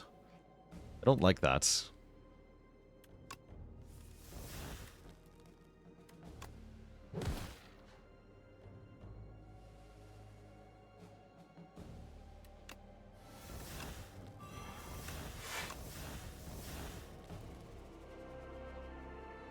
Then pull some aggro. Now we should do defend defile. Kill this one.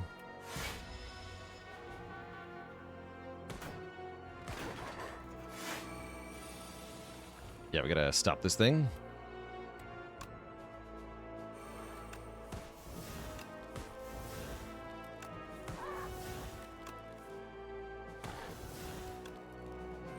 Too many cards.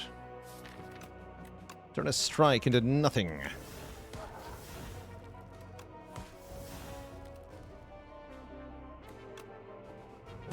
There we go.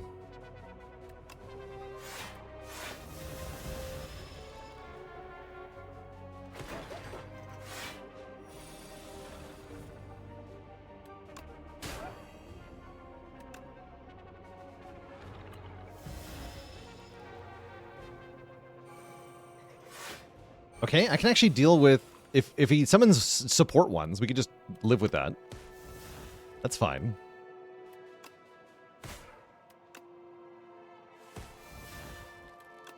This is a new Reptomancer. It feels more like a Gremlin Leader type enemy than Repto. Yeah, I would say this is new Gremlin Leader, but in Act 3.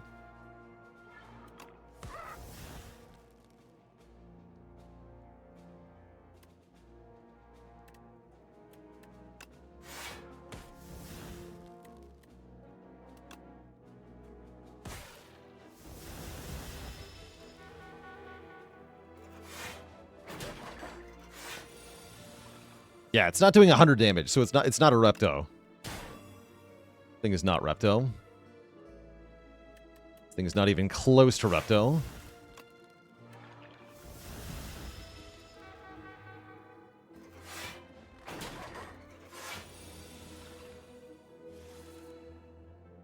Because he can summon support bots, it's really not that threatening.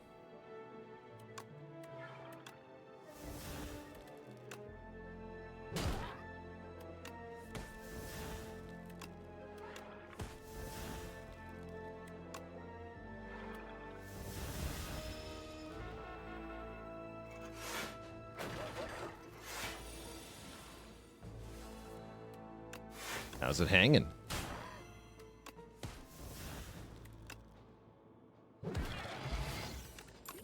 Easy peasy. Oh, Invoke is good. Invoke is good in this deck. I'll take Invoke. What do I think of Necromastery? That's a cool power. Perfectly fine. Make a skill, add a random card to your hand that costs 0, or 8 block, draw 3. 8 block, draw 3 is cool. Yeah, give me 8 block, draw 3. Wisdom. Neat.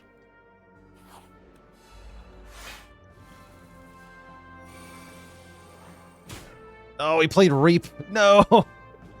Vaku, what have you done? Ow. Dang it, Vaku.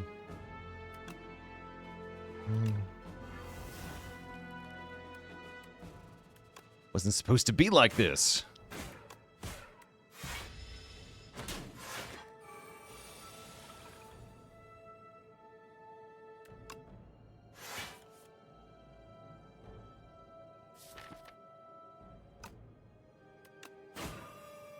This fight's gonna be kind of tough, actually.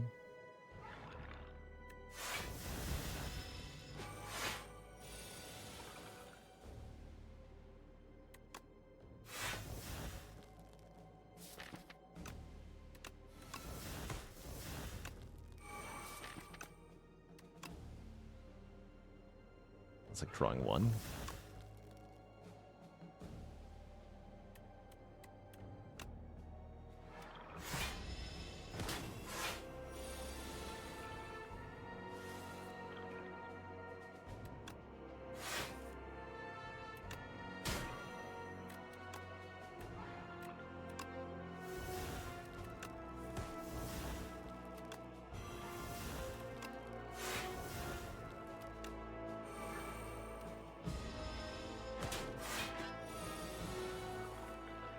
Energy galore. Big. Franklin W, thanks for the tier 1 sub. Welcome to the Cozy Sub Club.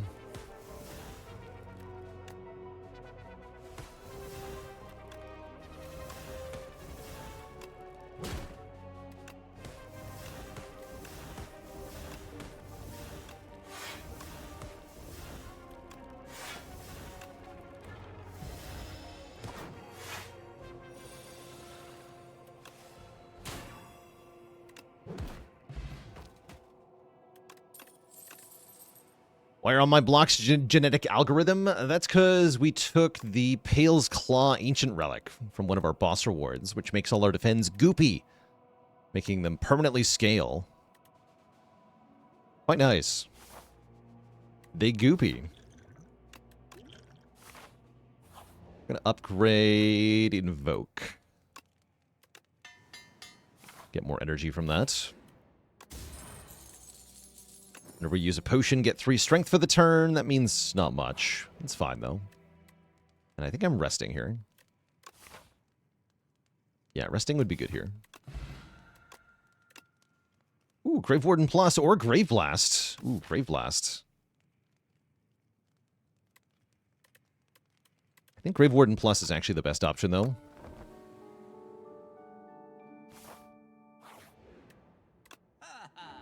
Easy. Just get a Grave Blast anyway. Membership card, probably not worth it here. We could buy another Dark Shackles. Definitely down for Grave Blast card remove. Hermit with the Prime sub. Welcome to the Cozy Sub Club.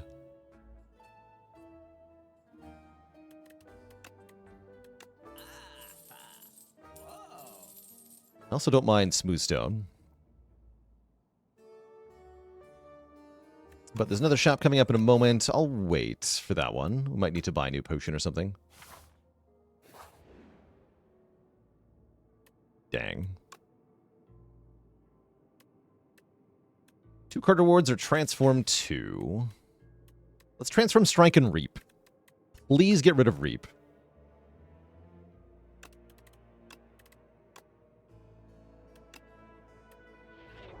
Oh, Squeeze and Negative Pulse.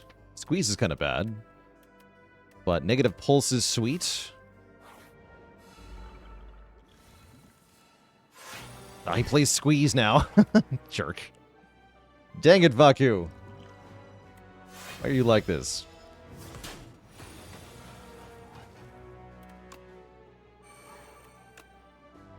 Oh, and this turn 2 is awful. Oh, dear. Oh, no. I don't think this fight is very hard, thankfully. Well, I say that, and then I draw out this hand. Oh, no.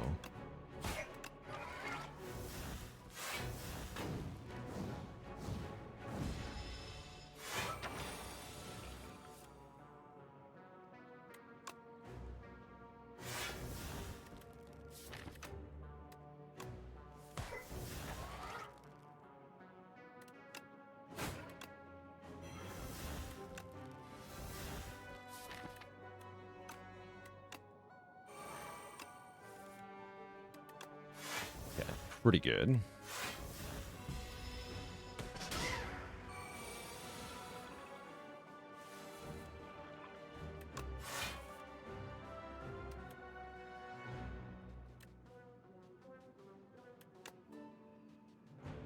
Search for a ton. Burns are gonna get nasty here, though. I'm scared of this fight.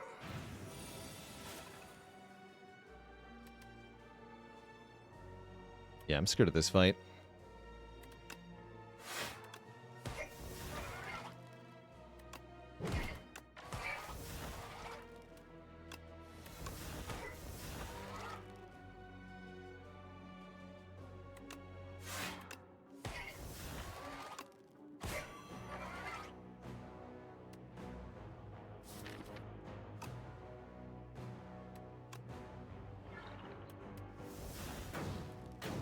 Okay, Osty's big enough to tank a huge hit here, at least.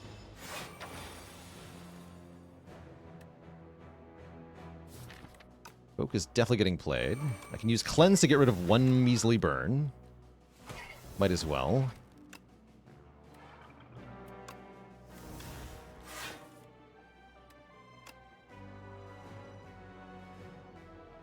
Invoke again. That's correct.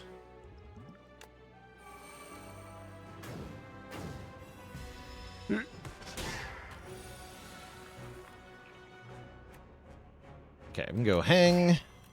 Brave Blast the hang. Hang again. And then a huge dirge. Actually, no, Grave Warden, then a huge dirge.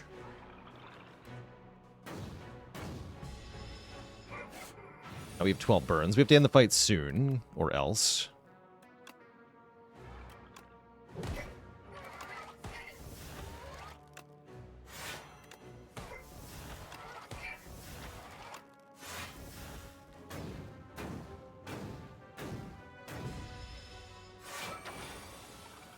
Looks like we're fine, though.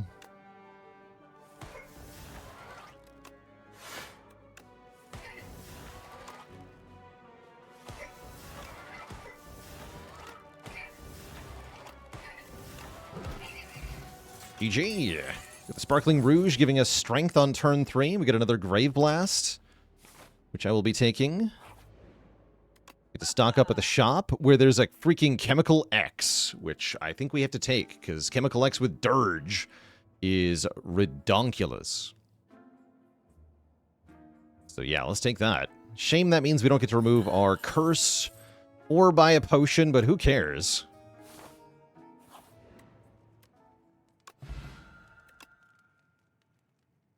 Defy is back.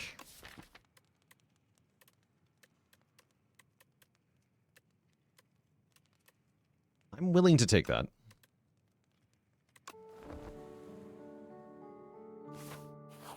Weaken very good in the end game here. I might just let it exhaust, though. Oh yeah, we lose Enfeebling Touch. That's a bit unfortunate. Vaku did play Hang on the Torch Head, for whatever that's worth.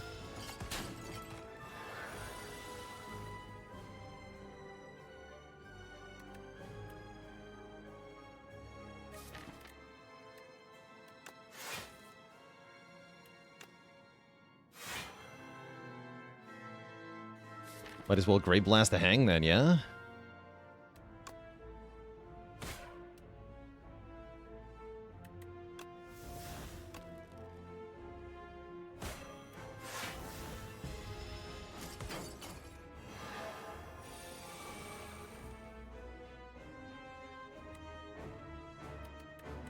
Ouch.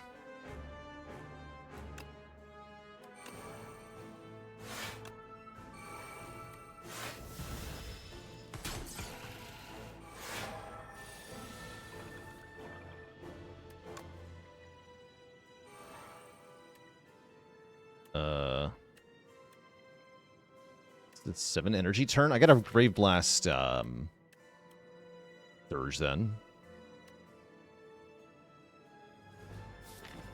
Yeah, we got a Grave Blast the Dirge.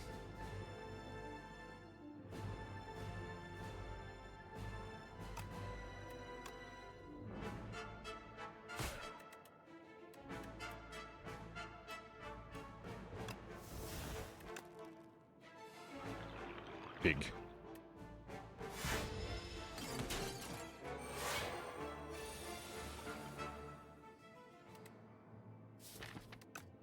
Okay, do we have Haunt Down? Yes.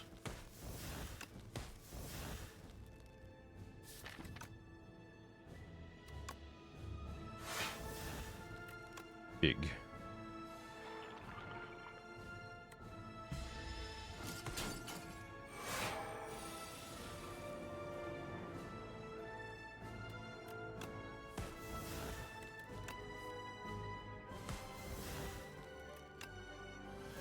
Cleanse a strike.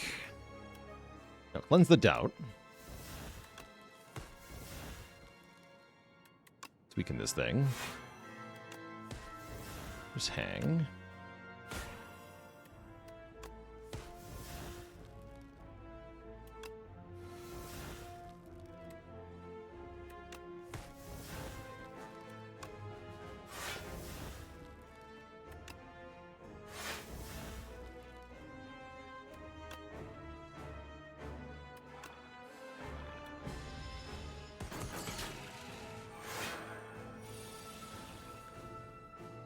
Okay, Invoke needs to get played.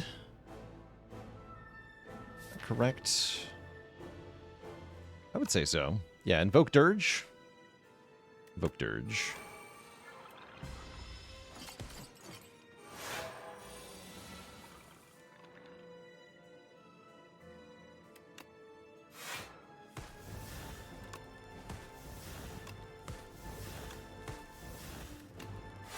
Okay, we're getting somewhere.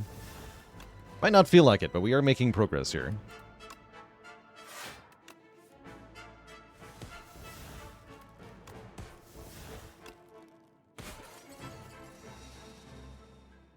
Great.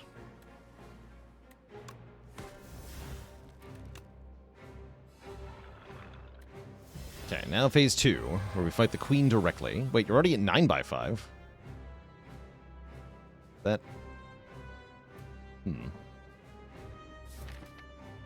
Spooky.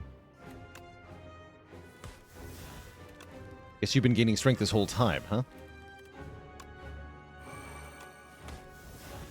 That's kind of spooky.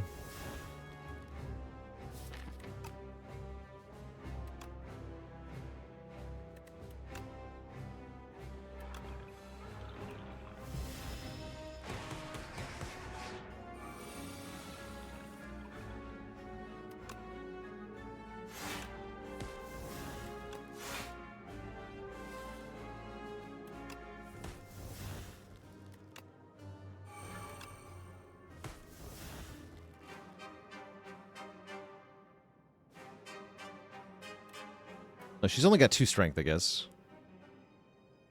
Still seems like a lot. Why so big, though?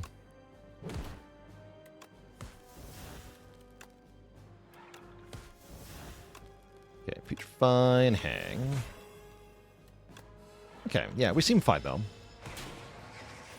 Asti is now huge. Huge is good here.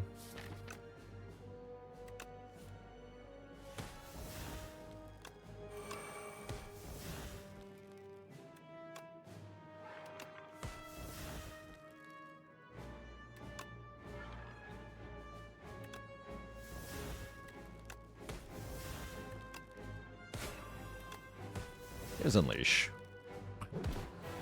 Nice. GG. We conquer Ascension 9 with the Necrobinder. That was a little bit of a close one, but we pull through in the end to get the W. Asti Punch.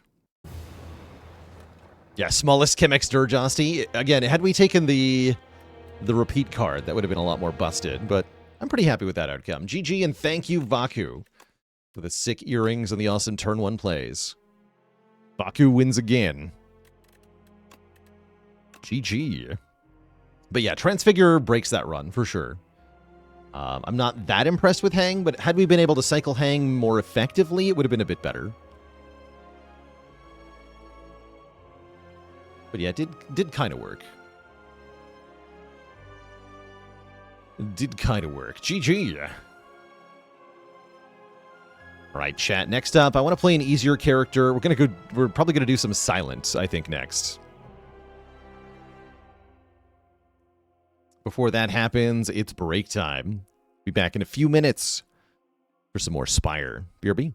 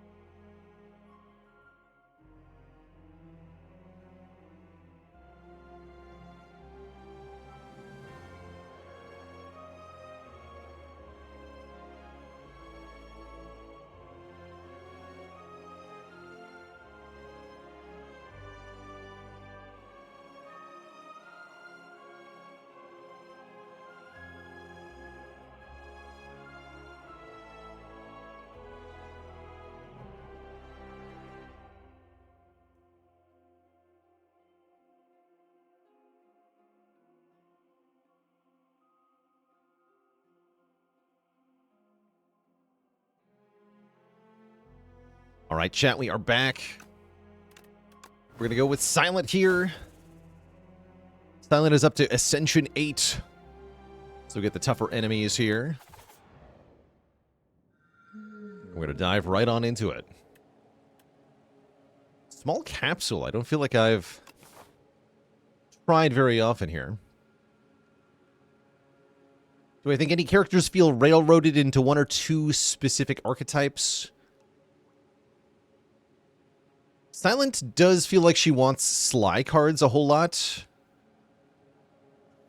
Not hugely otherwise. It's a pretty good balance at the moment. Go up this path for sure. Might be dodging the first elite.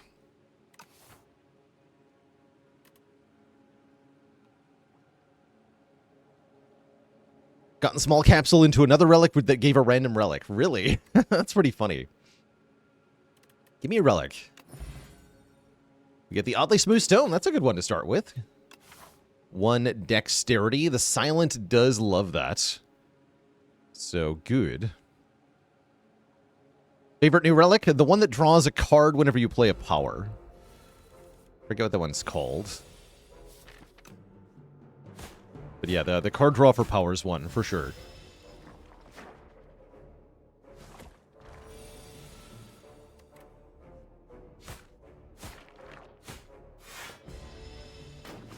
Yeah, the game piece. Right.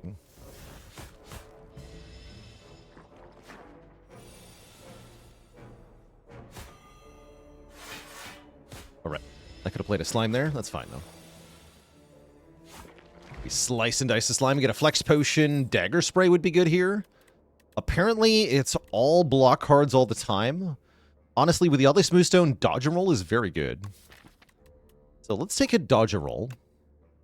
Or I guess it's now defend and defend. Play defend this turn, play defend next turn. Is what it effectively says. And I guess I don't need to go to the shop. Let's just go this way. Remove a card and lose health, or heal 21 health and fight the 4 goop guys. That's a really scary fight on floor 3 here. No, floor 2. Yeah, we're on floor 2.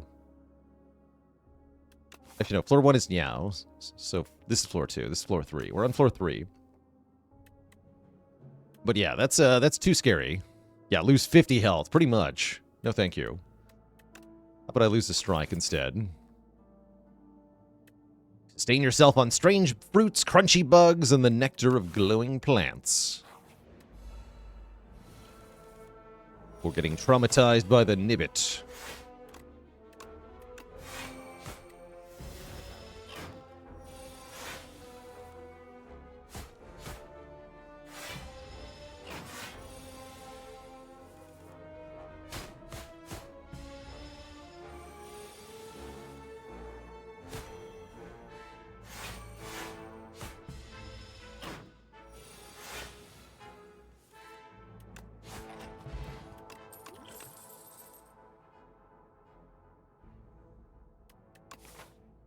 I'm not a particularly huge fan of Ricochet, but in the absence of better damage options and with a Flex Potion, I probably should take it here. Yeah, we'll take a Ricochet. Do 8 Nibbits make a Nib Bite? Yes. Would I aim for saving that 1 health if I didn't have the +1 dex? I don't think I would, although the striker move and the dodge roll make it more worth to do. Kind of a hard call, actually.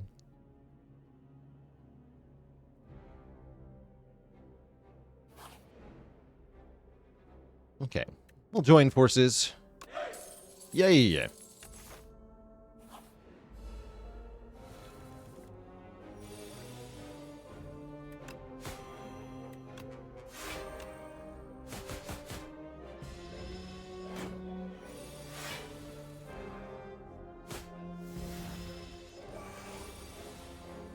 It has schlorped.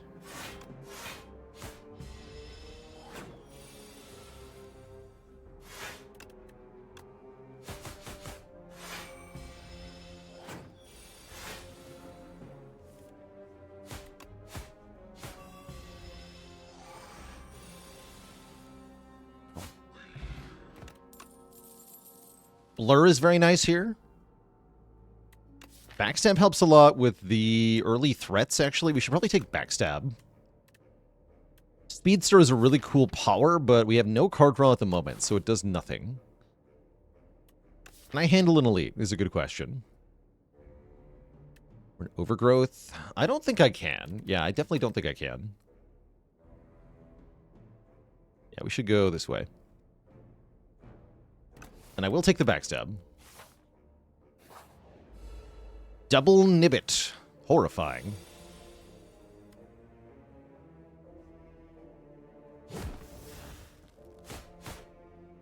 Guess here I will take one, so I can have 5 more block next turn.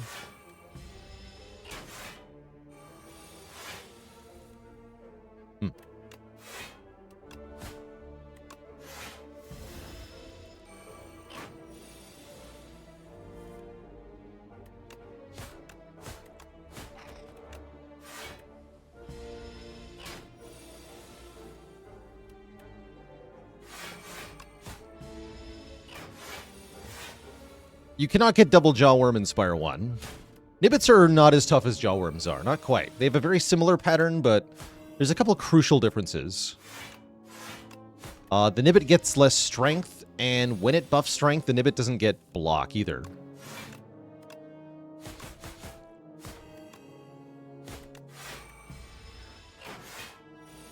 So despite its similarly intimidating appearance, the Nibbit is an easier foe than the Jawworm.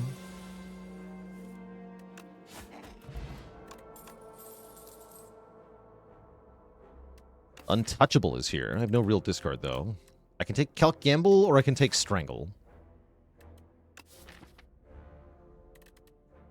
I guess I'll take a Calc Gamble, but I'm still afraid of the Elite coming up.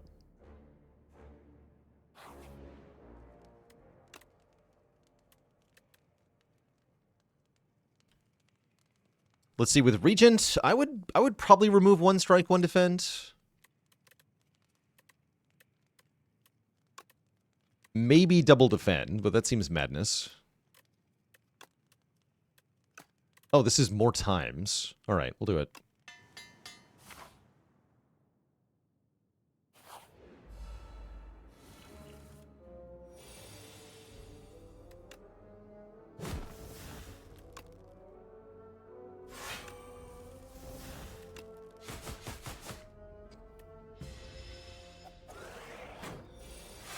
Remove Venerate. That's a bold choice. Not necessarily the worst idea, though.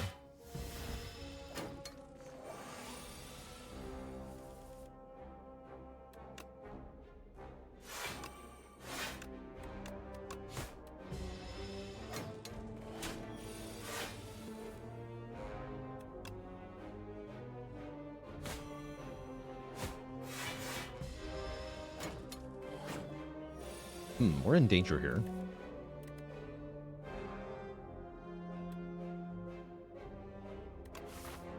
Damn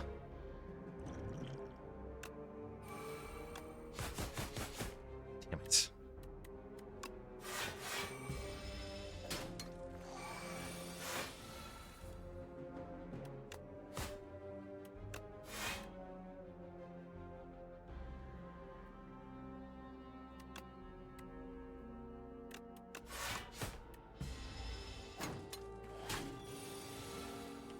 This is why I don't like Ricochet, by the way, or any random targeted damage. Crap like this.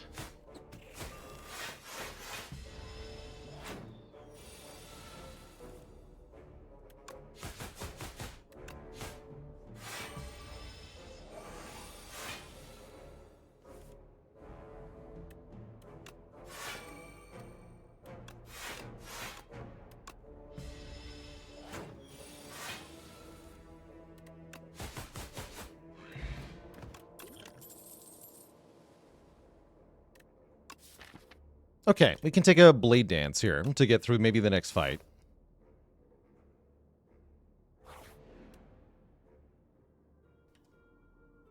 Must hate Zap Defect then? Actually, I don't. Oddly enough.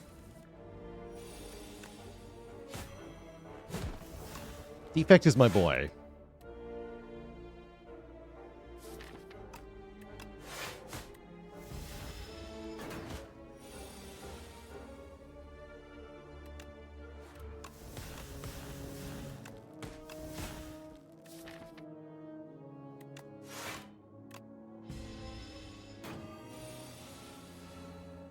Makes attacks more expensive, but we can just play triple defend.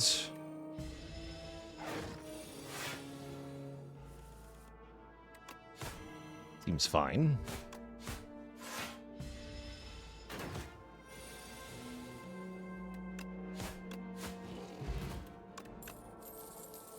Strangle is back. Strangle's better than before, but I think I want Dagger Throw to go with this Ricochet.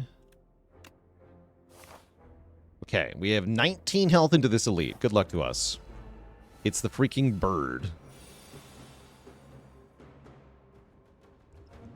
And yet, perhaps everything is fine. We're cooked, they say. Are we?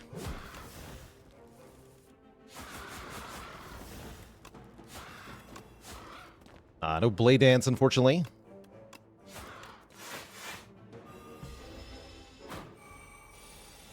Yeah, we're cooked. Totally cooked.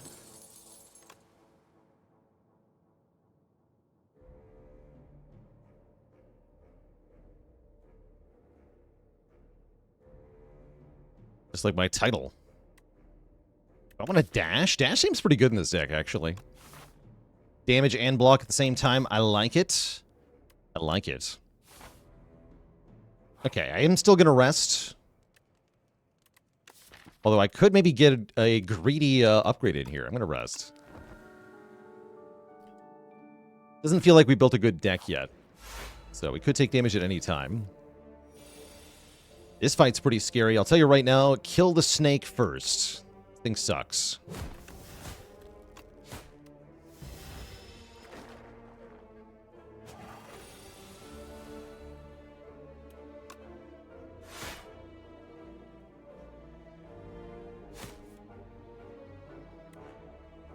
So close. I can explosive pot, though. Let's do that. Or I can fire pot. Maybe that's smarter.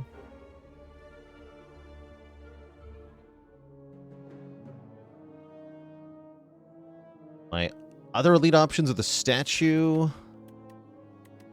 Statue's actually not that bad, right? Okay, we'll fire pot. Why the snake first? Because it gives you a debuff that does damage every turn. Although in this case, I think I actually should have gone for slime first. Oh well.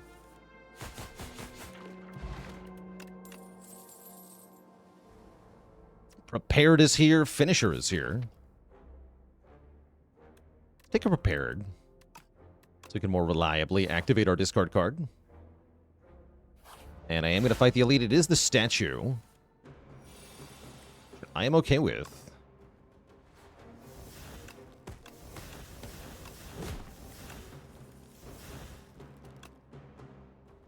Strike, then dagger throw, ricochet, and great turn.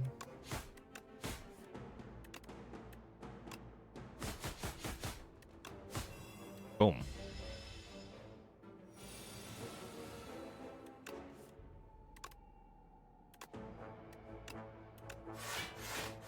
Turn 2, less inspiring, unfortunately. I play one strike.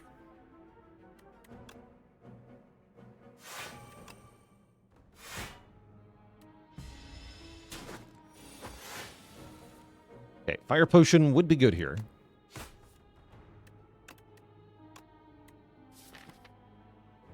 Hopefully we've prepared Ricochet next turn. We always have at least Ricochet next turn. Okay, we should be fine.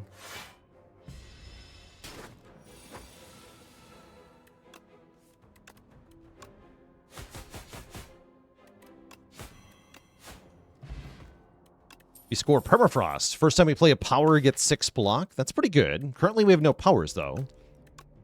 So high incentive to take a power.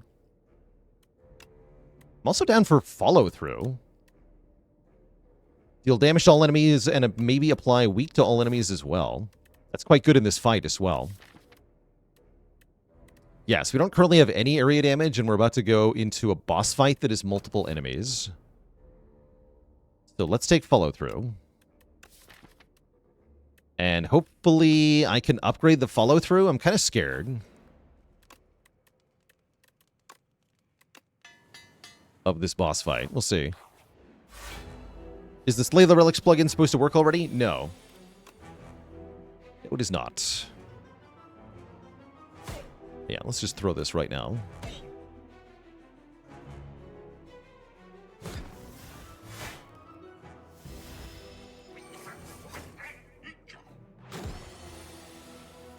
Rail is kind of brutal.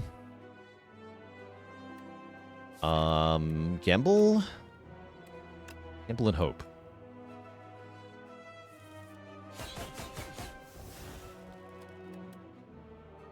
Awful. I forgot to activate the condition of the follow-through on turn 1. And I see now that that was a bad choice on my part.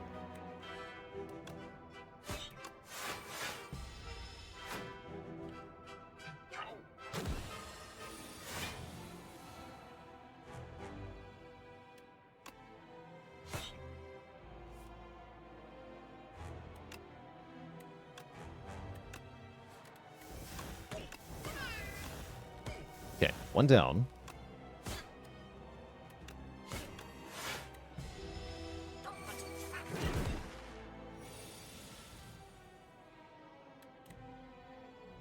This turn. Oh, this turn.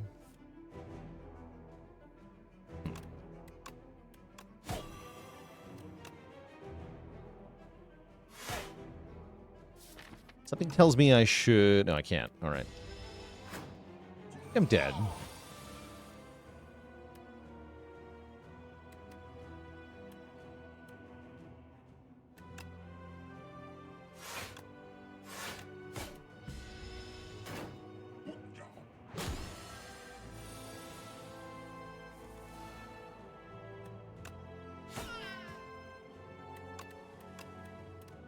Hold.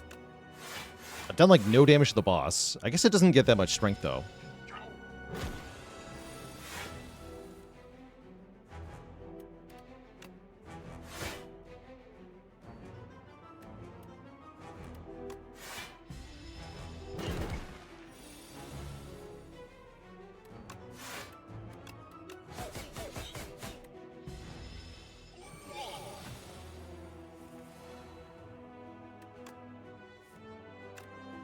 Oh, great turn.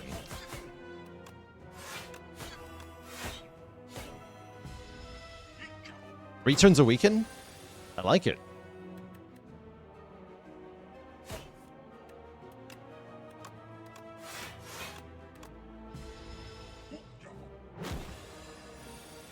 Then the multi-hit. Okay, we blocked that easy. Okay, we're making progress. Next multi-hit's going to be really scary, though. D-Money with the Prime sub at 30 months. Carjack with the Prime sub in the normal amount of months. Aqua.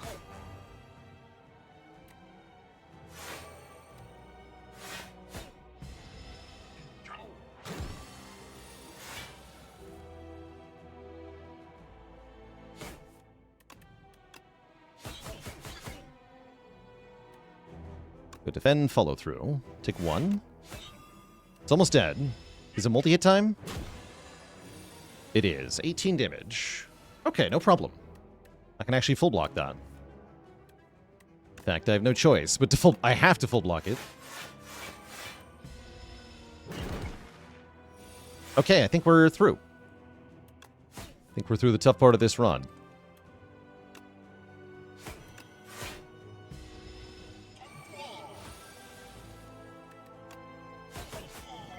GG. Abrasive. Abrasive seems really good here.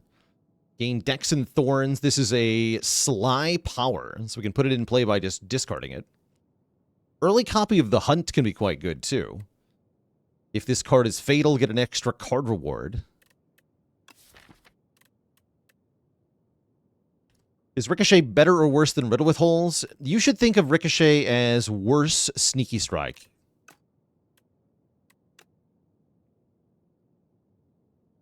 I think that's the main way to think of it. Sneaky Strike, but worse.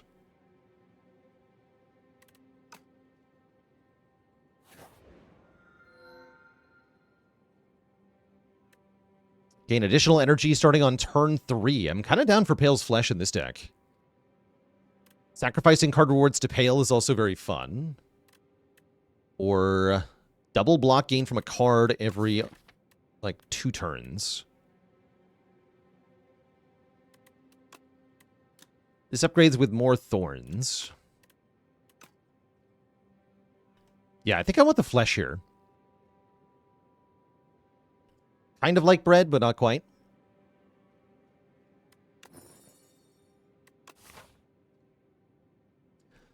We have a really good turn 1 already. So we just kind of have to hold on through turn 2.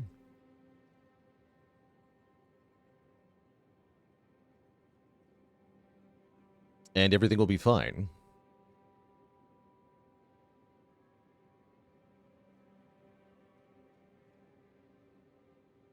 Shop into Elite's not too bad. We can buy potions for the Elite. I don't think that Elite will be too bad. New patch just dropped. What?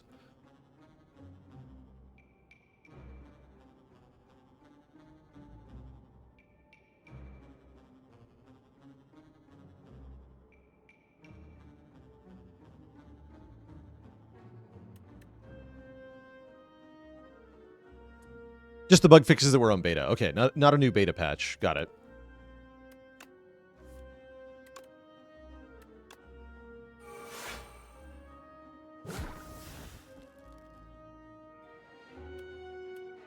Oh yeah, that's a power.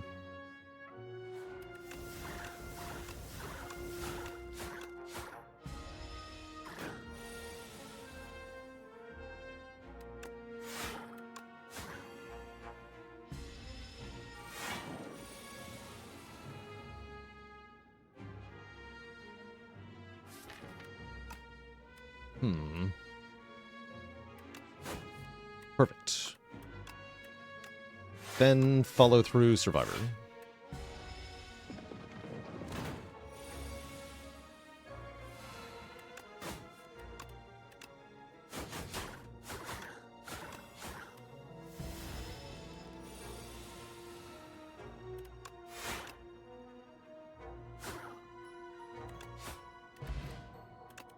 Spooky. The ghost in a jar can make us intangible. That's kind of nice. I don't think I want another backstab or dagger throw. I definitely don't want an outbreak, since we have no poison. Skip. You.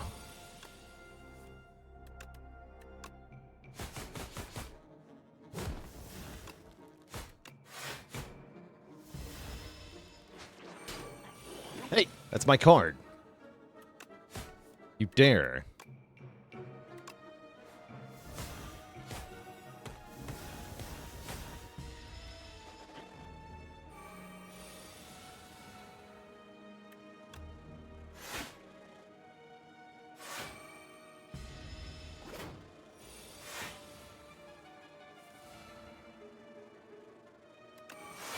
Get scrubbed.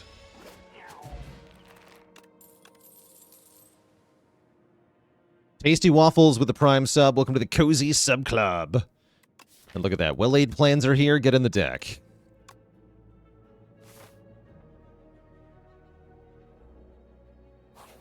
How's it going, Kruger Life? Yes, if you have the appropriate egg relic for the card that gets taken, you can get it upgraded. You can also get money from the fish if you have the ceramic fish thing. Sweet Daddy Jones with the Prime sub in 2 months. I would like a colorless card award, please. I think the colorless cards are pretty good. Dramatic Entrance I like a lot here. I'm also down for Discovery. But I love the animation on Dramatic Entrance. Let's take it. Let's take it. Oh, it's you. This freaking guy.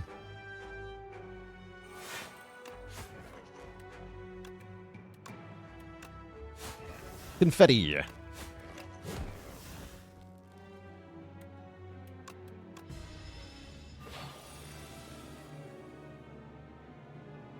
Oof.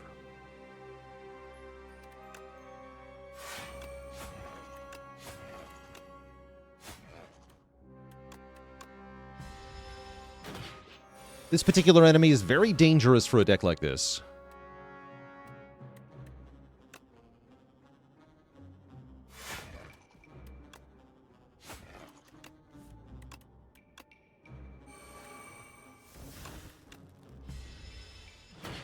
Thankfully, our Scrub Daddy is here.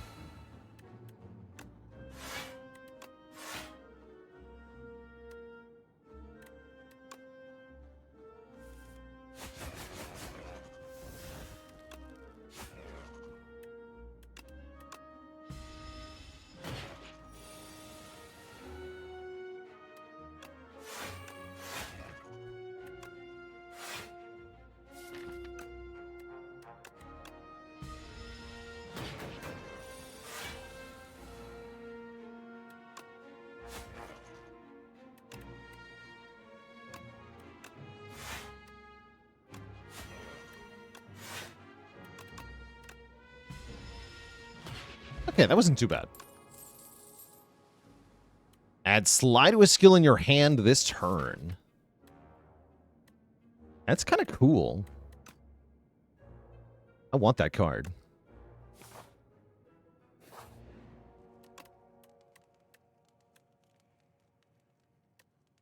And I have many good upgrades. Let's go with well-laid plans, I think.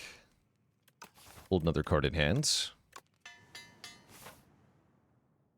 The upgrade on Abrasive is 2 more Thorns. That's high up on the list of things I do want to upgrade. Oh, Hidden Gem is here. Wait, Tingsha's here. Holy. Tingsha's kind of spicy.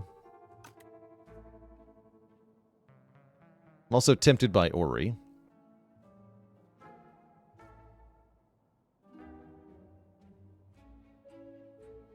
Yeah, I didn't know Tingsha was back. It is. That's a lot of damage without us having to change anything. Let's buy Tingsha. And let's remove a strike. Somehow, Tingsha returned.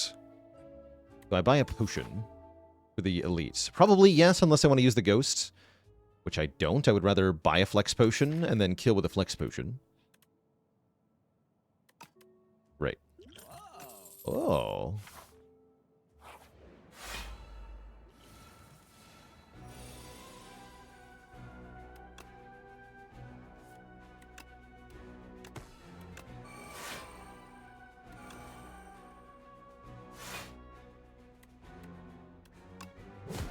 So we keep the entrance to use with the flex potion later.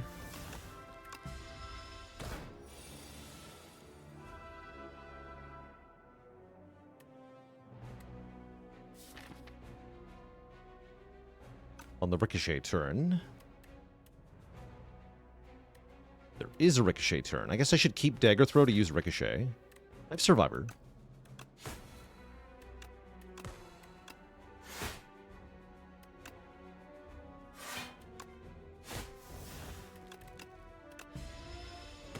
How do I feel about Sly as a mechanic? Cool mechanic. Very strong currently.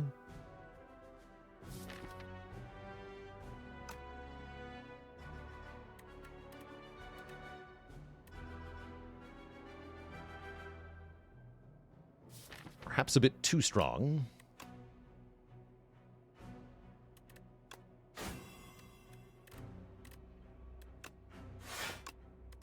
I'm going to keep Survivor here.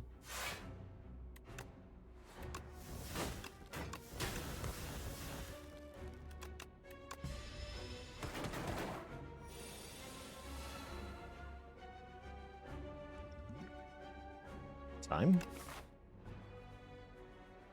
Or do I just get to dunk on this guy? Maybe just dunk on this guy.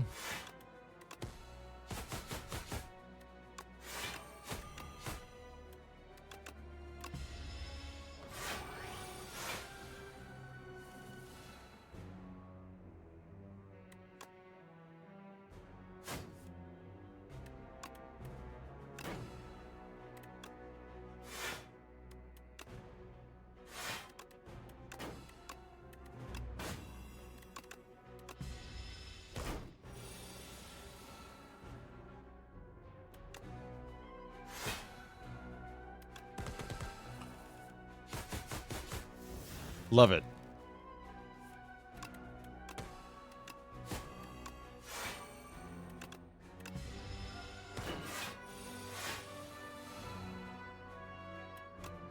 Yeah, that is weakened, huh?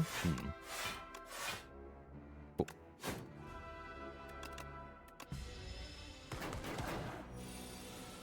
Yeah, no sound for tincture yet, sadly. I'm sure there will be, though.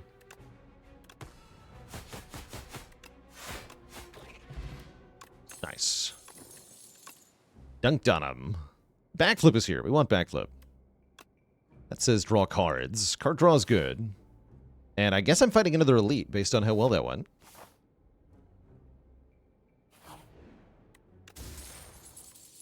And now we have more energy on turn 1, more energy on turn 2, more energy on turn 3 and onwards. Excellent. Hell yeah, let's fight an elite.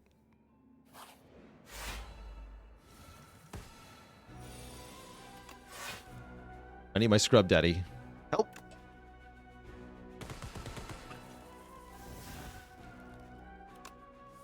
There it is. Get scrubbed.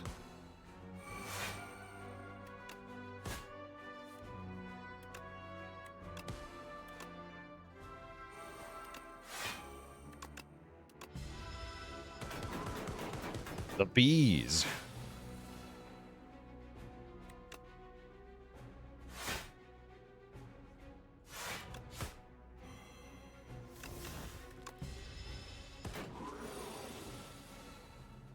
I don't think we want to play this card. Wait here. Now we're going to get 2 days per attack we play, or per hit, more accurately.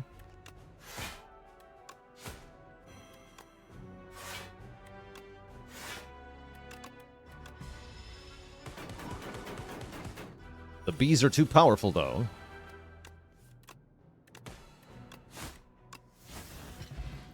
GG. We score a Snecko Skull, which improves poison that we don't have. We take another hand trick here. Do I want another hand trick, though? I'm not actually sure that I do. Anticipate's also acceptable. Envenom would be good. Yeah, I would definitely take Envenom here.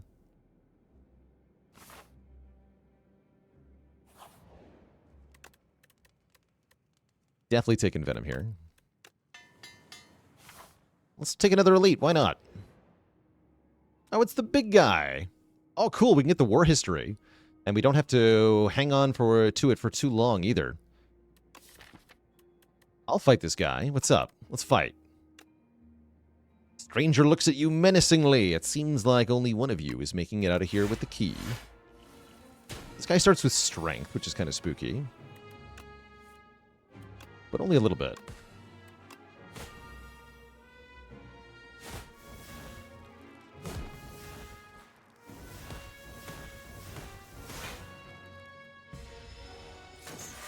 Yeah, the relic we can get in Act 2 is very strong. Zactamundo.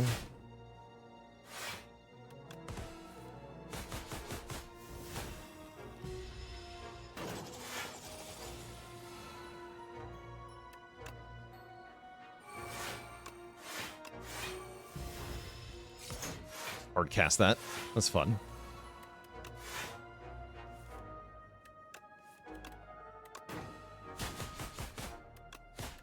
Easy. Get the Lantern Key and none of these. Famas with the Prime sub in 64 months. 2 to the 6. Heck yeah. Sixtacular. Alright, this is why we held on to the Flex Potions. We can just do this.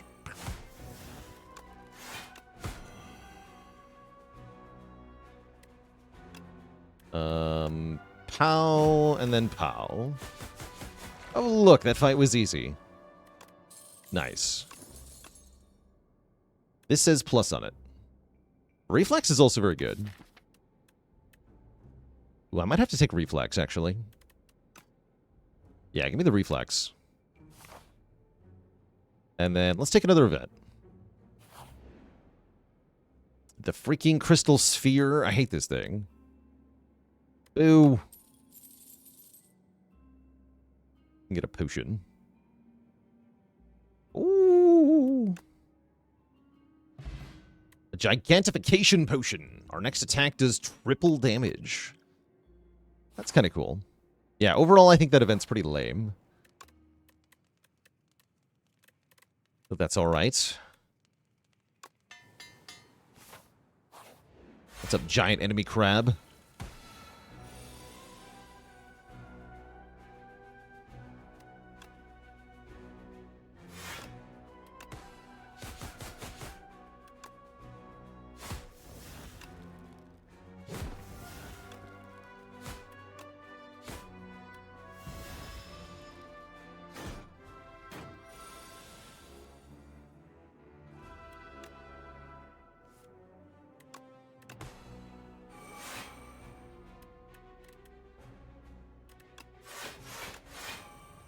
Not bad.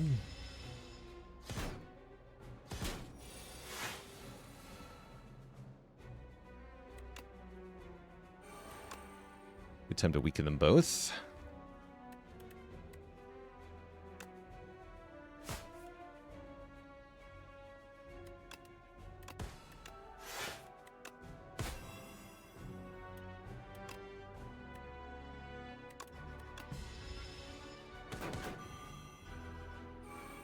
Rocket time.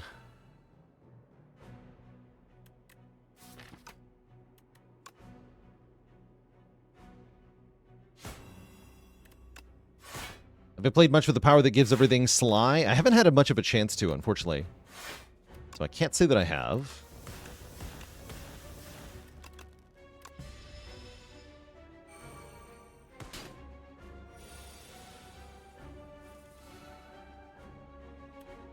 Ugh.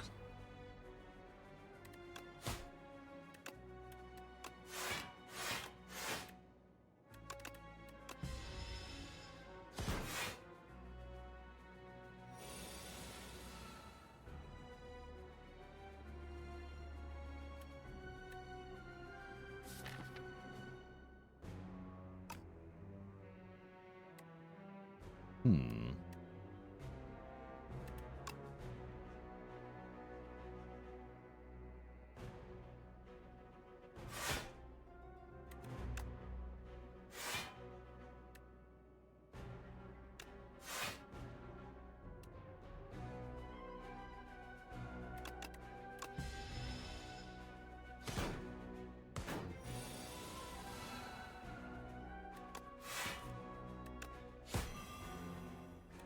You weak. Survivor reflex. It's about time.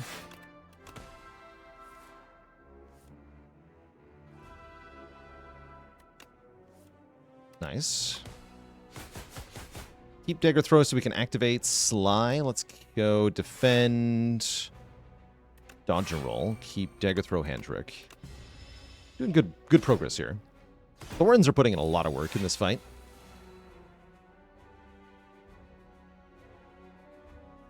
As is the Tingsha.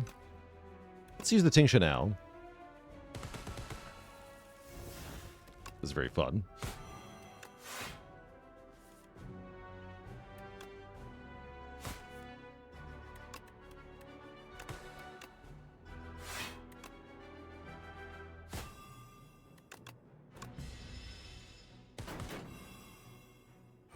Okay, rocket number 2.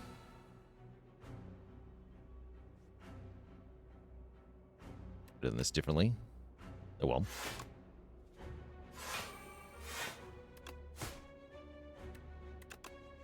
Take a bit of damage. That's all right. Almost done with the fight.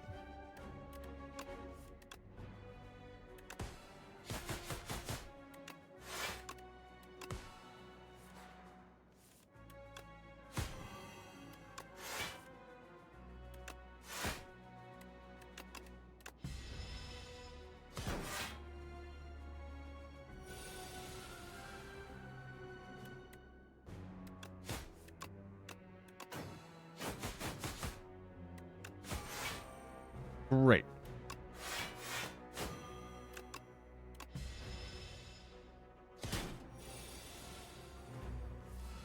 Easy peasy.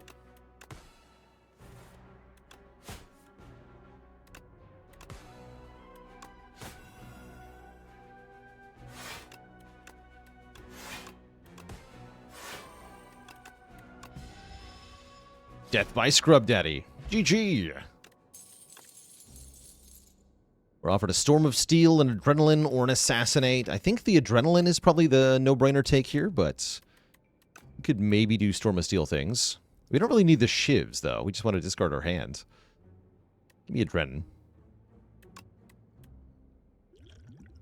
And I guess I'll lose the Gigantification Potion. Is Burst in the game? Yes. It sure is. Ron, Fur Coat, or Diadem, huh? I don't hate Fur Coat here. We're definitely never going to activate the Diadem for playing less than 2 cards in a turn. The potions, I'm trying to keep this to the boss, right? We should just take the Fur Coat. If you sly Adrenaline, will it still exhaust? Yes. Yes, it would still exhaust. Speed run time. Let's see. Where's my path gonna go? Okay, it wants me to... Oh, I get 2 free elites in a row? Holy heck. We're going that way. Hell yeah. That's actually a really good path. Okay, I'm starting to appreciate this. Yeah, free. Totally free.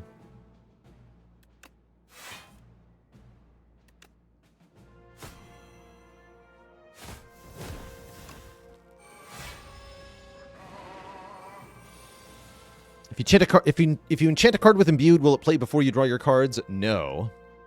I do not recommend imbuing a card that says discard your hand or exhaust your hand. Pro tip.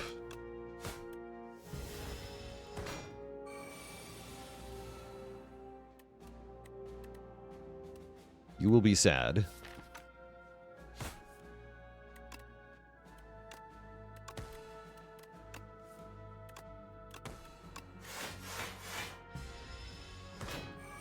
Aww. Oh crap. Please. I can hardcast the reflex. What I can do here. You ever just hardcast reflex? No. This fight's kind of bad.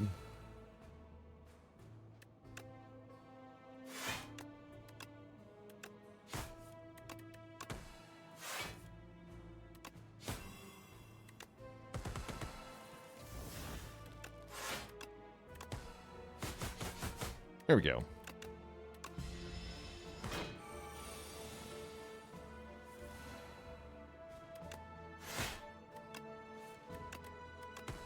Just enough damage. Deflect Plus. Looks pretty good here.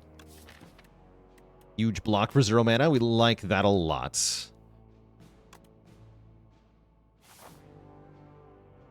Yeah, we like that a lot. And it's Reppy. We can get the history course. At the start of our turn, play a copy of the last played attacker skill from the previous turn. Or we can get 2 potions and 2 relics. If we don't want the history course. But I have to imagine we do want the history course. Because there are...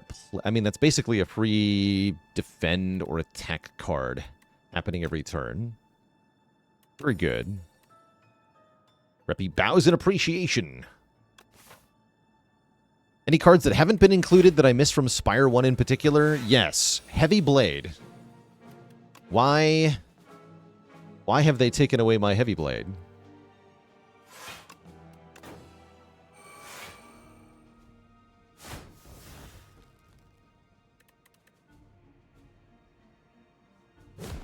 Guy dies to Thorns, I think.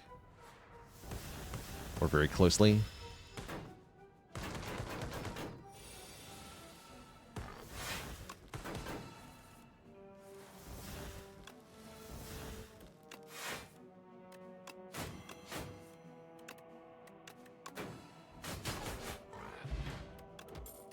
Got him. Calc Gamble with a plus. Yes. Yes. Ooh, the Abacus. When we shuffle the draw pile, gain 6 block. Haze applies poison to all enemies if we discard it. Chip in a bottle is bad? It's just I have really good potions already. Nothing wrong with it. I think I'm just removing here. Purity is an option too. But yeah, I can remove here and in this shop for exactly 225. Let's do that. 2 removes sounds great here. But I think Thorns is stronger in Spire 2. Yeah, you're hit by more multi-attacks in this game than you were in the first game. Like the Entomancer with a ×8 attack on High Ascension. The Cockroaches is a multi-enemy fight that do ×4 attacks. Just to name a few. Yeah, there's lots of multi-hits in this game. At least with the current iteration of Act 2, anyway.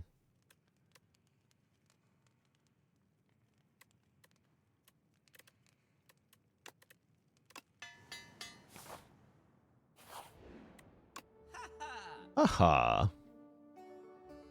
Pinpoint's pretty good, footwork's pretty good, but card remove is what I'm here for. Heck yeah. Strikes get out. Warpaint get in. Adrenaline plus, dodge roll plus, hype. This elite has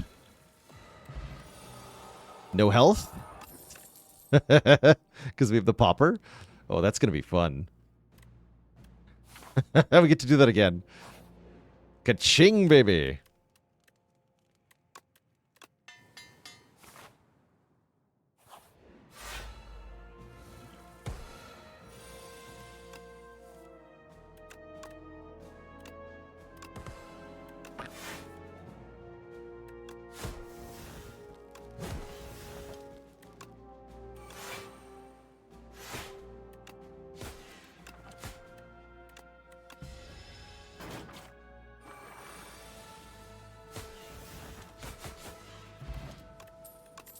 Dead.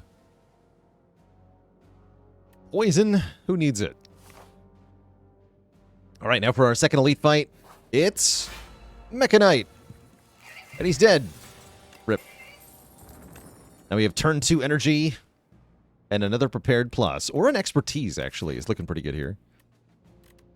Yes, I want the Giga card draw. And that healed me. Perfect. So now I can upgrade expertise.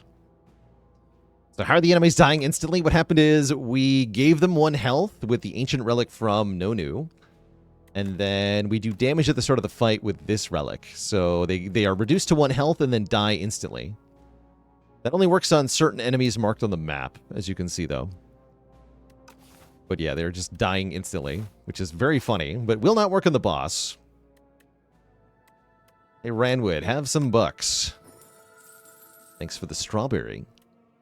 Ranwood mumbles while chewing the gold. Why do you do that, Ranwood? Okay. Upgrade the expertise. And let's deal with the queen here. Great fight to have a ghost in a jar in the back pocket for.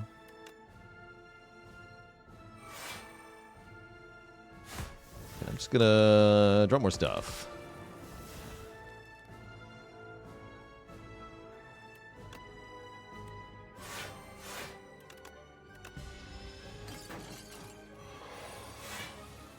Shackled.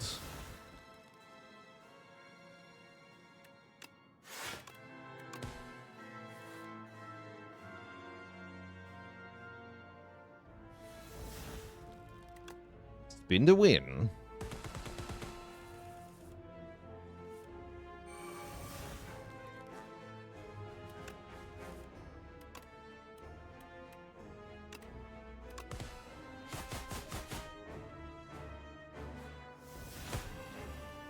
Guess I want to weaken the queen.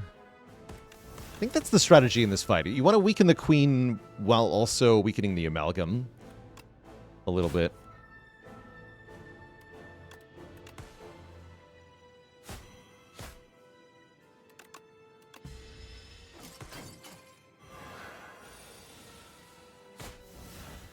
Definitely got to pay attention to what my last card is on a turn. For Gore.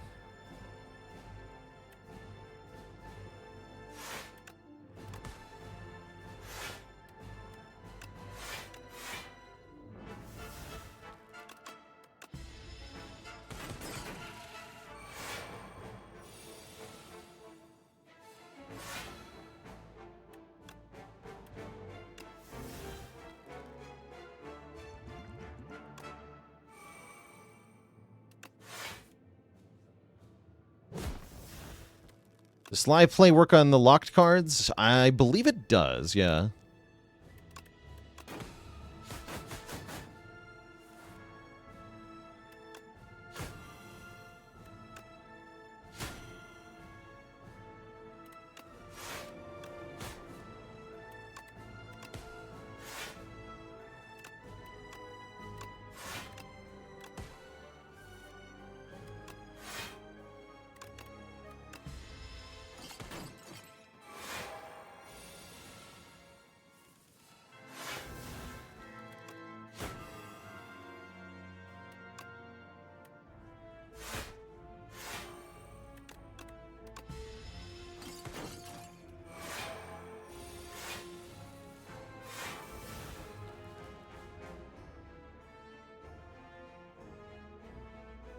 Simply discard them. Okay, actually, apparently I'm wrong. Yeah, I definitely don't know all the interactions yet. So if we use the locked prepared and discard reflex, what happens? Oh, yeah, it says I'm blocked. Okay. Does actually just call out the blocking there. Neat.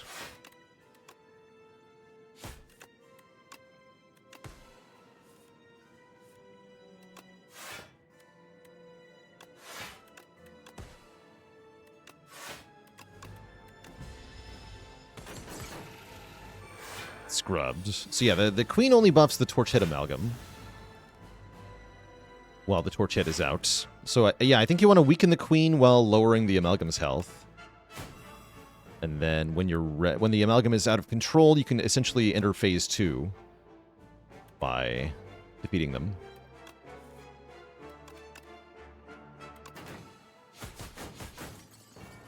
Dot, dot, dot, she says. I'll show you dot, dot, dot.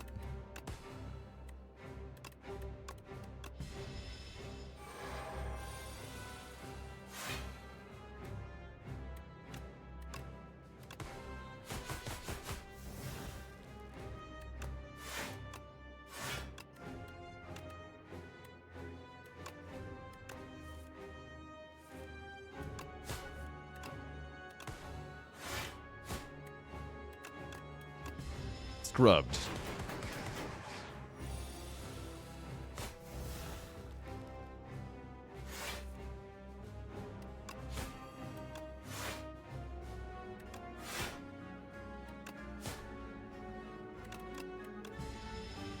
Brixmeyer with the Prime sub in 52 months. Thank you, thank you.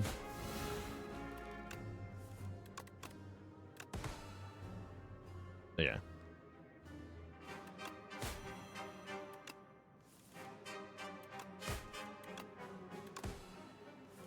We want to dodge a roll.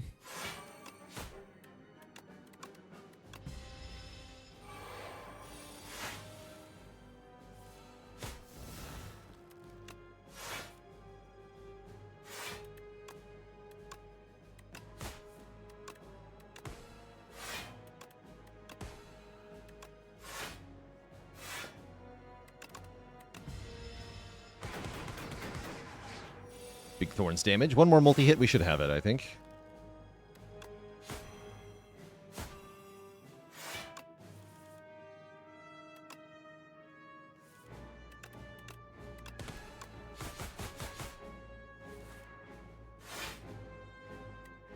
Feels about right.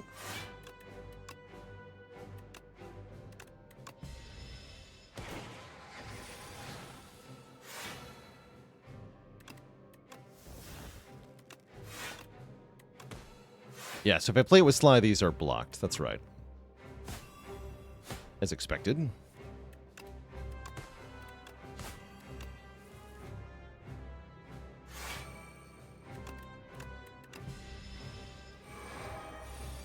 Ten by 5.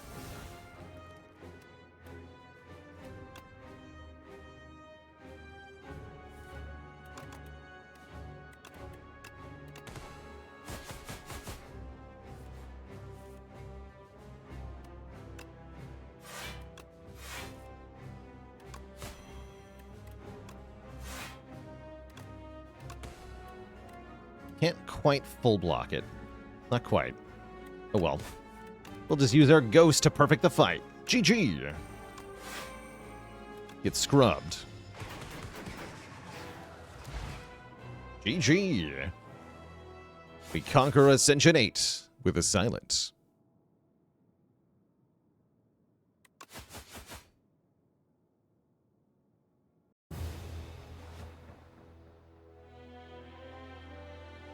GG. A9 unlocked. The Green Lady. Yeah, perfect Scrub Daddy damage. That was great. Very good. Pretty good showing for the flesh of Pale. And for the fur coat. That's pretty cool. Why is Silent not dead after 1,000 years is a great question, actually. That's right. The one game where you want to be a Scrub Lord. Exactly. Exactly.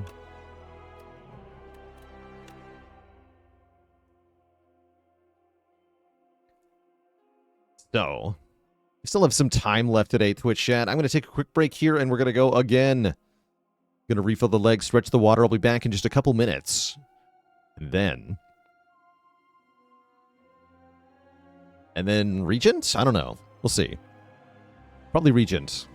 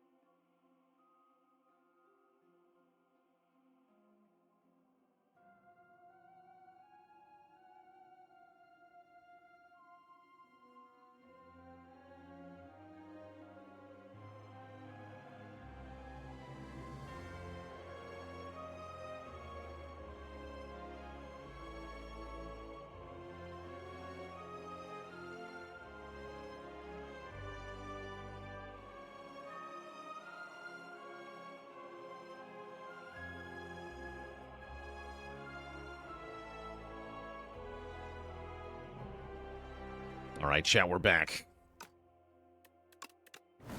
Let's see, but Ascension, we're on 9 with Regent. Yeah, let's do Regent A9.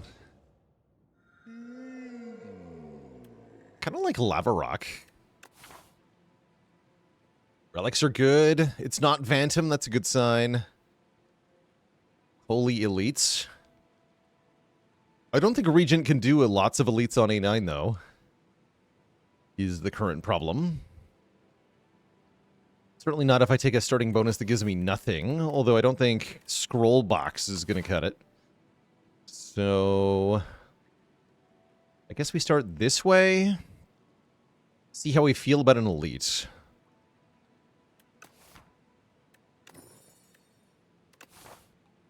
The Ascension 9 modifier makes all enemies do more damage, which is, let's just say, really scary.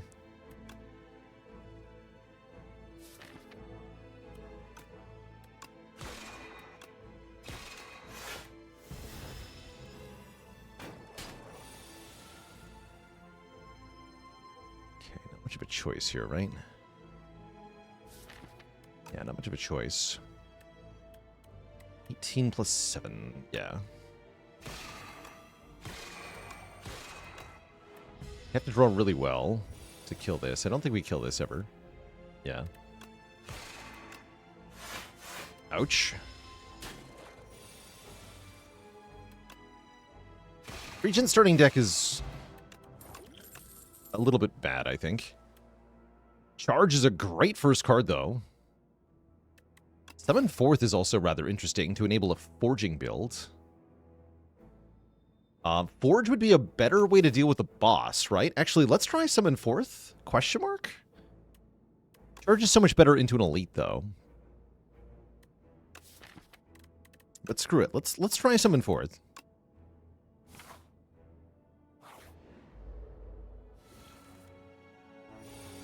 Yeah, draws like this are part of why the Regent starting deck feels kind of bad.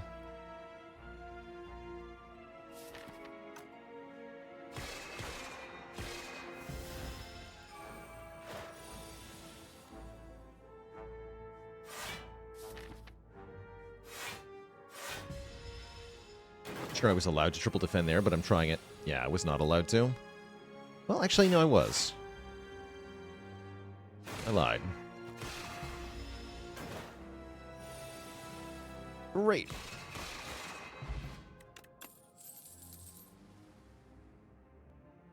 Terraforming gives vigor. Gamma Blast can add weaken vuln. We do like weaken vuln. We do like zero cost attacks. Take a Gamma Blast.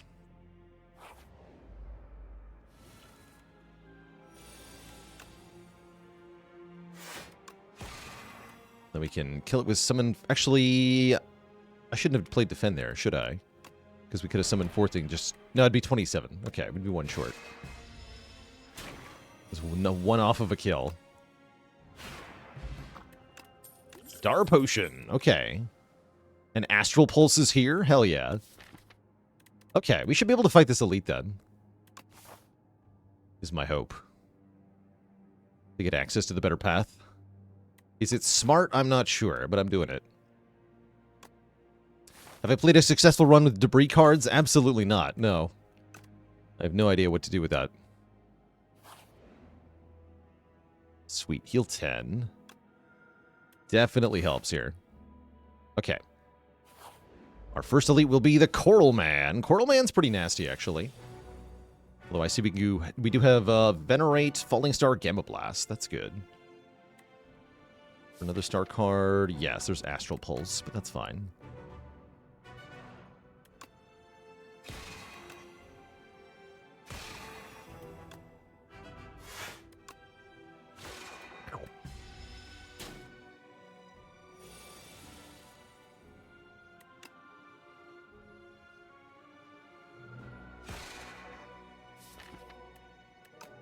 Could have Swish Potion there.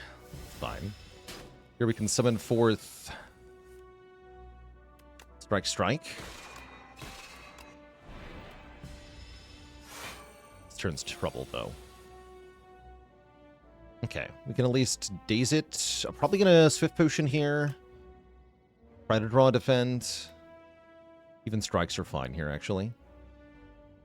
Actually, no, I can just play Sovereign Blade, right? Yeah, we cap damage if I do that. Maybe I just do that.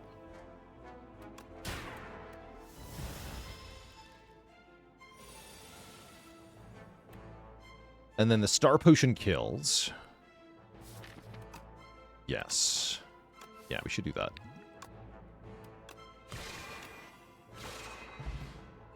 Cool, we get the Festive Popper. That's going to help a ton. And Glow is here.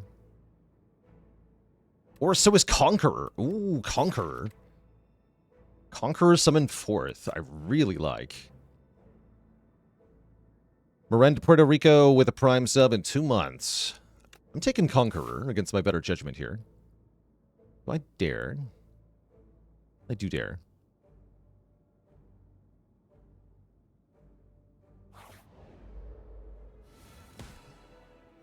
Yeah, I do dare.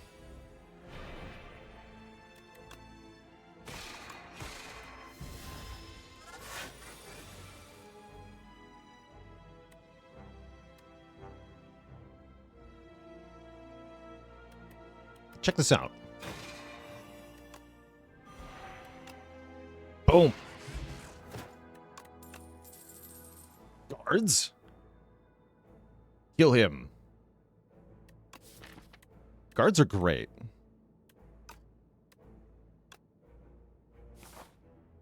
And I still think I want to rest here.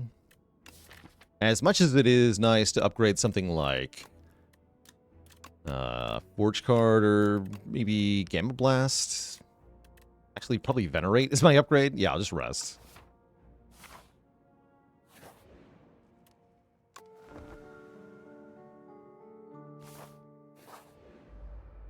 Him. Guards. Think the guards my hand. Seems good. Seems good. Can even keep one for later. Take one. Kind of down for that.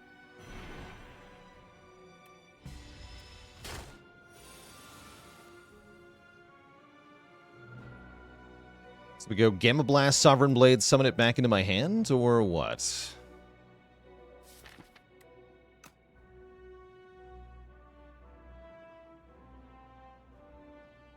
That feels correct.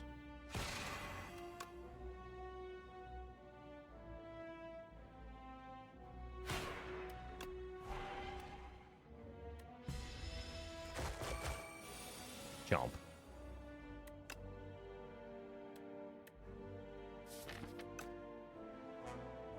I think we just have to stall, though. Part feels bad. Sovereign Blade is not on enough damage here. Swift Potion looks pretty good at the moment, actually. Swift Potion now. Okay, we got minion block. That's good.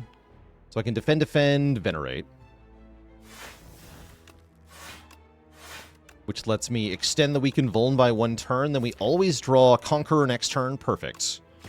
That'll do it. That'll do it. We go Conqueror, and then the sword does 72.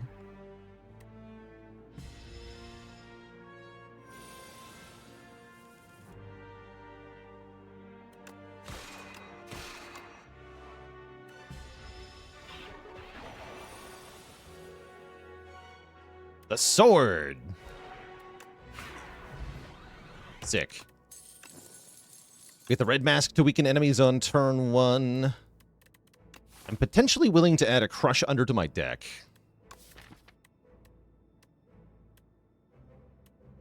It's nice having another area damage option. Yeah, I want this Crush Under. I think this is a nice Act 2 card at the moment. Upgrade Venerate? That's kind of cool. Haha. Oh, Alignment is here. I don't have enough Star Gen for that, though. Enchant up to 3 cards with Adroit. Add 3 block. Interesting. I don't hate that. Prowess is decent as a way to gain strength and dex.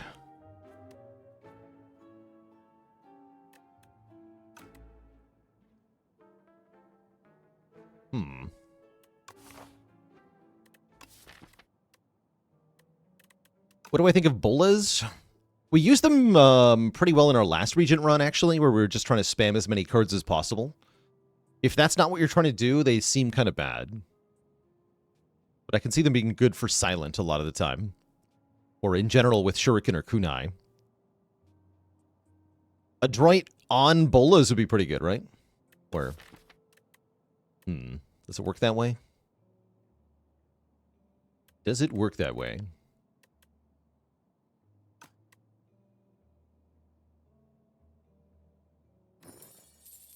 So any 3 cards. Doesn't have to be attacks or skills or anything, huh?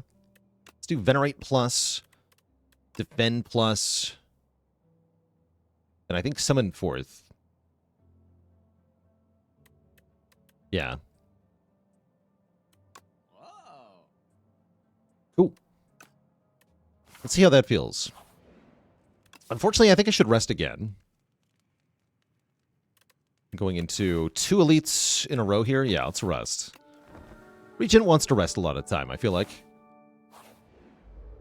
Okay, these things we are prepared for, at least.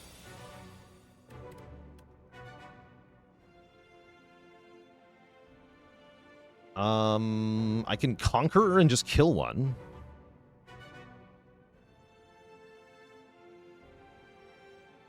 Take 3.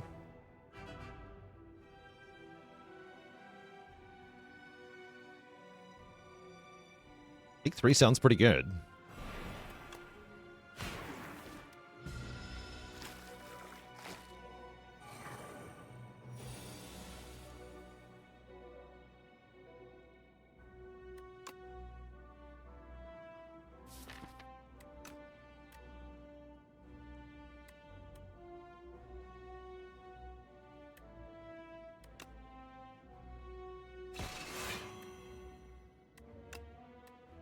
It's these 2.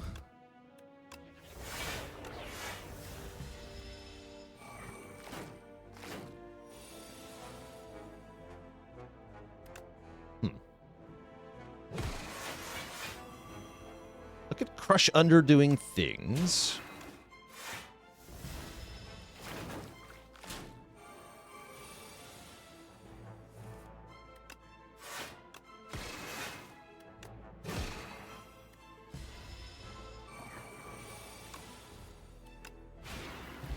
Okay, that fight went great. We got a really good relic, too. The boat thingy that gives block on turn 3. Crash Landing is here. 21 damage to all enemies.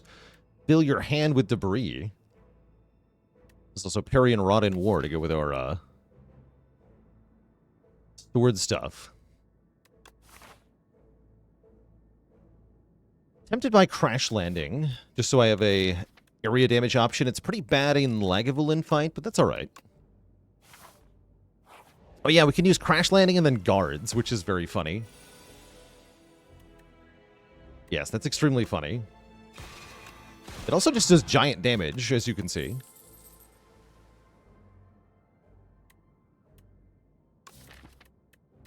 Don't think I want Spectrum Shift. Skip. Okay, you again. Except I feel like this time I'm a little bit better off here.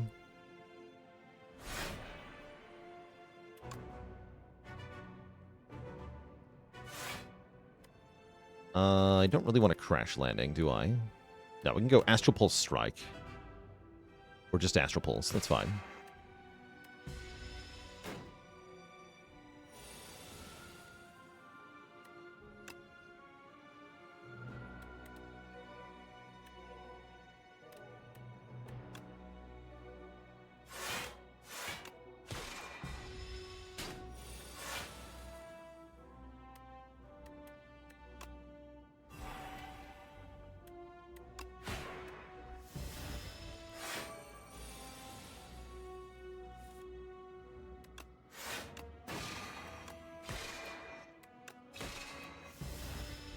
Okay, got it to 20. Good.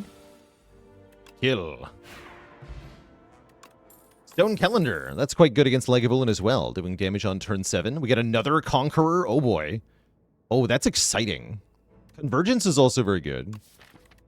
But I super want a second Conqueror. So that we can do fun things.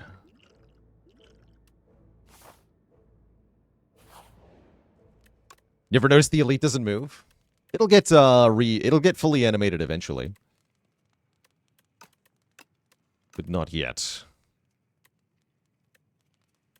Yeah, I think I want to improve my forging. So that we can beat the boss.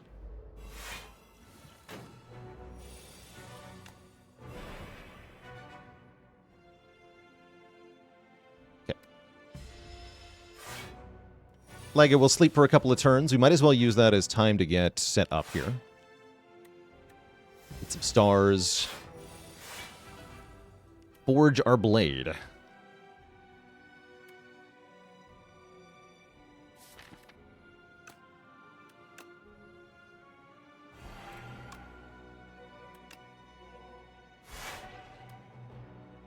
Sword.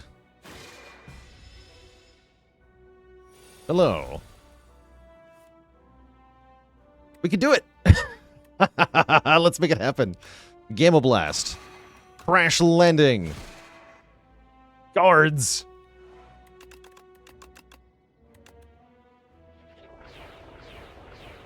Yes. I love it. I want this many guards? Probably, let's go with yes. Yeah, what a combo, right? It's great.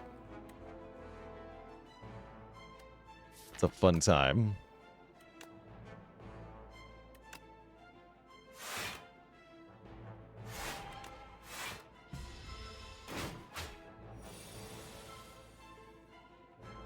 Okay.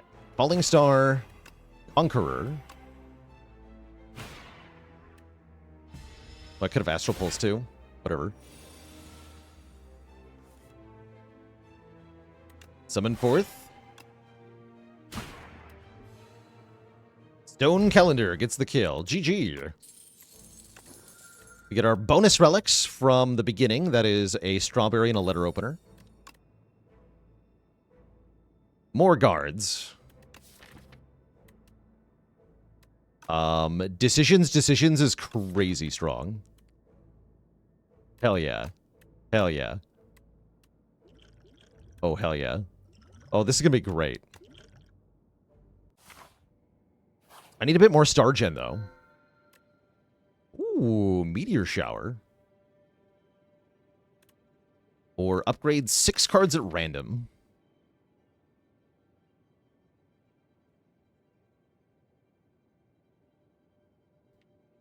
Does Conqueror Multiplier go for longer turns? I believe it is multiplicative. That's why I took the second one. We'll see, though. Pretty tempted by Meteor Shower here. It is more turns, really. Well, then, heck.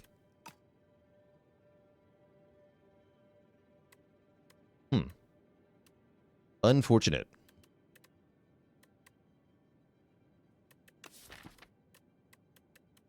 But also acceptable, I guess.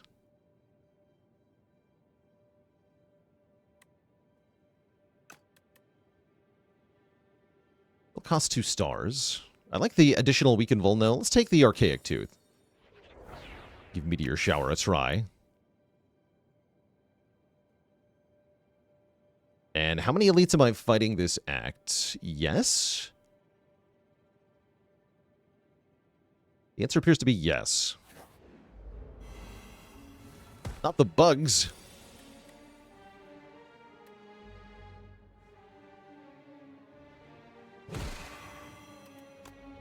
Guards. Well, 3 for the letter opener. Oh, just 2.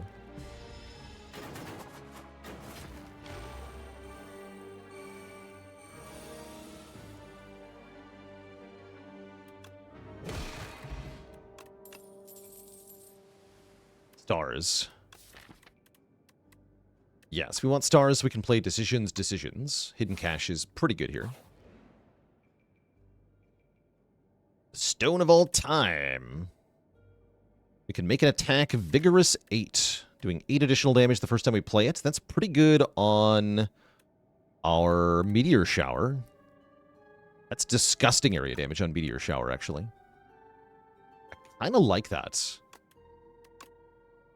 An enchanted full art card? Badass.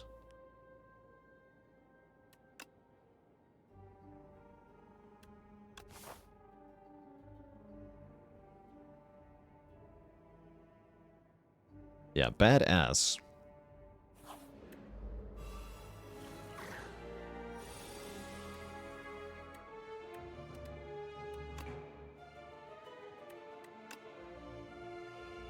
Forge, Crash Landing, Defend. Oh, we can also gamble these. That's fun.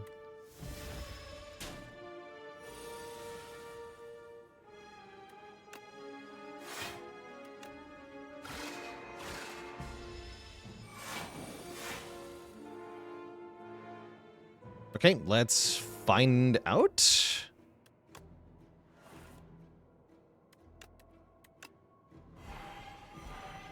Yes, for the next X turns. This is only slightly sad.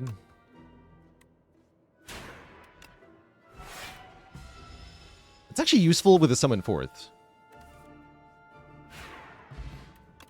I'm down.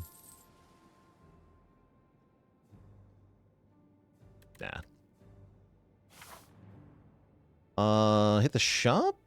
Might as well.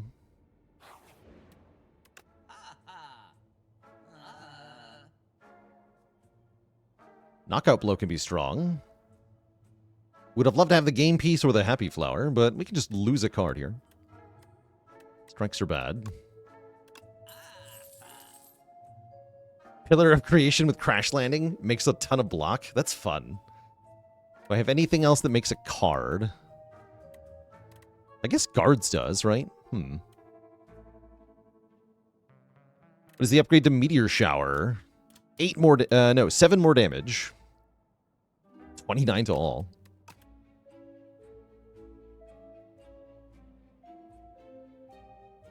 Discoveries? Doesn't say free. Costs 0 energy this turn. Yeah. I think we're fine. Transforming is not creating. I see. How unfortunate, then.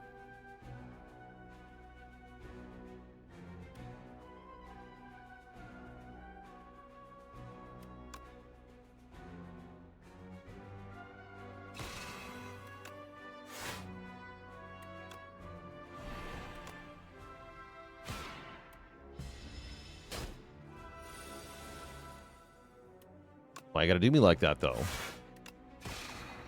Jerk.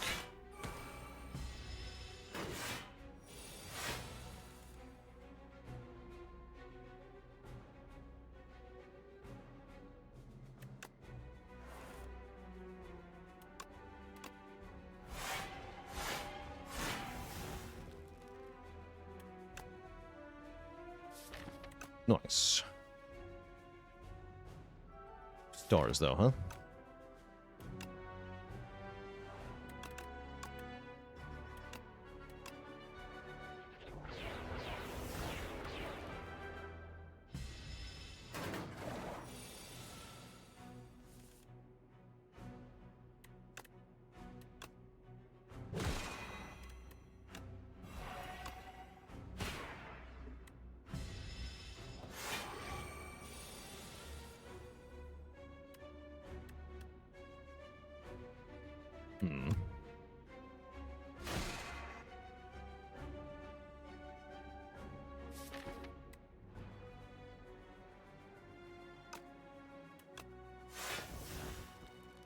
I guess I can gamble to save a bunch of health. Let's do it.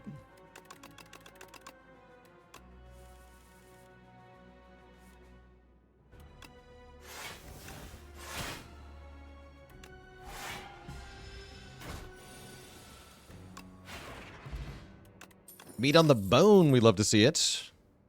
Royal Gamble with a plus. Retain gain 9 stars. Kind of badass. I also like Forge 6 at the start of your turn. But looks like we need more stars at the moment, so I'll take Royal Gamble over Furnace there. Kind of a tough call, though.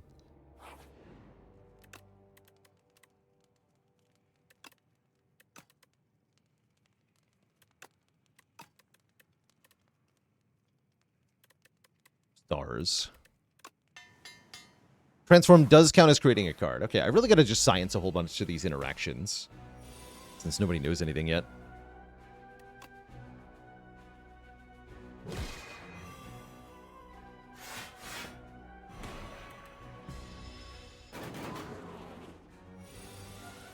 Perfect. Ow. About that, perfect.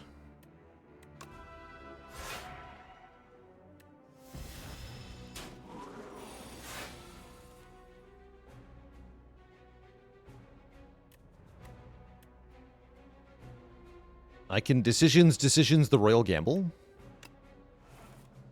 Sure can.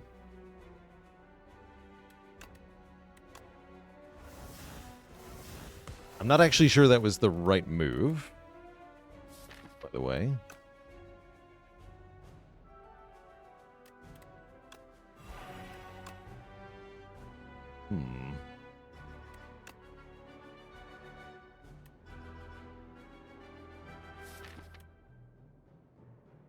Okay, we can block next turn.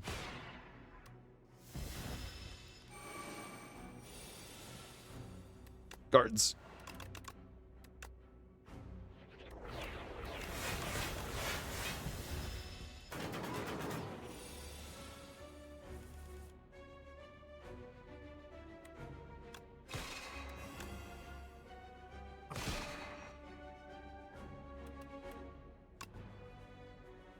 Can't kill him, though, can I?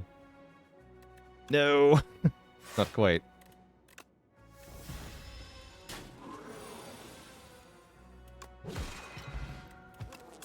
Okay, that's kind of horrifying. That's all right. Dying Star. Since we have so many stars, this seems kind of good. 9 damage to all enemies. All enemies lose 9 strength for 1 turn. I like it.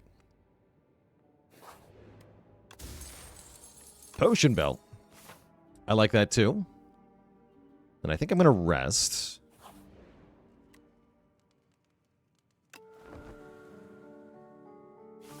Zanzanks with the Prime sub in 7 months of support. We got to fight, actually.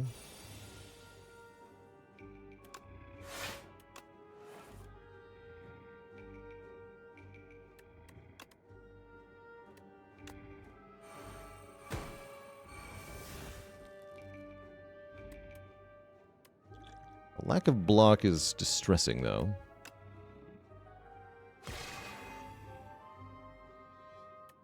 Not quite. Right, kill him. Right. Ooh, look it up, though. Did not mean to wake that thing up. Crap.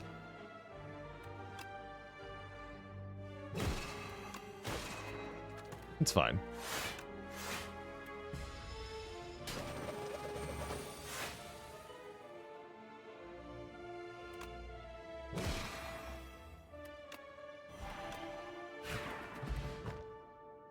How's it going, Fosty? Welcome to the YouTube club. Any quick tips for defect in Spire 1?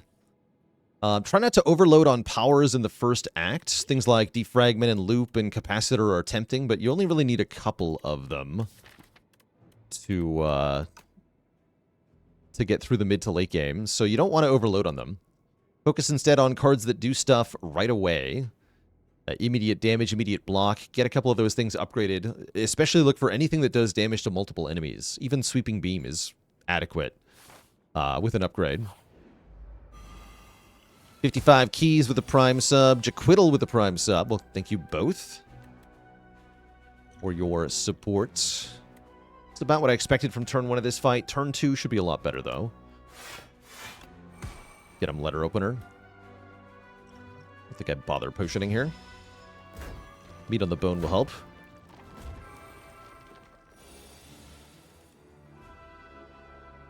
Perfect.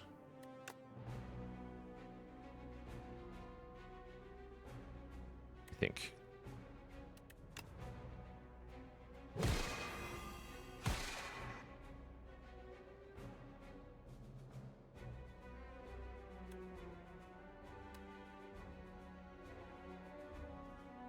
And then I want to take enough damage that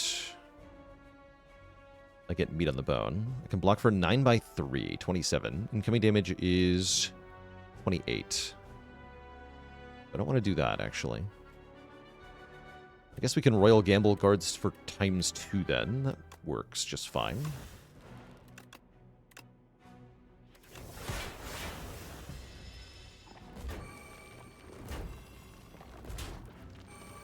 Spire 2 have a lot of tough turn 1s. So does the first game, I think. I don't feel like there's necessarily more of them. Ooh, the mini cannon. Upgraded attacks deal more damage. And Void Form is here. With expensive cards in the deck, there's surely no better choice than Void Form.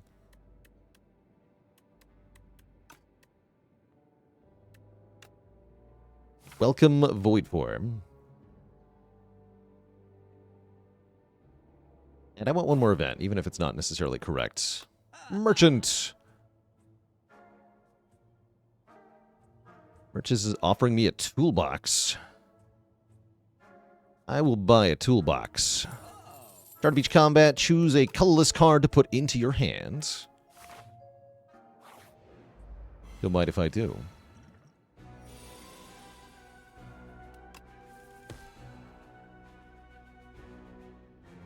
Nice. I'll play both of these.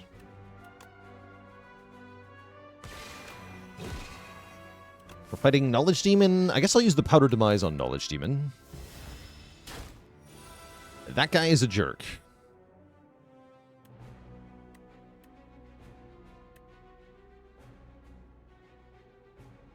Am I allowed to Void Form here? Do I need to Void Form here? I don't think I do.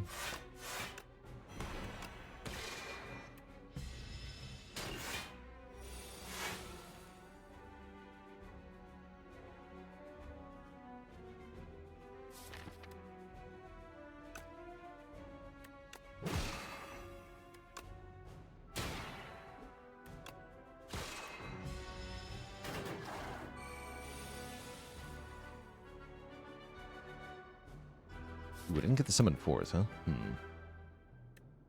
Mistakes were made. Ah, crap. Everything is bad.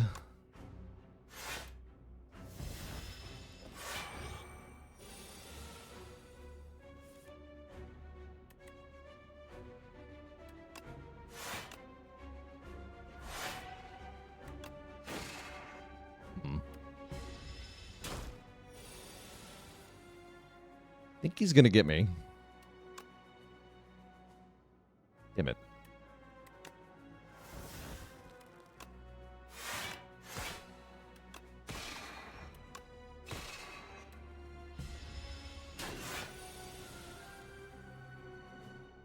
Okay, we did get Conqueror and Gamma Blast. I think that's enough. And Stone Calendar. Yeah, we got him. We got him.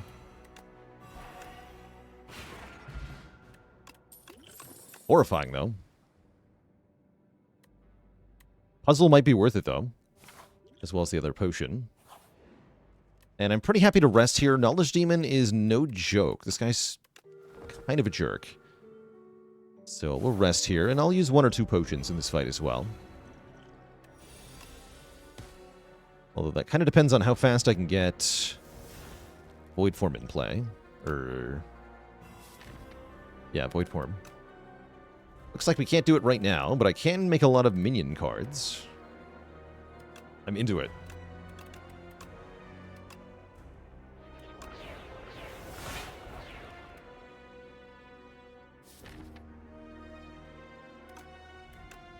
Keep him weak.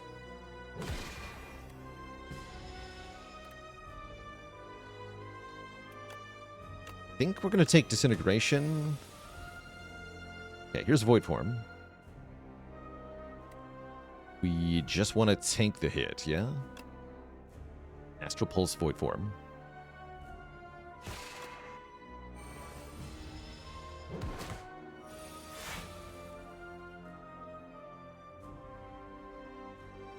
Okay, then we can do lots of stuff.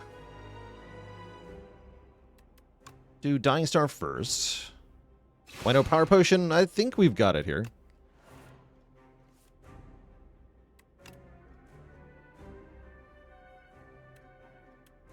Let's summon forth a bunch of times. And then Conqueror, Conqueror.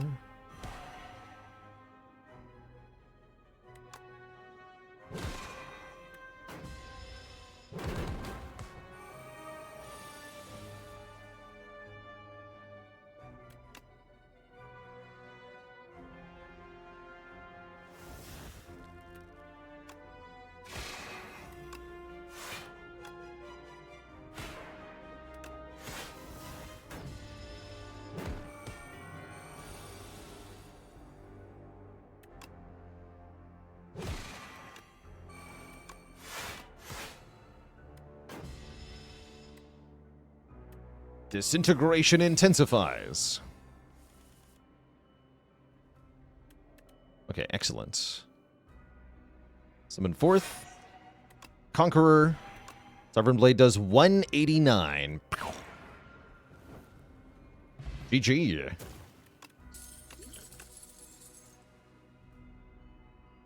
Bonk. Okay, Foregone Conclusion, I think, is the kind of thing this deck wants, allowing us to fetch stuff from the draw pile to get our combos down. Give me that. And it's tanks time. Orange one, choose a mighty weapon. Upgrade 4 cards upon killing an elite. Draw a card for every 4 cards we play. Oh, I like that. Or 7 block per turn. I also like that. Card draw or block?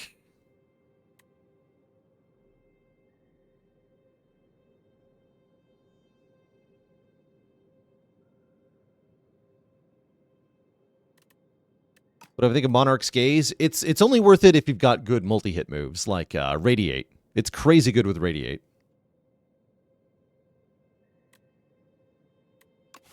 Who's our act boss? We're fighting the 3-headed jerk thing. That makes block a bit more appealing.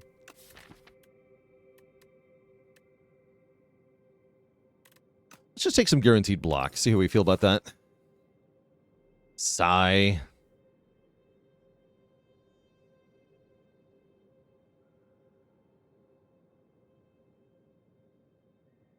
And I think I'm gonna go this way to start. Weird options here.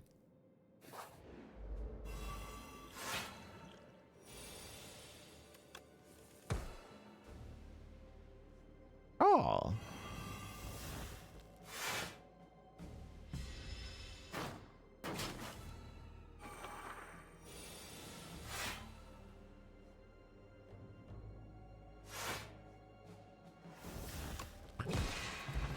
Dead. Block cards. Who needs them?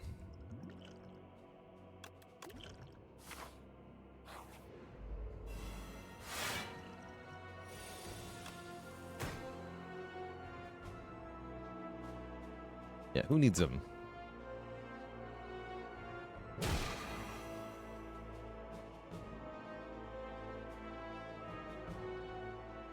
Guess maybe I do.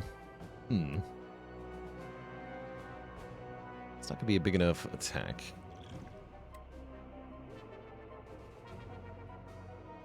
I should have played Dying Star, actually.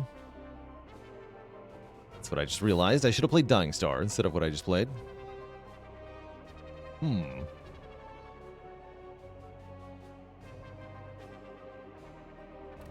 I think I can just Fire Pot, though, right? That works.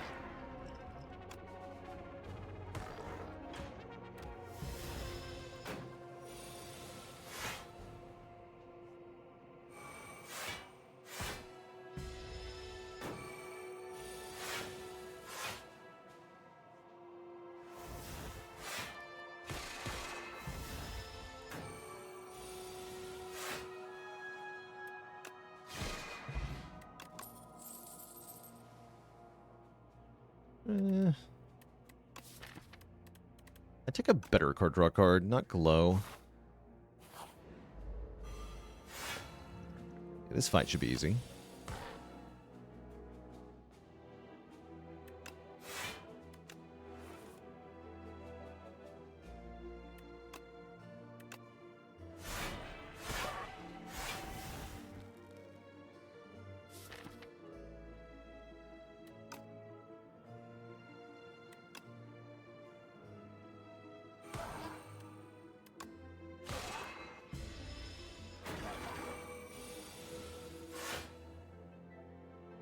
Rude.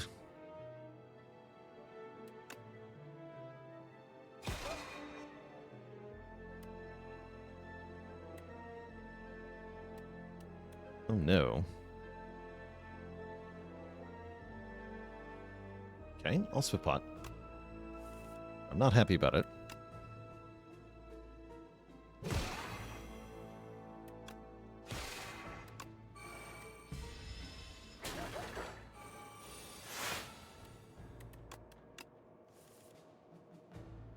Definitely not happy about it.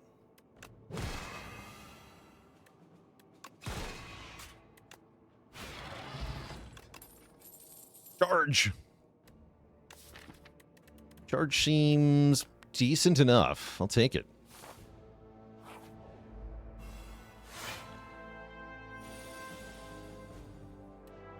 Ooh. Splash seems fun. What do you got, Splash? 3 times up, oh boy. Just what I wanted.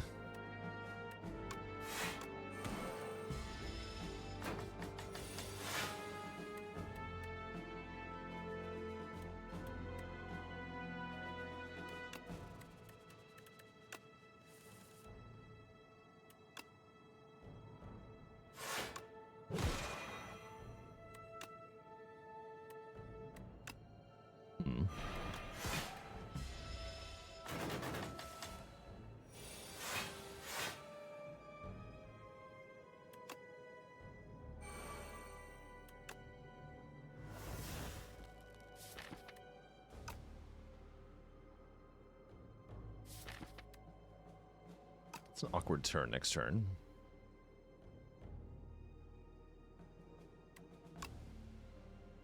I need to play decisions then, don't I? So bad, though.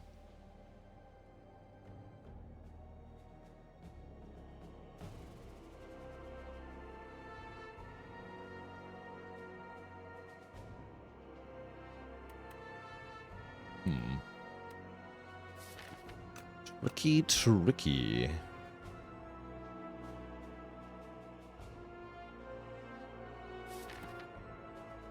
We have good block next turn. Alright. Take some damage. Aw. Yeah, that's pretty big damage, though. Is the thing.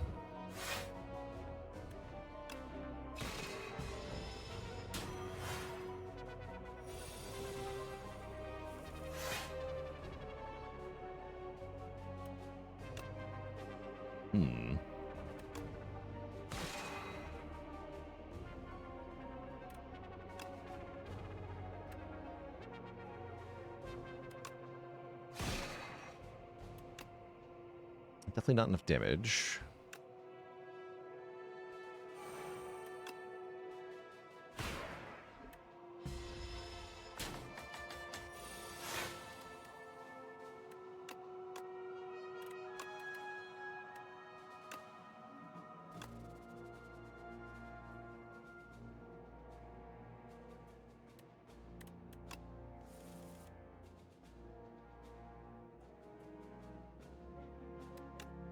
Guards.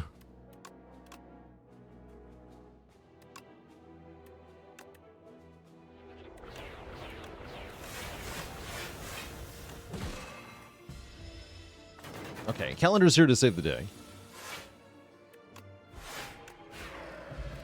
As is my sword. I care about hegemony? I don't think so. Do I want to fight an elite now? I also don't really feel like I do. The 3 jerks are not too bad. The big eyeball's really going to hurt me, though.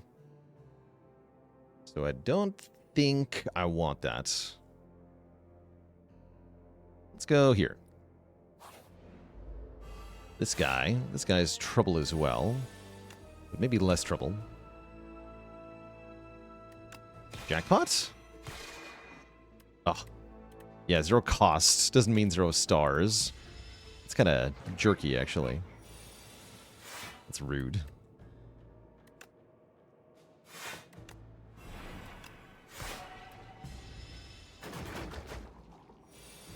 Very rude.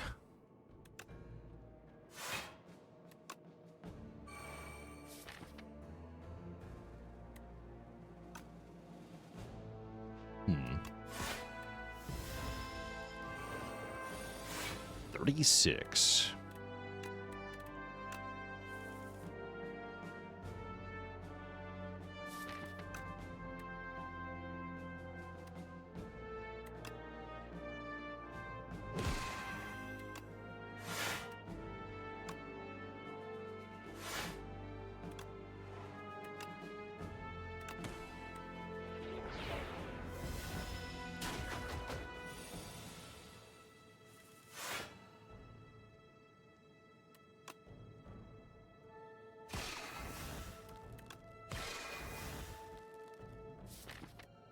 And some slime into strikes? That sounds like a good idea.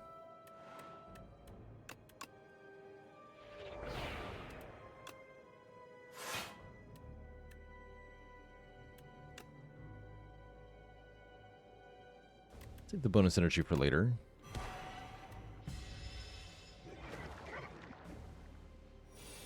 Eight by 4. Horrifying.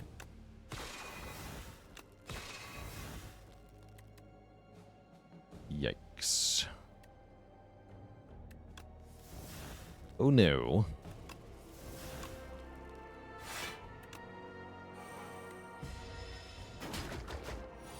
I'm gonna die next turn if he's not dead.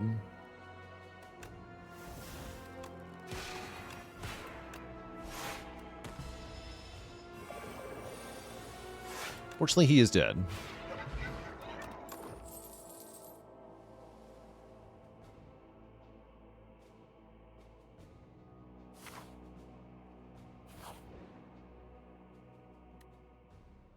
Use a card to transform or corrupt an attack, making it do more damage but make us lose health when we play it. I don't think I want to corrupt anything. Let's transform Strike into Conqueror number 3. Hey, that's kind of cool.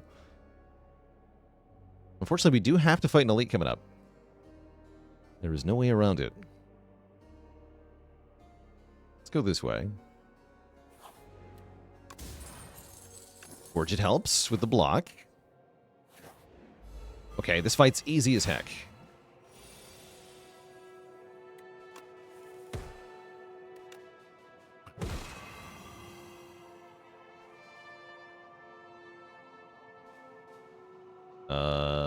Guards?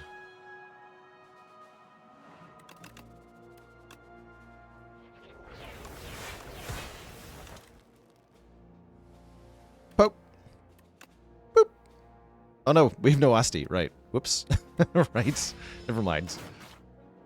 That doesn't work. That's fine. That's fine.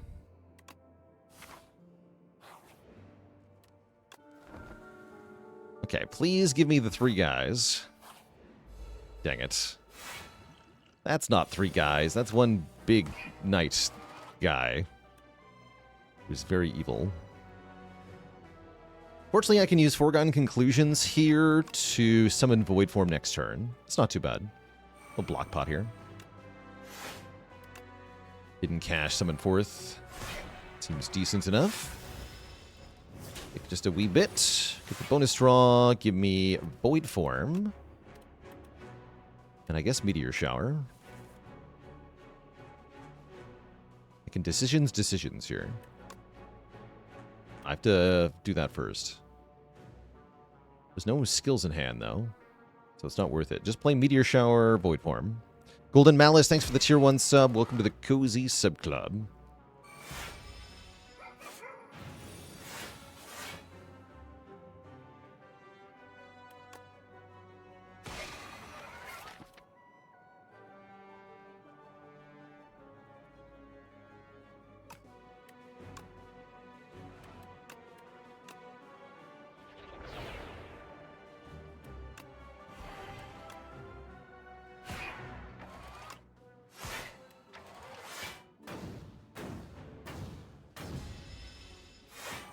And here it comes.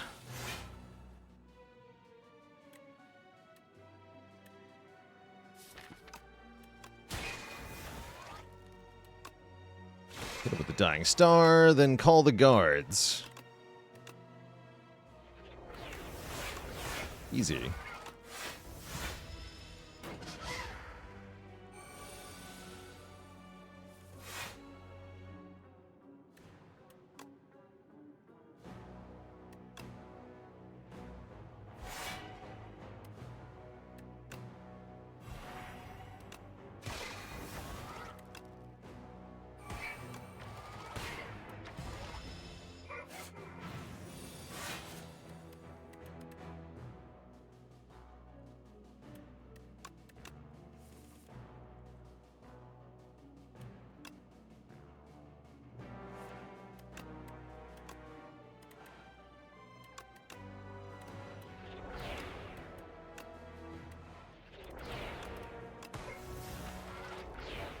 Nice. Should have shockwaved.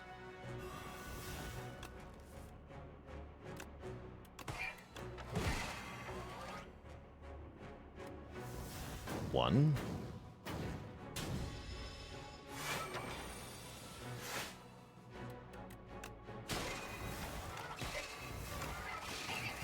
Okay, not too bad. Big Bang is here. We like that. Draw a card, gain an energy, gain a star, and forge. Why not? You can dupe the whole deck. Do I want to do that? Not really. No, not really. Give me 4 random upgrades. Hit the void form. Defend, strike? Really? Dang it. Why are you like this? Heck. The Vitruvian Minions here. Cards containing Minion deal double damage and gain double block. That's fun. We have a Forge 15 potion. That's also fun. Actually want that. I might also want Furnace.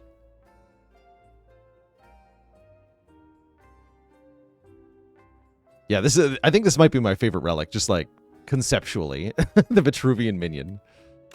It's too good. Yeah, it works with Minion Strike. That's right. Oh, then Minion Strike Dummy. Oh, the Giga damage. That actually kind of slaps. I still want to do this, though. I'm pretty sure. Quite have enough for remove and furnace.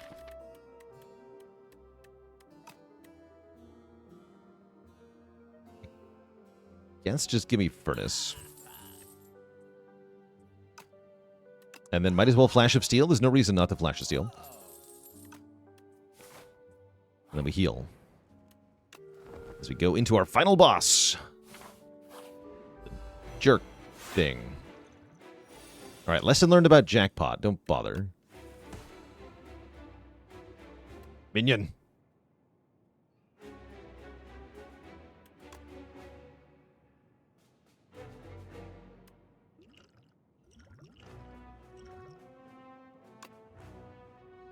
Ooh, the Monarch's Gaze. Sure, when we attack an enemy, it loses 1 strength for the turn. I'll take that.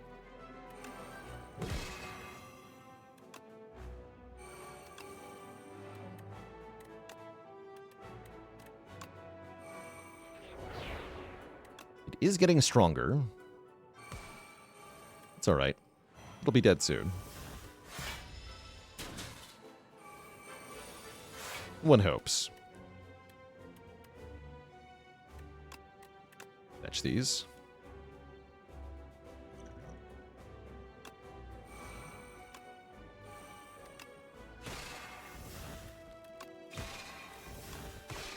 Perfect. Let's go Furnace and Void Form.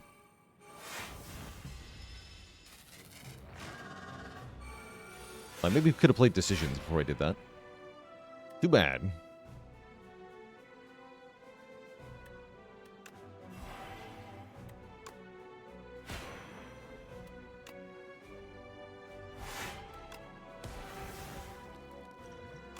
Forge first.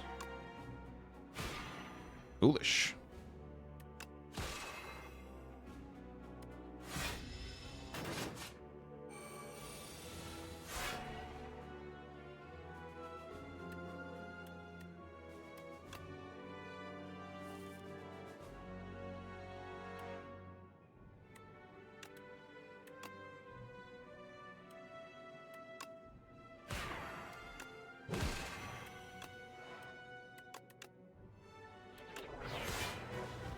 Good.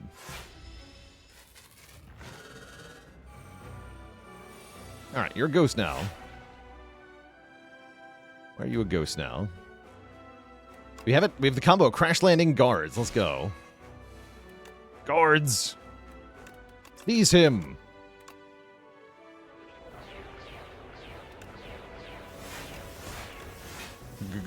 Guards! Spooky.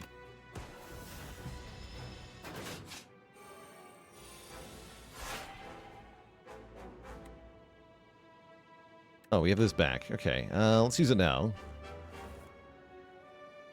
Triple foregone conclusion? Hello? That's funny.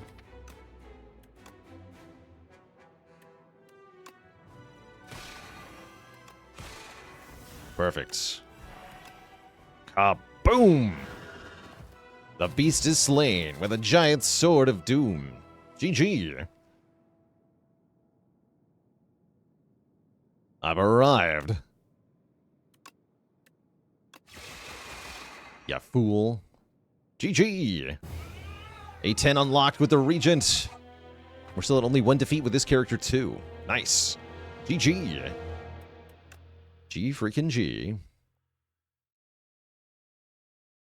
Love Mr. No Feet. Yeah, he's got no feet. It's kind of weird. Why is Regent the best character? Because he was born to be the best character. By divine right, he is. He's just great. He's the king of space. He's got the maximum aura. He's an all-around good time.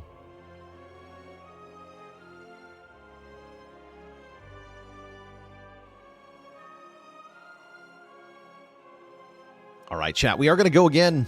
One more run today with Clad is my plan. Got to take a really quick bathroom break. This will be shorter than my usual breaks, just maybe a minute or two here. I'll be right back. And then we're going to jump right on into it. BRB.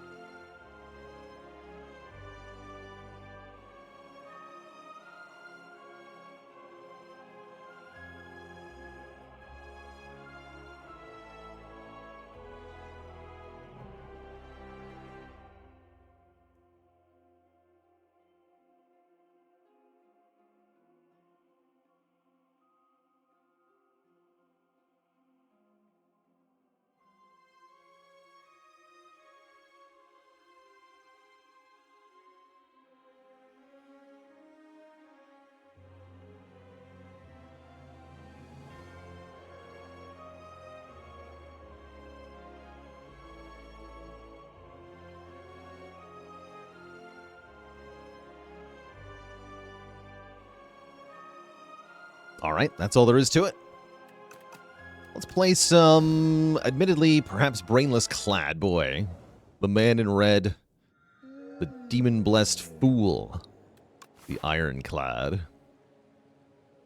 Playing here on Ascension 8.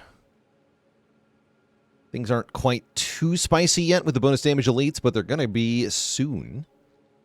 Could try collecting a bunch of relics and killing stuff. I wonder if that's maybe not the way to go here. Phantom. What if it's remove a card?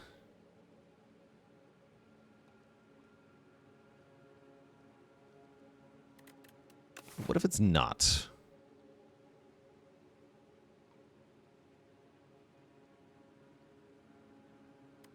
What if it is?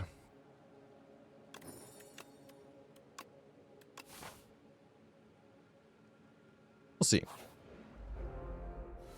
Random relic is strike dummy? I would loved strike dummy there.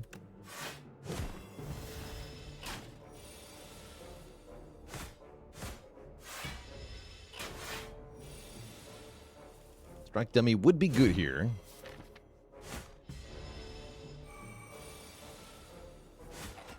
Get nubbed nibbit. Anger, Molten Fist, or Sword Boomerang. Fun options. I'll take an early game Anger. Deal 6 damage, make a copy of this card in the discard pile. It's perfectly functional, even if not incredible by any stretch.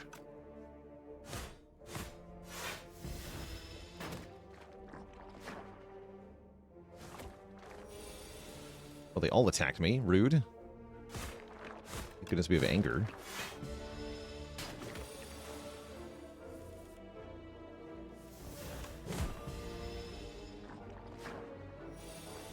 Getting glorped.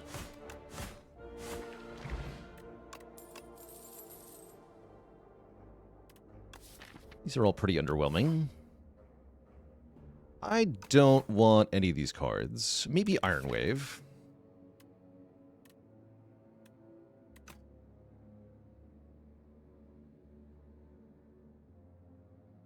I'm gonna skip.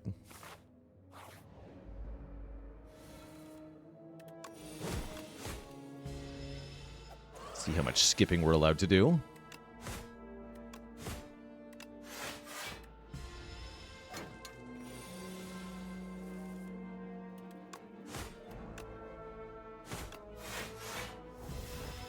-1.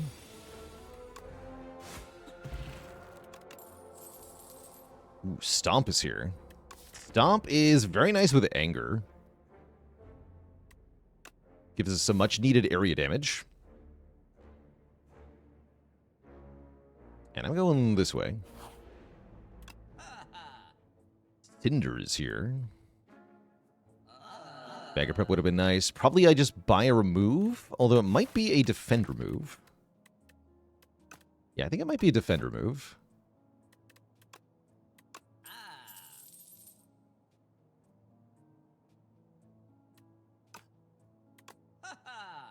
And I can buy a potion. Potion's probably a good idea. Let's take a strength pot.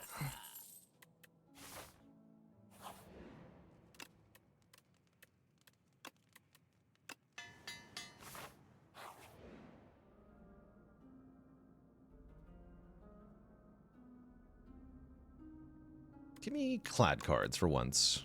Second Wind. Oh. Would like that. How ostentatiously scholastic. Delicious, says the worm. Positively nutritious.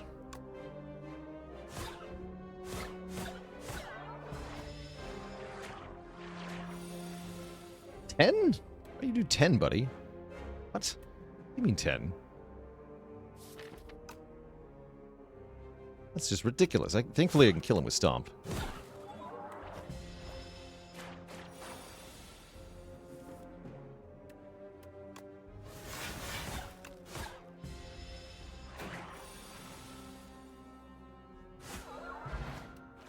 Dupe Pot. Okay, that's a good potion. Pillage is here. Deal damage and draw cards until we get a non-attack card. And now we have something strong already. Excellent. Most excellent.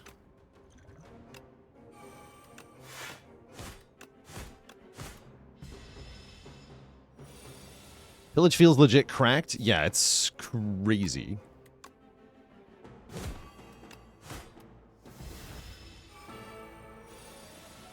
Death Jonas with the Prime sub. Welcome to the Cozy Sub Club.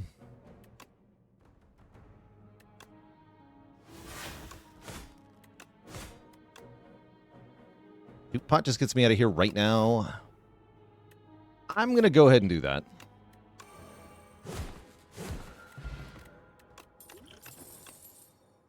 Burning Pact.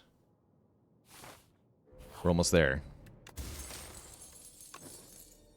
If you only have attacks, does Pillage draw itself? No. Pillage will not go to the discard pile until it has finished playing. Oh, hell yeah. Now we're cooking. Although I am going to take 14 to the face, right? Yeah, I am.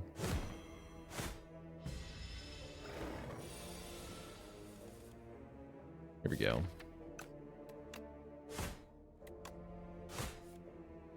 Wait, that sucked.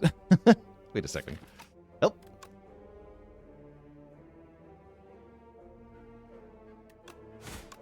Ow. That was a bad fight. I thought I was cooking. I was not cooking. Apparently I'm not cooking. It was not a good fight.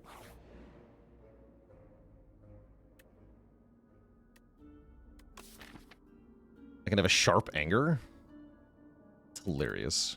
Yes, sharpen my anger, please. We were cooking, but the stove was off. True. Fighting the lead here. This gets a bit weird, though. We should upgrade Stomp. Bird. Bird nerd.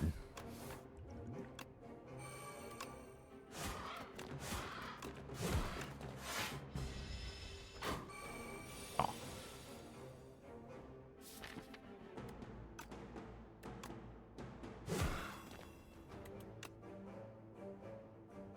Kill bird. Ah, caw, caw.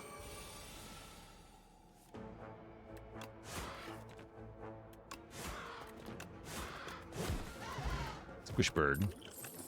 Parrying shield. If we end a turn with at least 10 block, we'll do some stuff. Could take bloodletting here. I think I just want less cards.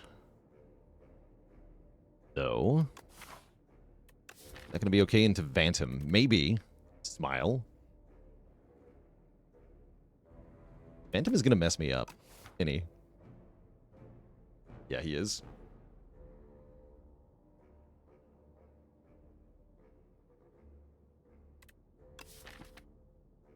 Could take Dominate. Sure. Game needs a Twitch overlay. Yeah, Megacrit has said they're gonna make one first hand. Official first party Twitch extension is in the works. Just gotta be patient. I like the guaranteed damage turn one. That's fun.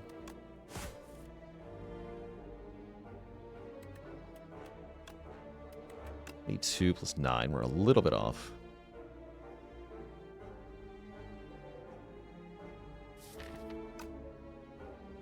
I'm just okay with that.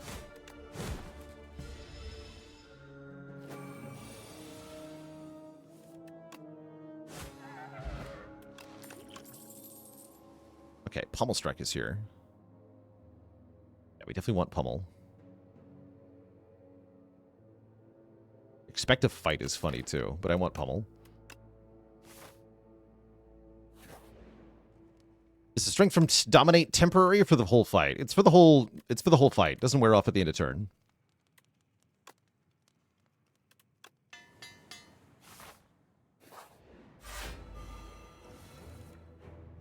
Okay, decent start.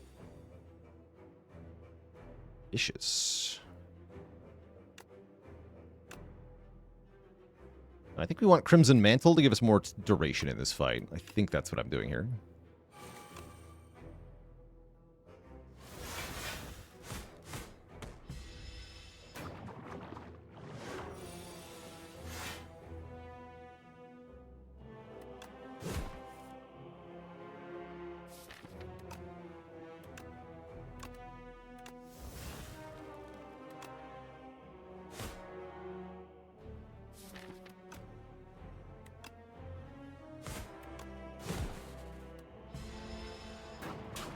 The wounds is bad, though.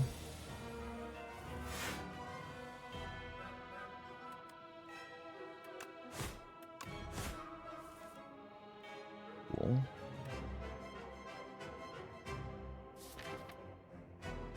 Yeah, I think these wounds mess me up a bit too much.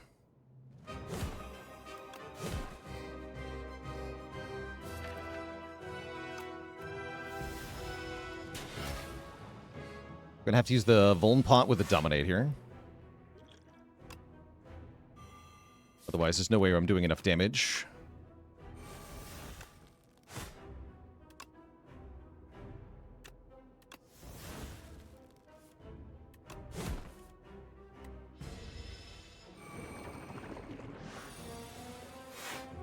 Yeah.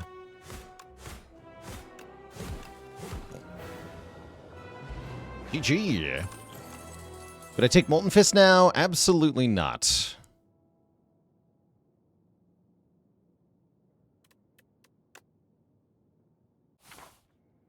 Darv?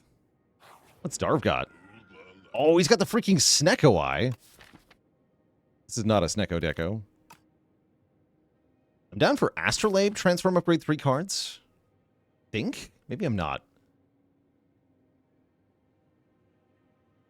I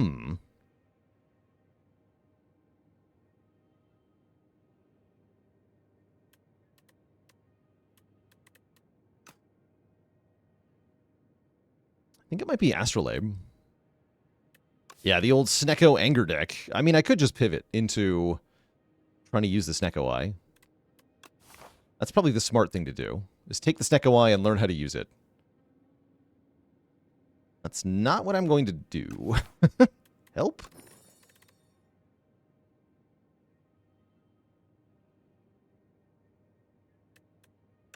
Transform 3 defends.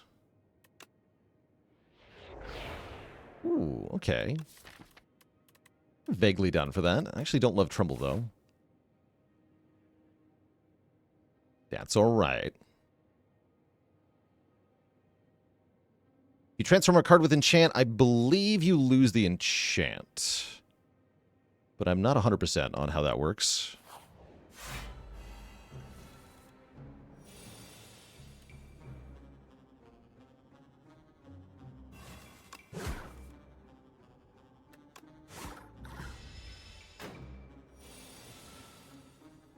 Current rough take of Niao's first 3 cards are upgraded, but the chest is empty. Probably the best starting bonus in the game. My quick opinion on that is good.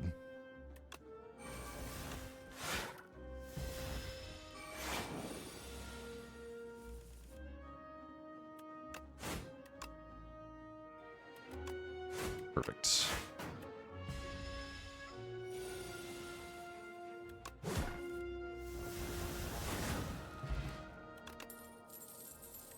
Okay. Ooh, foul potions into the shop? Let's freaking go.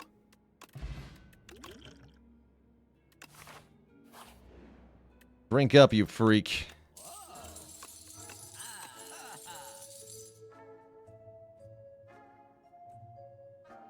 Okay, lots of nice stuff here. Nunchaku is good. Puzzle's pretty good. I'm definitely intrigued by Nunchaku, especially. What do the potions do? If you throw them during a combat, they do 12 damage to everyone, including you. Including your friends in co-op mode.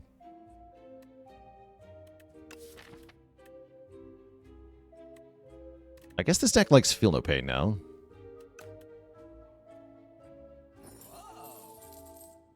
But it likes removes even more.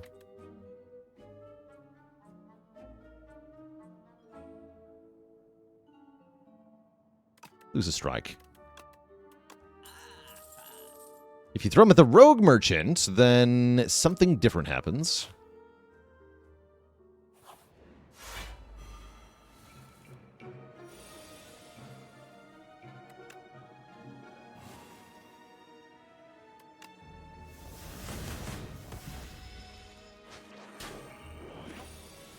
My Burning Pact. Correct.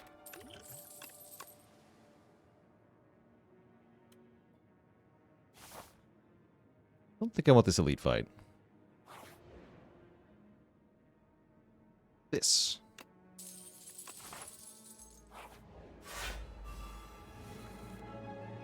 You. This freaking guy.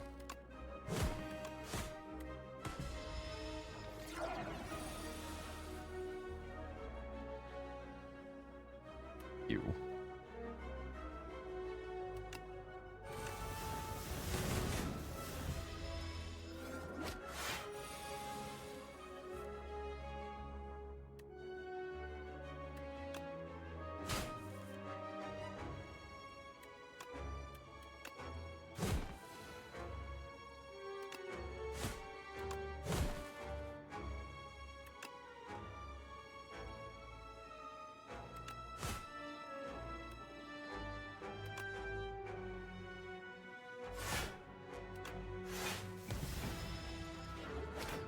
To shreds, you say?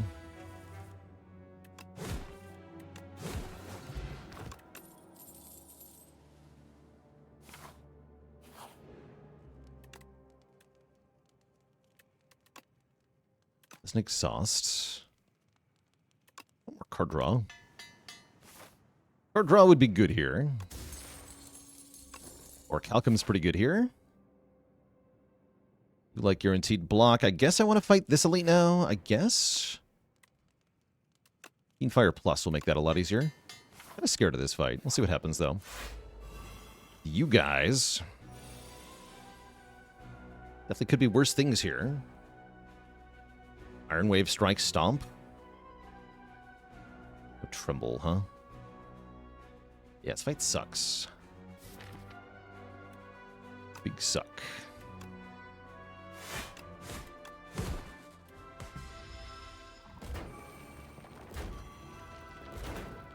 At least they were all weakened on turn 1. Now I'm the one who's weakened.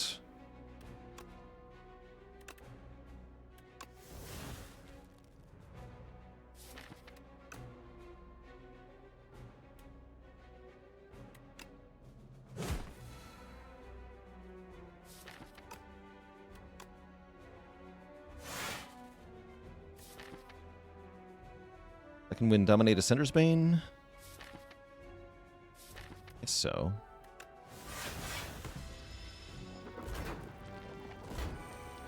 Block Potion for this turn if I need it.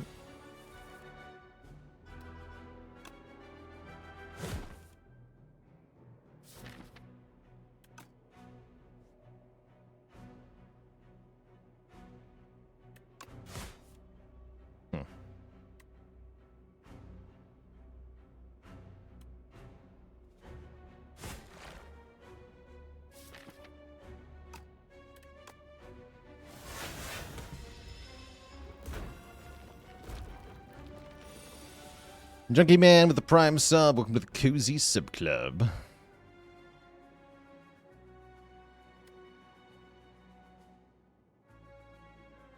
I'm just going to Fiend Fire the one that's making me weak.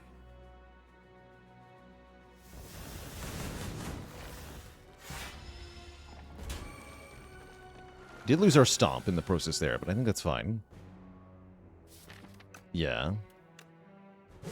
Because now we have the combo. What is the combo, you might ask? The combo is Pillage plus only attack cards in the deck. So that is the combo. So I can play my Angers, and then if I Pillage, I draw every Anger. And then the Pommel Strike can redraw the Pillage.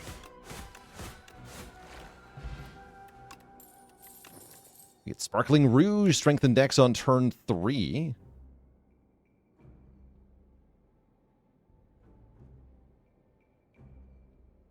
The Angry Pillage deck, that's right.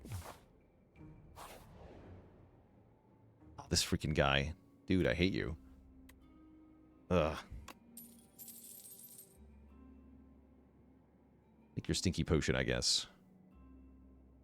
Oh, that's not bad, actually.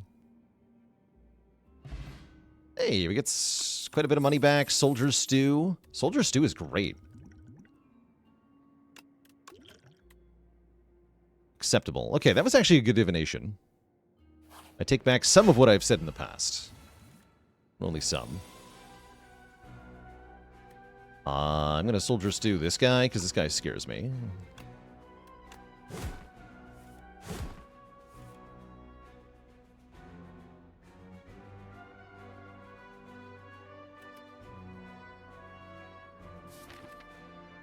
Yeah, I don't really want to Fiend Fire here, do I? Not if it's not going to kill. Guess we go Tremble Stomp.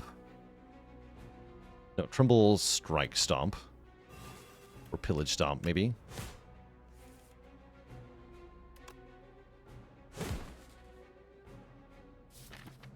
That's adequate.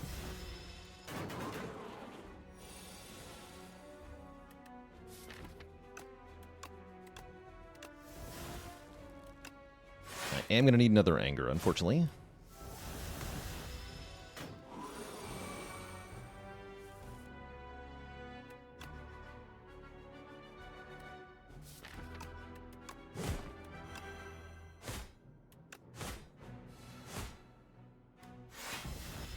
Kill him.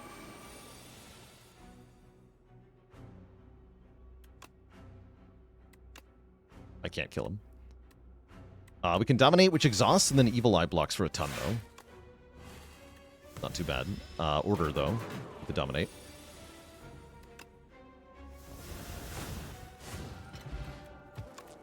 Or Paint upgrades 2 skills at random. I almost want to skip that because of Dominate. That hits second win Dominate guaranteed. I don't want Dominate upgraded, though. It's kind of a bummer. And I really don't want it upgraded. Maybe I do, though. Maybe it's fine. Yeah, screw it. Let's just do it.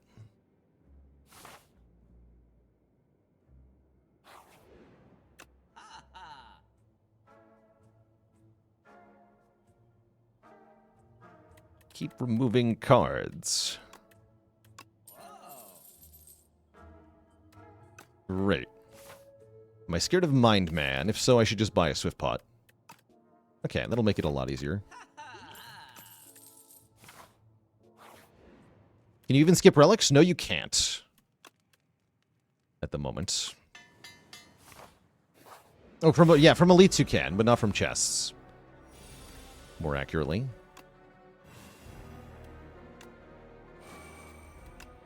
Seems like a perfectly fine start.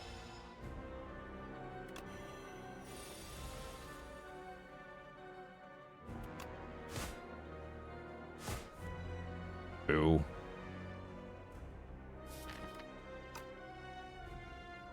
The late Fiend Fire? I guess so.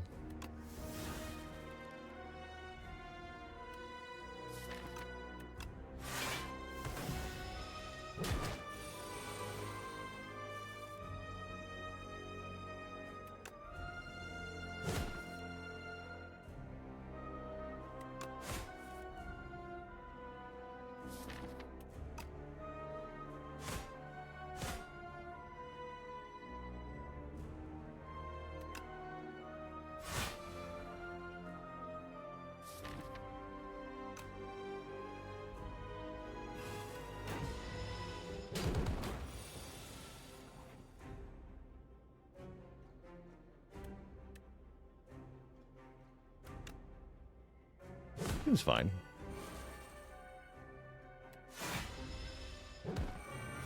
He's hurting me, but is he really? Is he really?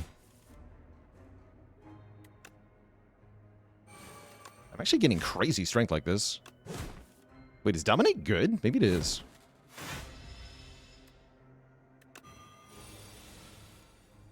I think Dominate might be good, chat.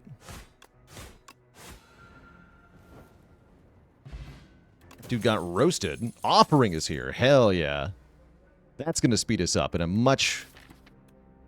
very good way. Yeah, Tremble helped. Tremble actually helping here. The Fog. Remove 5 cards. Is crazy strong here. We can remove Strike, Strike, Fiendfire,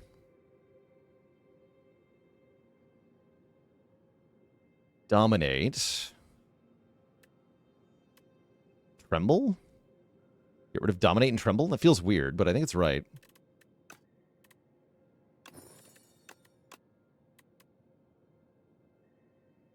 Iron Wave is an option, too. Second Wind? What if I just got rid of all the non-attack cards? Wait. Get rid of Tremble. Second Wind. Evil Eye, Dominate. Wait. Wait. Wait a second. Genius. Why not remove Bash instead of Tremble? Because Bash is an attack, and therefore Pillage will keep drawing. That's why.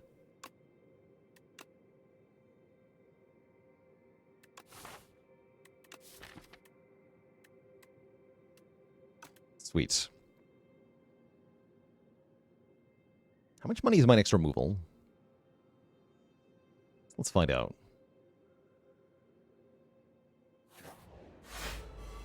Hello, friends.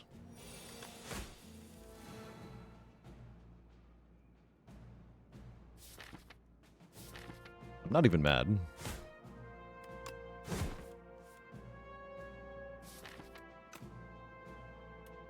Go Anger, Fiendfire.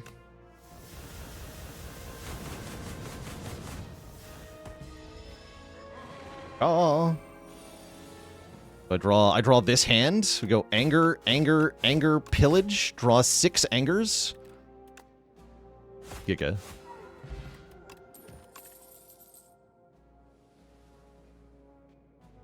We don't want those cards.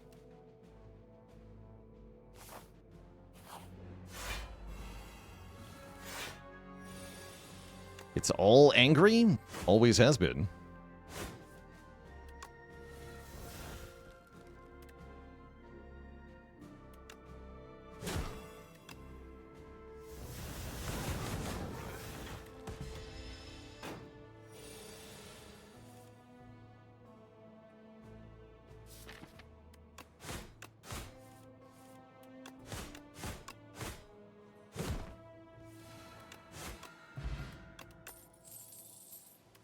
A key, a 13 with a prime sub in 10 months, the full metric year get. Oh, it is 150. Rip. Whatever. Can remove here. Angry Man. Upgrades seem... No, offering upgrades great, actually.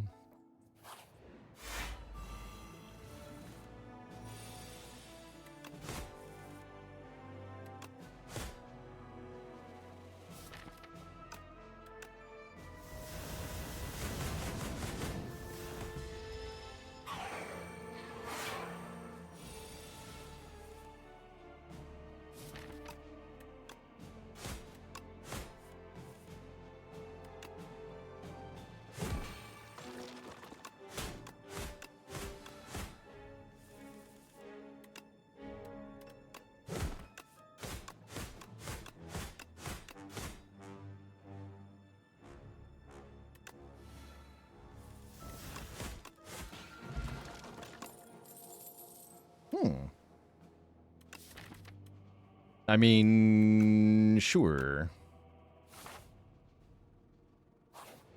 500 Punch Man. Oh, we can lose Iron Wave. Great. Goodbye, Iron Wave. You're no longer welcome.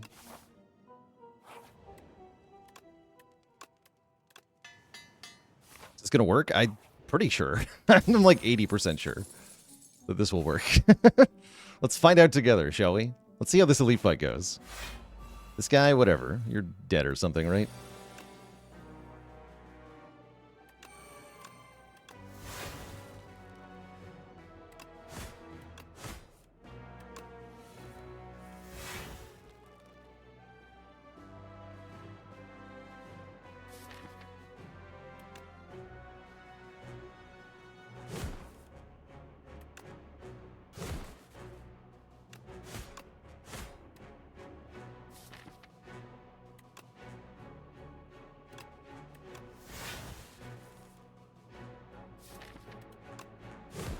Be careful here, actually.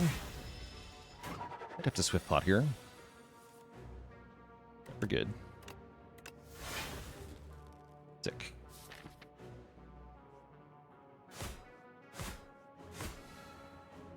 Pillage?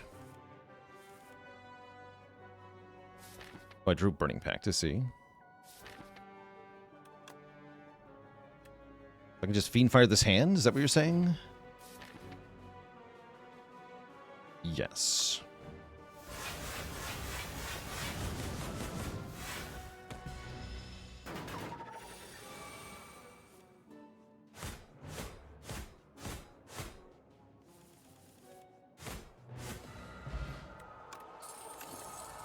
Pendulum. When we shuffle the draw pile, draw a card is going to help.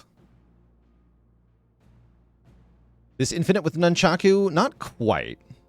Pretty dang close, though.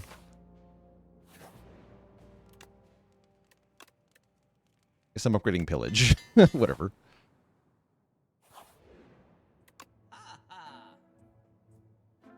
Ornamental Fan seems good. Or I can just remove. Removing seems good, too.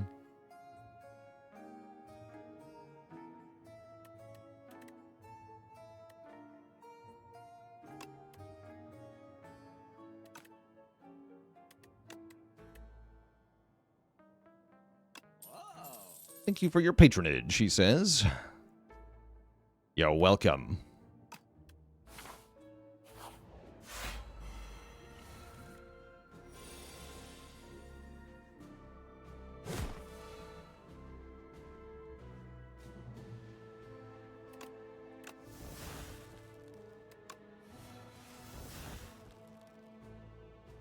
Slimed are going to be a bit of a problem, are they not?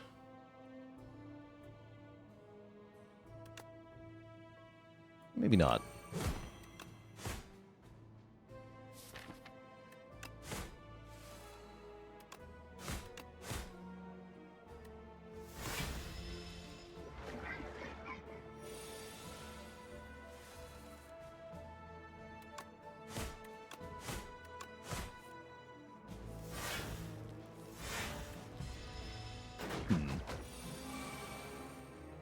A lot of slimes.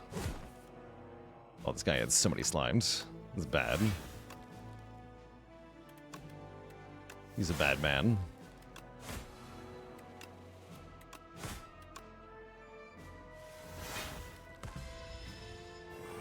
Yeah, 10 each time. It's crazy. Is now the Swift Potion? It's feeling likely-ish. Now we're fine.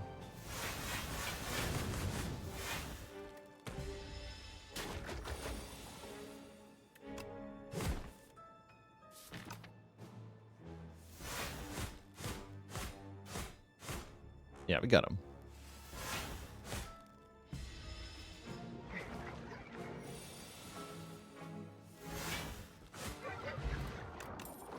That was horrifying. These freaking guys.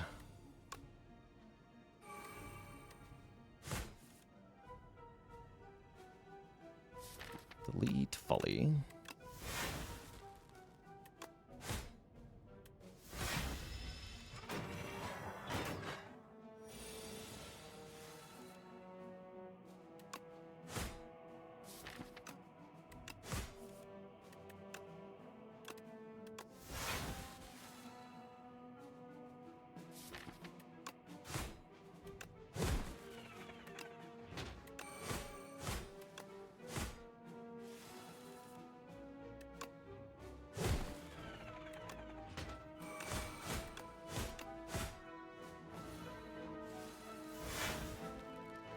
Love it.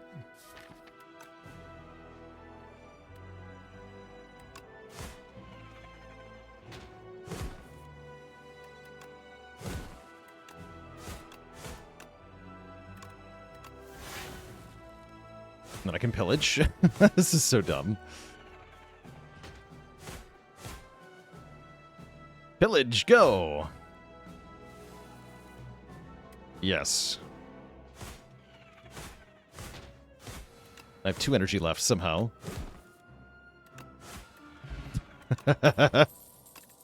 He's so angry.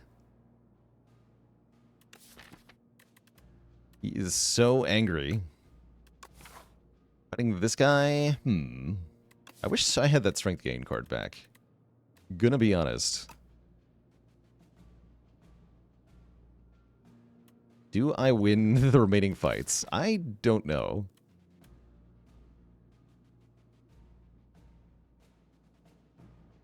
It's concerning.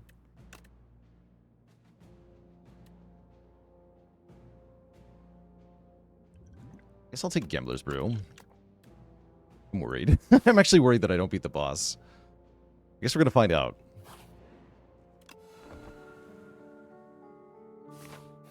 Hello.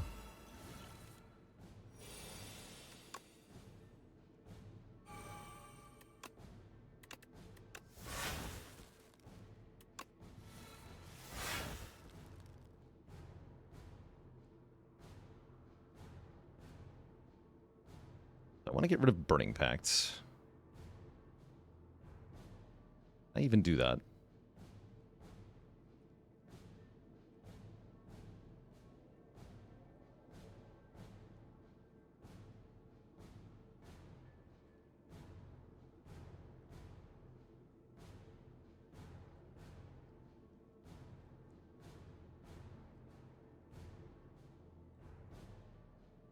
Feed Fire and Trust? I don't think that's going to do what we want it to do.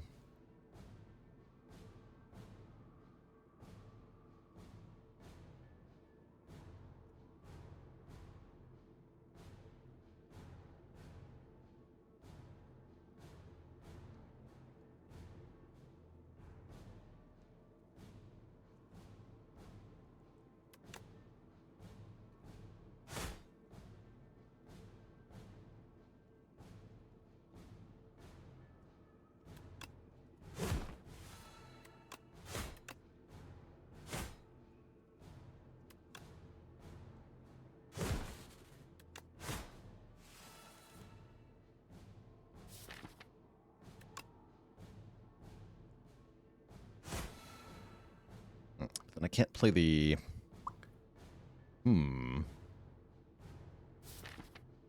Tricky.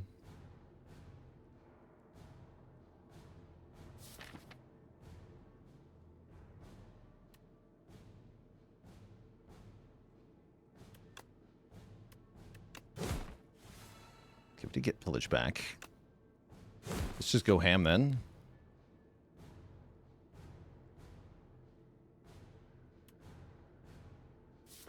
Yeah, I guess let's just go ham.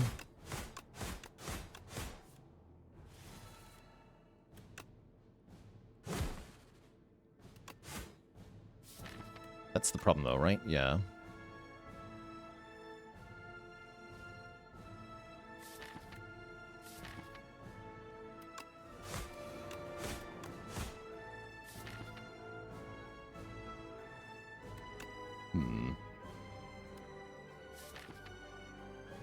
Too much anger. Yeah, it's too much anger. I don't want to play these. Debtors with a Prime sub and 3 months of support. Okay, that's promising.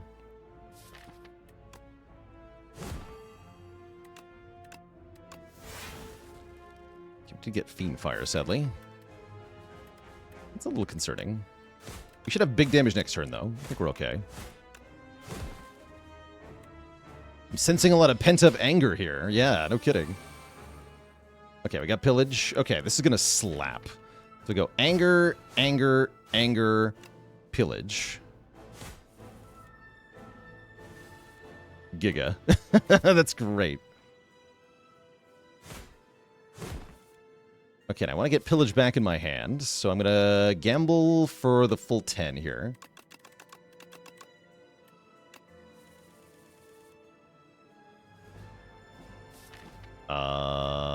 Wait, I'm blind? It was already in the discard pile? I'm blind. Now we can Fiend Fire, though. That works. Just Fiend Fire.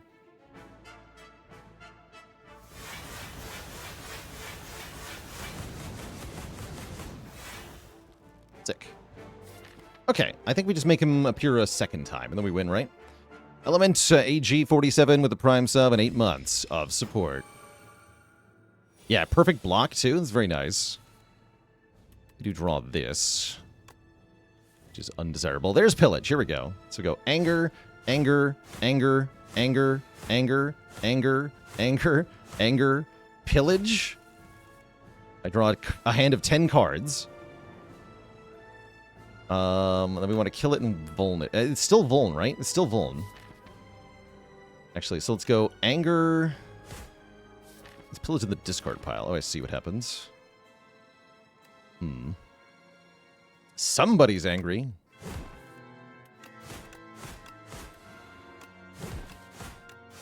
There he is. Yeah, still vuln. Just hit him a bunch. It's a very silly build. No, we don't do anything on this except play 5 Angers. We actually just win anyway. GG. That was silly. That was very silly. Cursed to fight forever, aren't you? Yes. I sure am. I'm cursed to be angry forever. Eternally angry clad. GG. Local man, too angry to die. Here's the deck. 11 cards only is what we had here. 2 curses.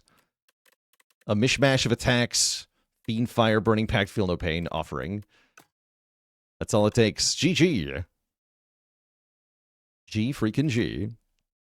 What a weird deck, right? That was great. Would have been nice to enchant Perfect Fit on Pillage. Oh, man. Yes, it would have. That would have been very good. Very good indeed.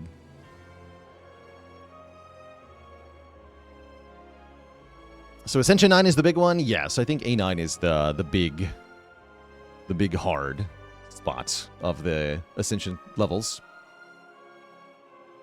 Yes, indeed. Alrighty, chat. That is going to bring us to the end of tonight's show. We had a great couple of runs. We're almost all the way up the Ascensions on everyone now. 9 on Clad, 9 on Silent. We've beaten A10 with Defect. We've unlocked it with Necro and Regent. So we only have 6 more winning runs until everything is maxed out. If you're curious, here is the current character stats. We're at 54 wins, 3 losses. No losses yet on Defect or Silent. Pretty cool. That is pretty cool. I'm going to throw a raid on over to Dolphin Chemist, who's doing some Slay the Spire 2. He's a great late night streamer. Got an awesome dog. And he's a cool dude. Isn't it more fun for me if I lose some as well? It is! Which is why we'll be doing some challenge runs after we max out Ascensions with everybody. Alright, say hi to Dolphin Chemist for me, folks. As a reminder, no backseating in Dolphin's stream. Don't tell him what to do, what cards to pick. Just sit back, relax, enjoy, and have a chat with him. But no backseating, please. Alright, folks. I'll catch y'all on the flip side. Until then, see y'all later. Toodaloo, my friends. And night-night.